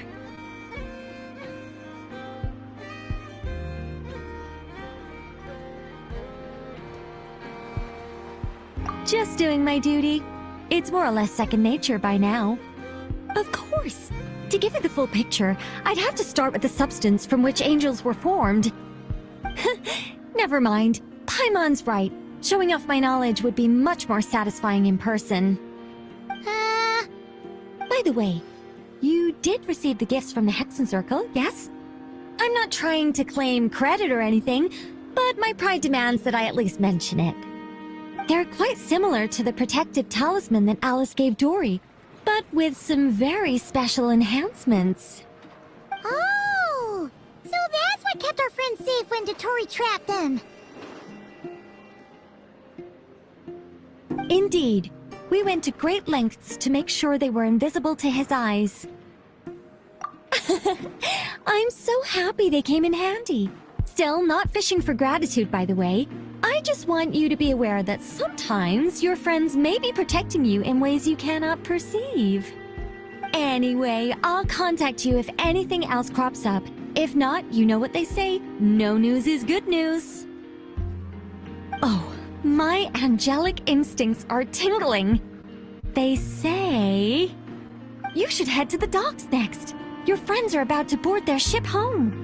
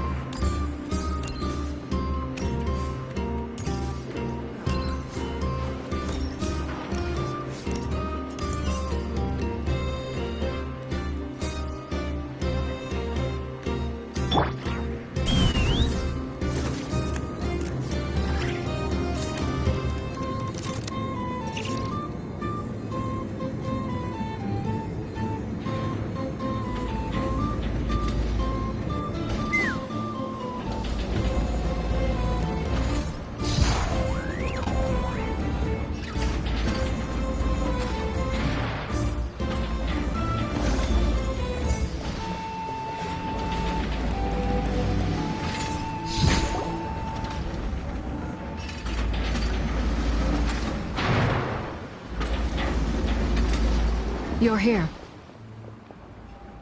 You're here too, Hat Guy! Are you heading back together? No. I'm bound for Sumeru, and she for Fontaine. We just happened to cross paths at the harbor. Everything seems fine. Sandrone may have an abominable temper, but she's always been very responsible with important calculations, and things entrusted to her by valued friends. You always speak as if you know us inside out, Mr. Hat Guy. Maybe I'm just a good judge of character. I certainly hope that's all there is to it. Regardless, you have been a significant help in this matter. For that, you have my gratitude. I didn't do anything special. Sandrone's the one who completed a seemingly impossible formula and turned the tide of the entire battle, even giving her life in the process. She's the one we should be thanking. Even we were unaware that Sandrone had hidden the real formula inside Polonia's body. She managed to fool Dottore into thinking the formula was running in her system by installing an identical-looking decoy within her. She probably realized that she didn't have the strength to stop Dottore. But this way, she could at least get him to lower his guard. She always worked like that. Always had a backup plan.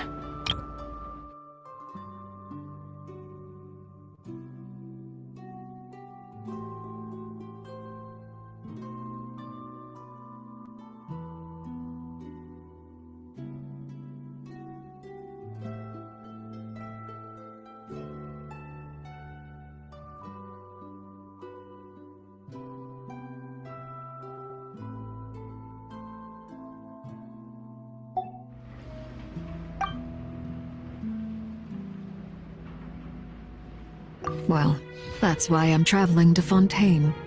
She made a request of me long ago, and the time has come to fulfill it. She said that should she ever fail in a mission, she'd like me to deliver her core and Polonia's to the Fontaine Research Institute. She also mentioned that she had made arrangements for people there to set her affairs in order. Some of her personal effects, such as her notes, were left to me. I've decided to take them back to the House of the Hearth. For safekeeping, primarily, but also as mementos, I suppose. However, there is one book among them that I'd like to leave in your care. I'll have someone deliver it to your residence at the flagship at No, I was specifically warned not to tell her. This is her last wish, and I will abide by it. I can only hope so, but none of us here can know for certain. I bade farewell to Columbina earlier today. As promised, she turned the iridescent moon's marrow over to me. She spent a long time with Sandrone's body, saying her goodbyes. Oh, Is she alright? Zandrone's passing has left a great wound in all of our hearts. It will take time to heal, but Columbina surprised me. She offered me some words of comfort before I departed. Despite being grief-stricken herself, she showed an awareness of the feelings of others around her. She never used to act like this. Clearly, she has grown. And I suspect that we have you to thank for much of the change we are seeing. Huh. After these recent events, the Tsaritsa has revoked the Pale Star Edict. Snezhnaya now realizes that the arrest warrant for Columbina was just a ploy by Dottore, who coveted her powers. I shall return to Nodcry to see her as soon as I find the time. I hope that from now on, she too will explore more of the world. Columbina Hyposelenia's journey is only beginning. My ship is here. Traveler, Paimon, we shall meet again. You too, Hat Guy. What are you still bumming around for? Isn't Columbina waiting for you? I thought today was the day you'd agree with her to go find out the truth about your sibling. You're afraid you won't like the truth when you see it. Well, this is new. I was starting to think that nothing could scare you. Don't say that! Wouldn't you be if you were in this situation? Fair point. But I'd say I have more experience facing up to unpleasant truths than the Traveler. They say blood's thicker than water. I know how much you need your family back. More than you need any of your friends. And I'm sure that all your real friends understand that too. No matter what the truth turns out to be, they will stick by you and support you, whatever decision you make. Finding the truth is important. But more important still is, at least, that's the life lesson I've learned from my experience. What? Now that Dottore's dead and gone? A little, I guess. But it hasn't solved everything. Maybe I regret not getting to end his life with my own hands. Or maybe it's something else. But for whatever reason, I still feel like I have a chip on my shoulder. Either way, I'm going back to Sumeru. Lesser Lord Kusanali is gonna need help dealing with all the chaos Dottore left in his wake. Not just from this incident, but everything he did in the past, too. You should continue with your journey, as you've always done. Who knows? Maybe we'll meet again someplace else. So, what should we do now? If you want to explore a bit more to steady those nerves, Paimon's game! After all, when Columbina said she knew where your ship was hidden, Paimon promised to give you two some alone time with the truth. It hasn't been all that long since we were last apart, sure, but with Columbina there, Paimon's sure things will be just dandy.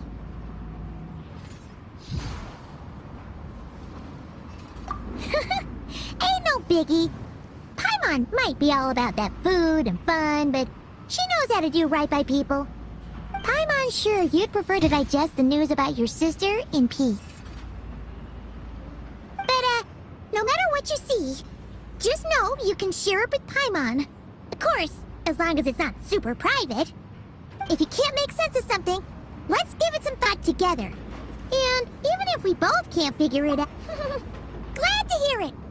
Feel better now?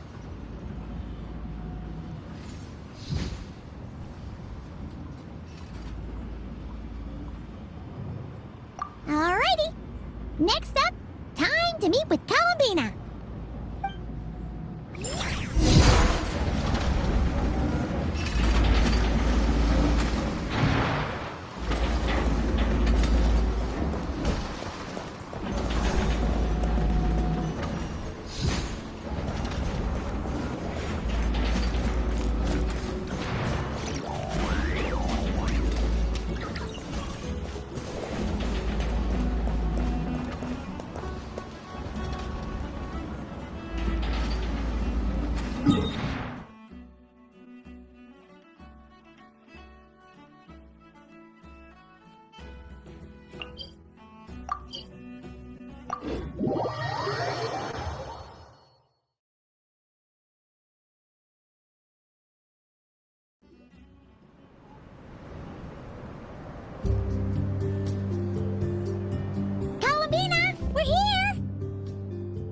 can't quite believe we're meeting out here. We've gotten used to walking over to Silver Moon Hall whenever we go see you. Well, you're still welcome to go there whenever you want to see me. It's just, now that it's all over, I've decided to make some changes. Try and fit in with the Frost Moon Scions, like Llama suggested.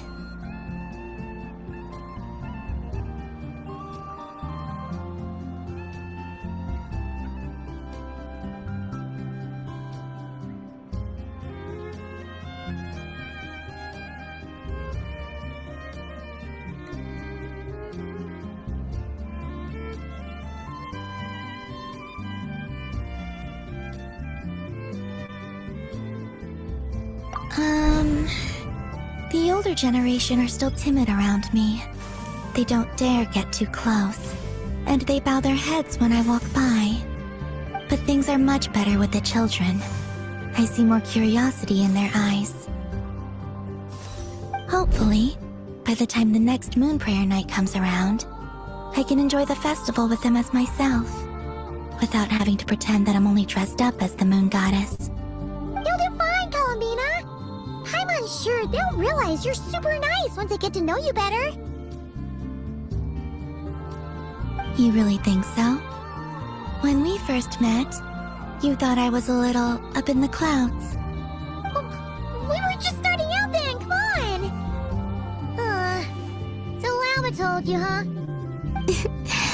I'm only teasing. I know that I have you to thank for pulling me back down to solid ground.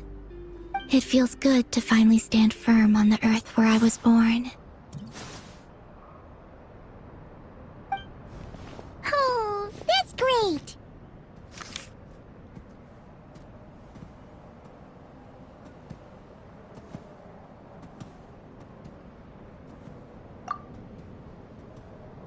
Thank you. I'll make sure not to lose it this time. Well then, are you ready? Lumine, what happened to our spaceship back then? Why did you leave? It's time to learn the truth at last. Ready as I'll ever be. Good. Then let me open the way for you.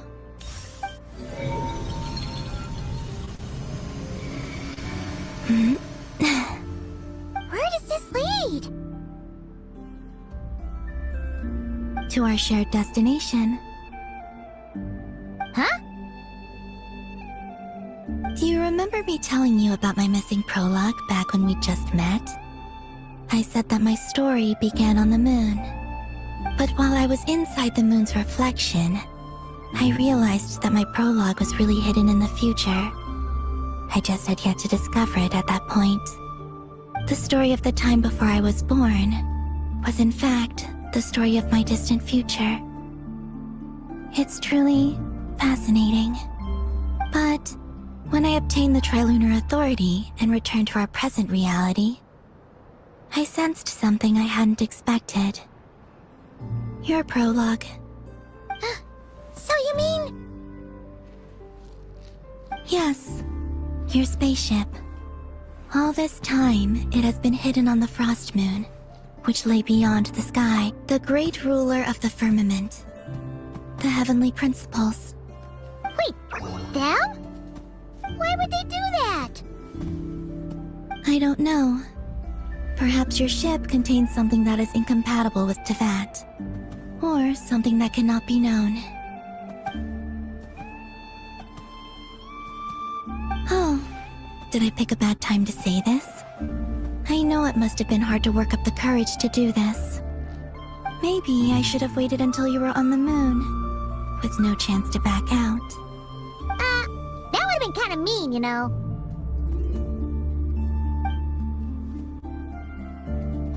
Take me there. Oh? Whatever is...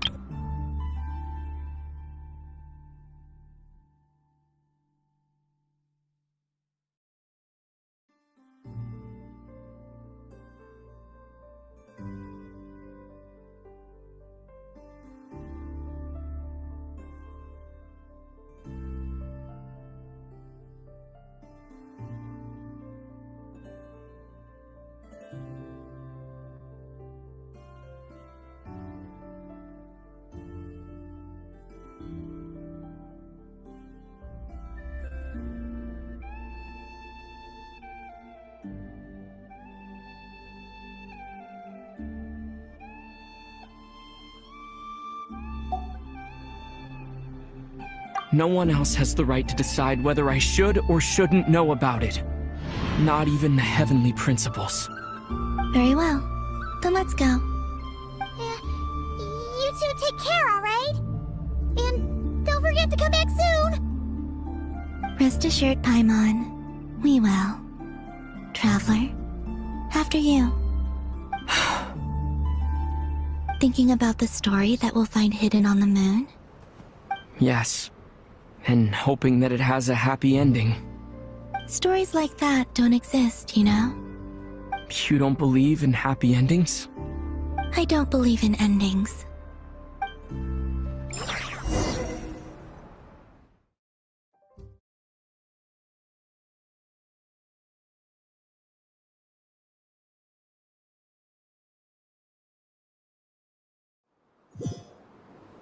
Where am I? This is the pathway I built between Teyvat and the Frost Moon. The moon is very far away from us, so it could be a long journey.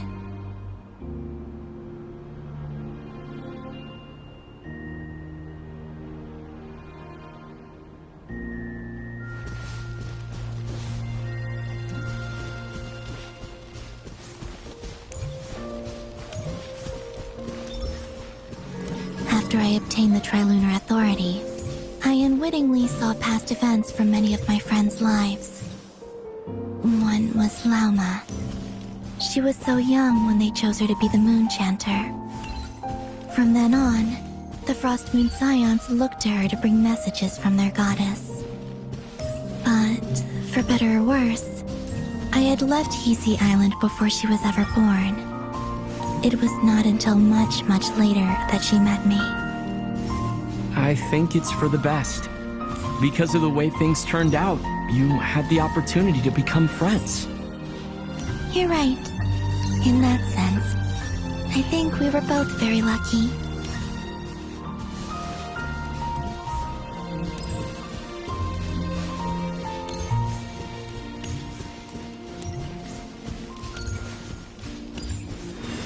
Oh, and about that mage, Nicole.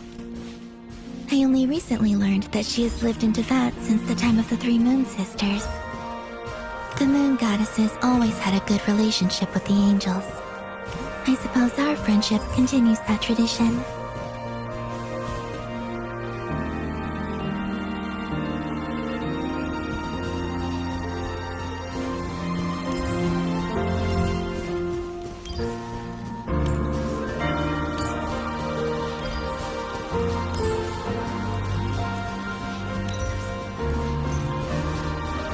And then, there's Sandrone.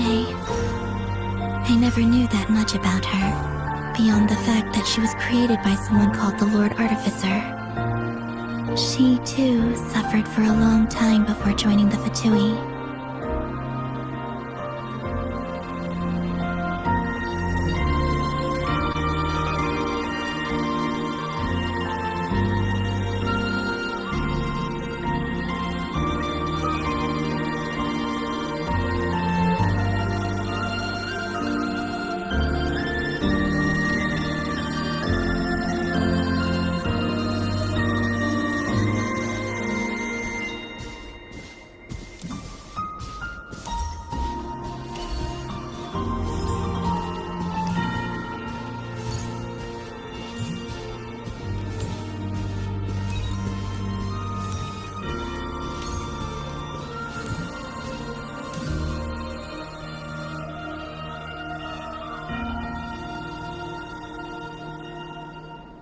How I wish I could talk to her again, even if only to hear her say nasty things to me.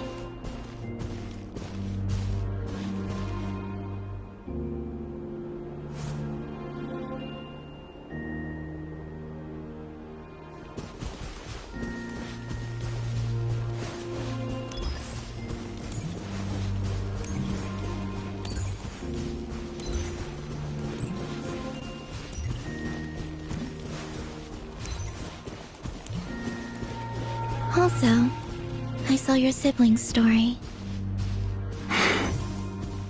I'm afraid I didn't see much. It seems that she rarely came to the surface, where the moonlight shines.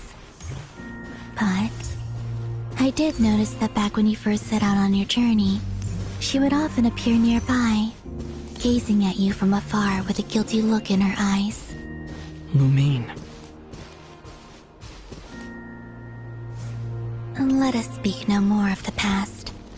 I probably shouldn't reveal so much about my friends. It's not my place. Let the moonlight carry us forth. We are very close now.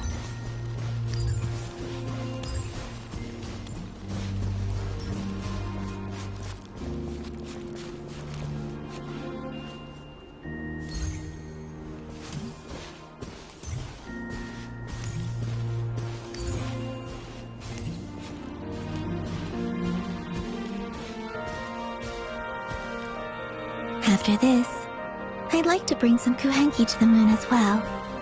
If they're willing, of course. What about your other friends? Will you bring them to visit too? Certainly. But I'll need to tidy the place up first. This home hasn't received any guests in a long, long time.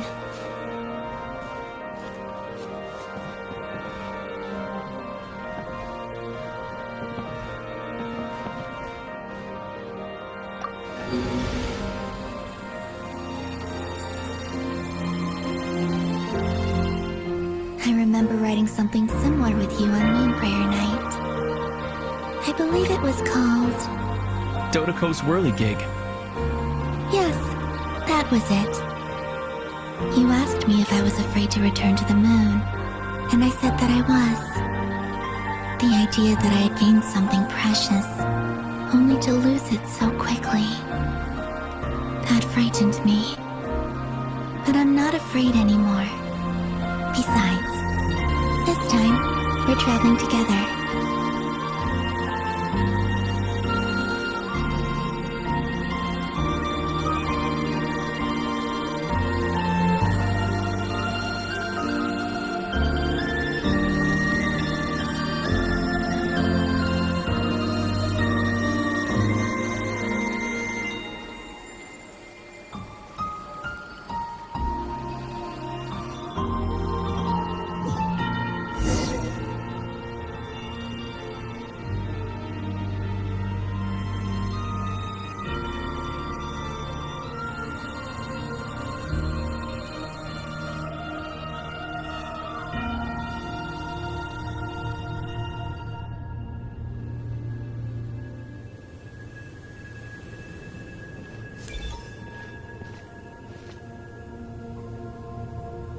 We're here.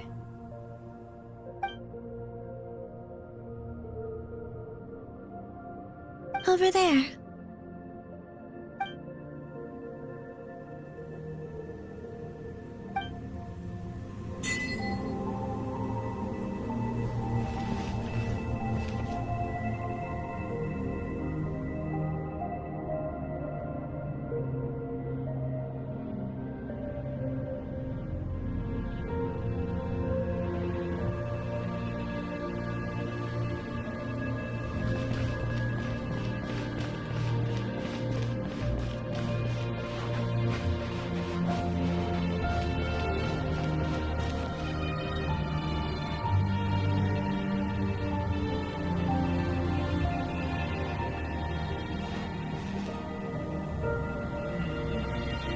Our spaceship.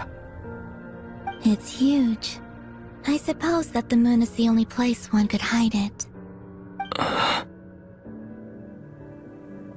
It'll be alright. Huh? The way you feel in this moment, I went through it too, on Moon Prayer Night. The door was right in front of me, but I struggled to find the courage to step through. Solitude for me once meant living a life in which even I was absent. Before I met you, that was the only life I knew. But that night, solitude meant throwing away the life I had gained after meeting all of you. Columbina. Go. Retrieve the part of your life that was once lost. Trust me, you will lose nothing by doing so. Look, Tavad is right there. All of our friends are down there, waiting for us. You're right. Thanks, Columbina.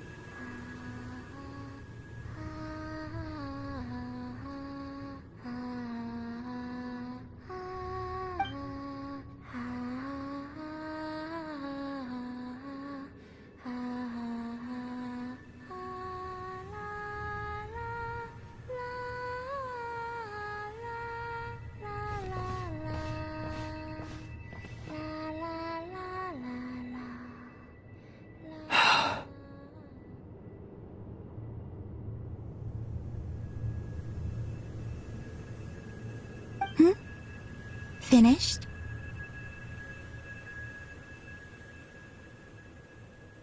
Yeah. Why did you take your eye mask off? Well, since my return, I've decided to take more opportunities to see the world with my own eyes. Besides, I've always wondered how Tevat looks from the moon.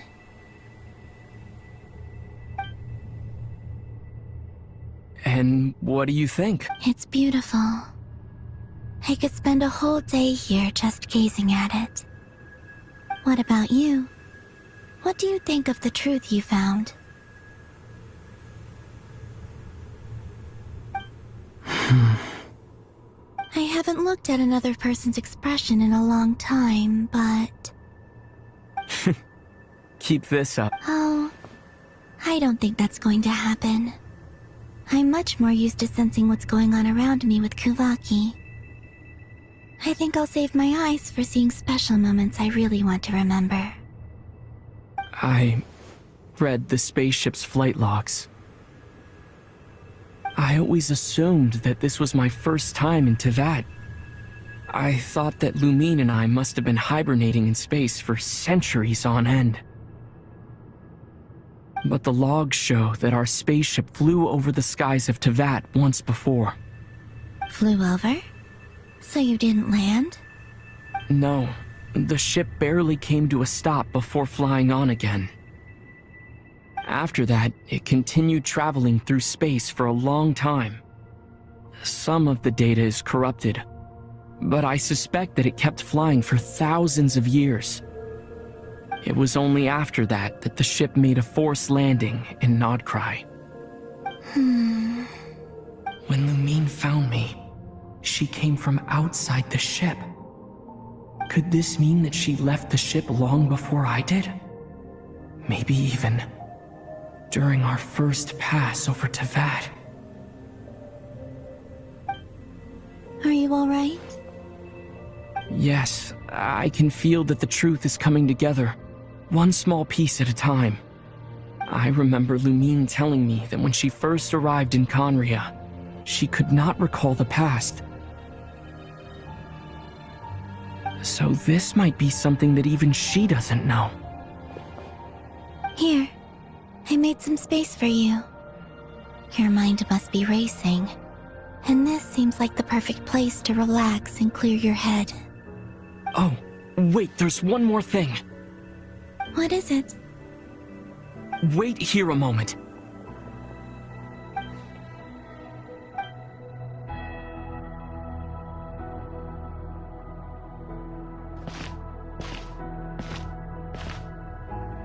Hey, Columbina.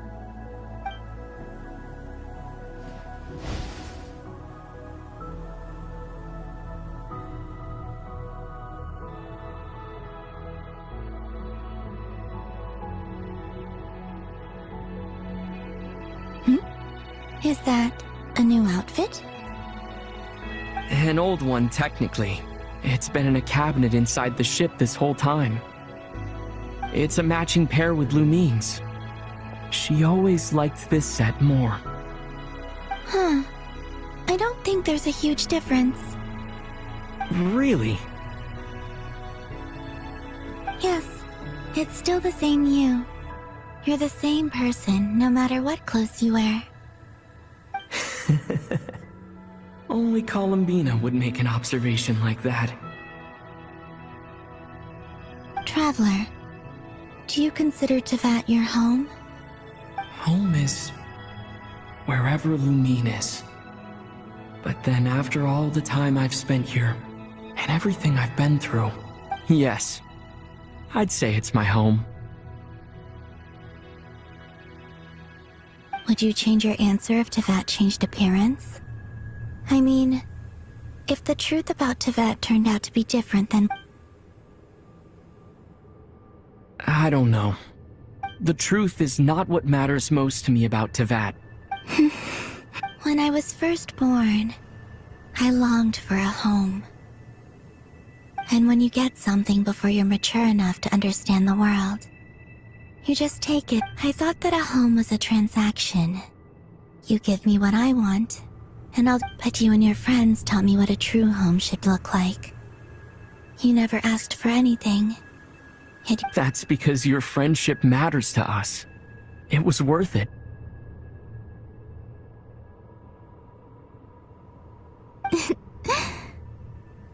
In the past, I thought that my birth in Notcry must have been a mistake.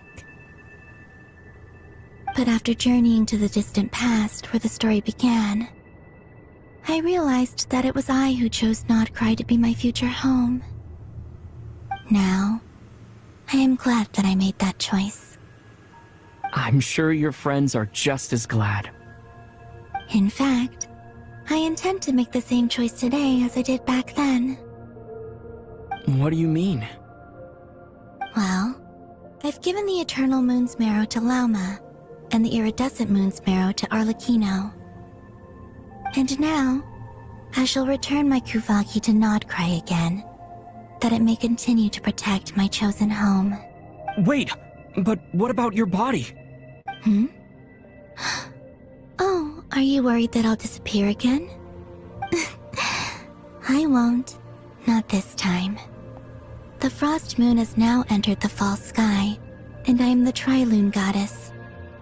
I am only returning to Nodcry the part of me that it needs. I am giving what I can, because, oh, and I have something for you, too. For me? Yes. Come closer.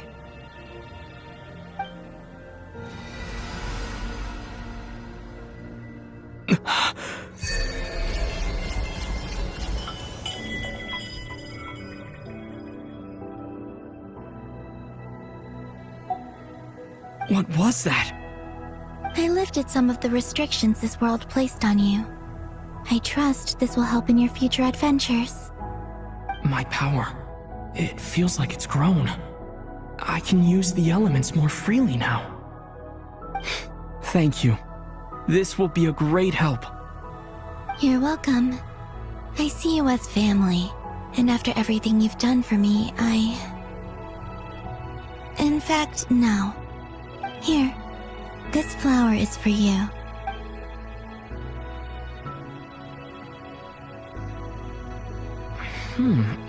Isn't this a moon prayer blossom? Yes. Don't worry. You will never see these flowers lose their color again. I'm finally discovering the joy of giving. How I wish I'd learned this sooner. Hey, better late than never.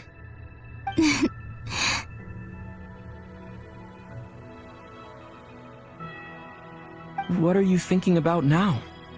Why don't you take a guess? You get... one shot. I don't think I'll get it in one guess. But I'm sure it's a happy thought. That's kind of a sneaky answer. Down into that. The moon seems so far away. I felt it might always lie beyond my reach. But on the moon, everything feels so close by. The haze that once enshrouded the skies has finally been dispersed. I feel like a traveler on a winter's night. I don't have a lot of luggage, but I do have a lot of hope for the future. Well, what's next? Next? To start with, I want to stay here just a little longer. After that, let's return home and continue our journey.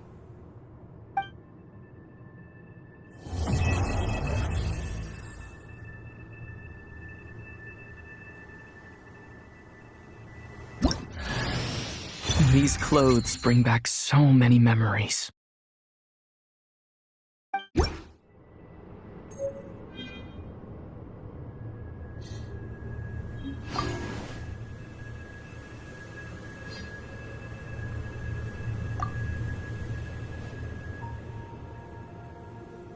The journey goes on. For you, like I said, this is not the end. I don't believe there has to be an ending. Oh, Most people would probably tell you to pack some warm clothes. But I experience things differently than most people, so I can't know how cold it is. In fact, it is home to quite a wondrous heat source. I think they call it Kreshnik's torch. Every city in Snezhnaya, I sensed the energy it gave off as I was passing by on a railway train. It felt grand and distant. I also recommend the Korolievsky troupe in Snezhnograd. They give performances quite regularly, and entry was free for harbingers. I liked them a lot.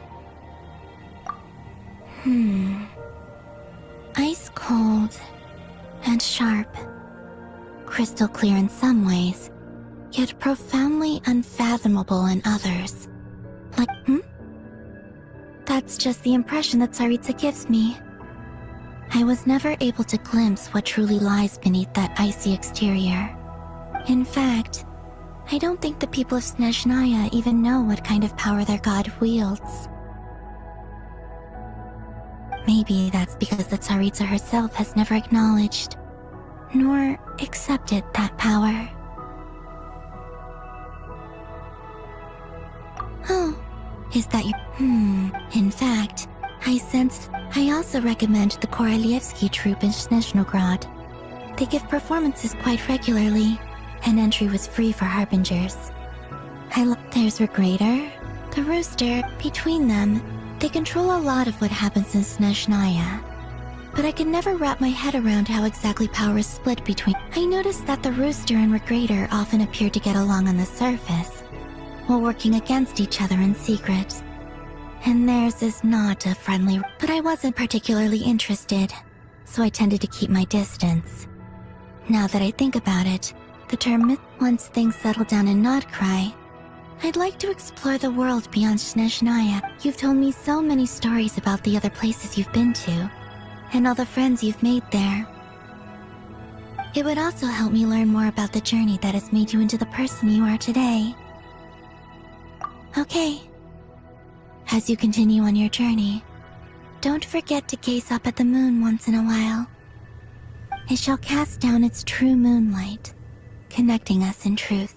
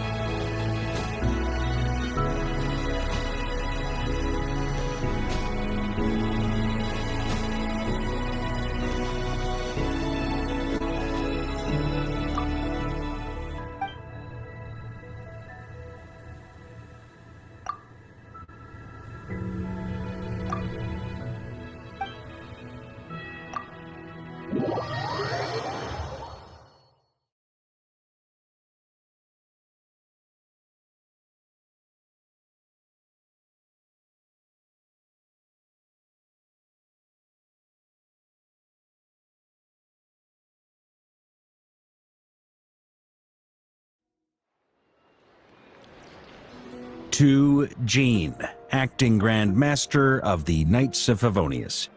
Ugh, this preamble is such a pain to write. It's probably high time we got rid of this acting business. I trust that Dern has updated you all on recent events. Hope we didn't worry you too much. The good news is, we managed to come together and put a stop to the Doctor's evil schemes. With that, I think it's safe to say that Notcry is finally out of the woods. As for the Fatui, not counting the Damselette, aka the Moon Goddess, who has left their organization, we found ourselves allied in this instance with both the Knave and Marionette. May she rest in peace. As ever, we find ourselves better off for making friends rather than enemies. But until we can ascertain the Tsaritsa's true intentions, the future remains uncertain. In a short while... Wait. How am I meant to surprise everyone if I tell them in the letter that I'm heading home? Well, that would be a huge waste. Okay, got it. I will begin sending the expeditionary team back home in waves. I'm sure they'll be able to answer any questions you still have. As for the Fatui, not counting the Damselette, aka the Moon Goddess, who has left their organization, We're in for a storm.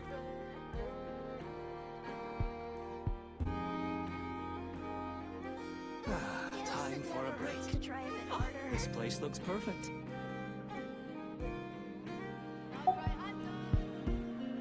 I hope they won't gloss over the details of my many heroic deeds.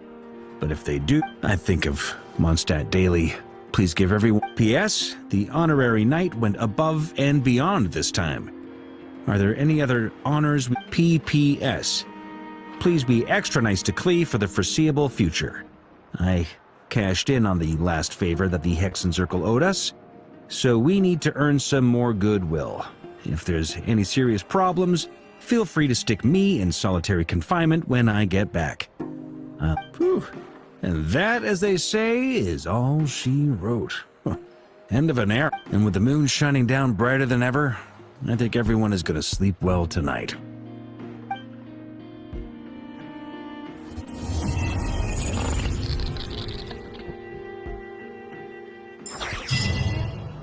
Somehow seem even freer than those in Mondstadt.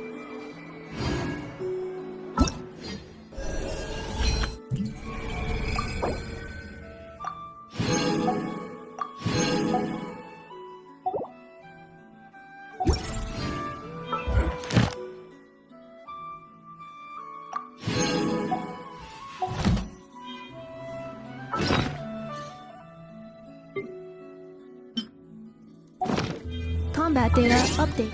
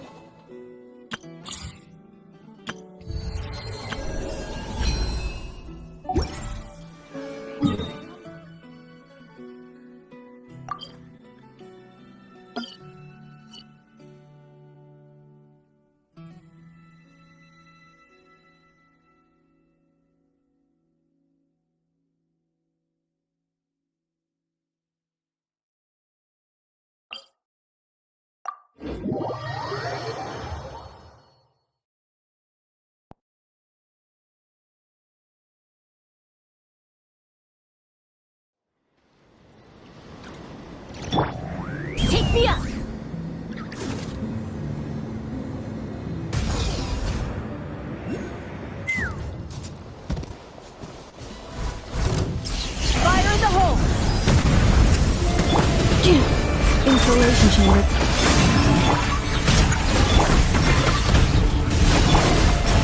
Leave it to me!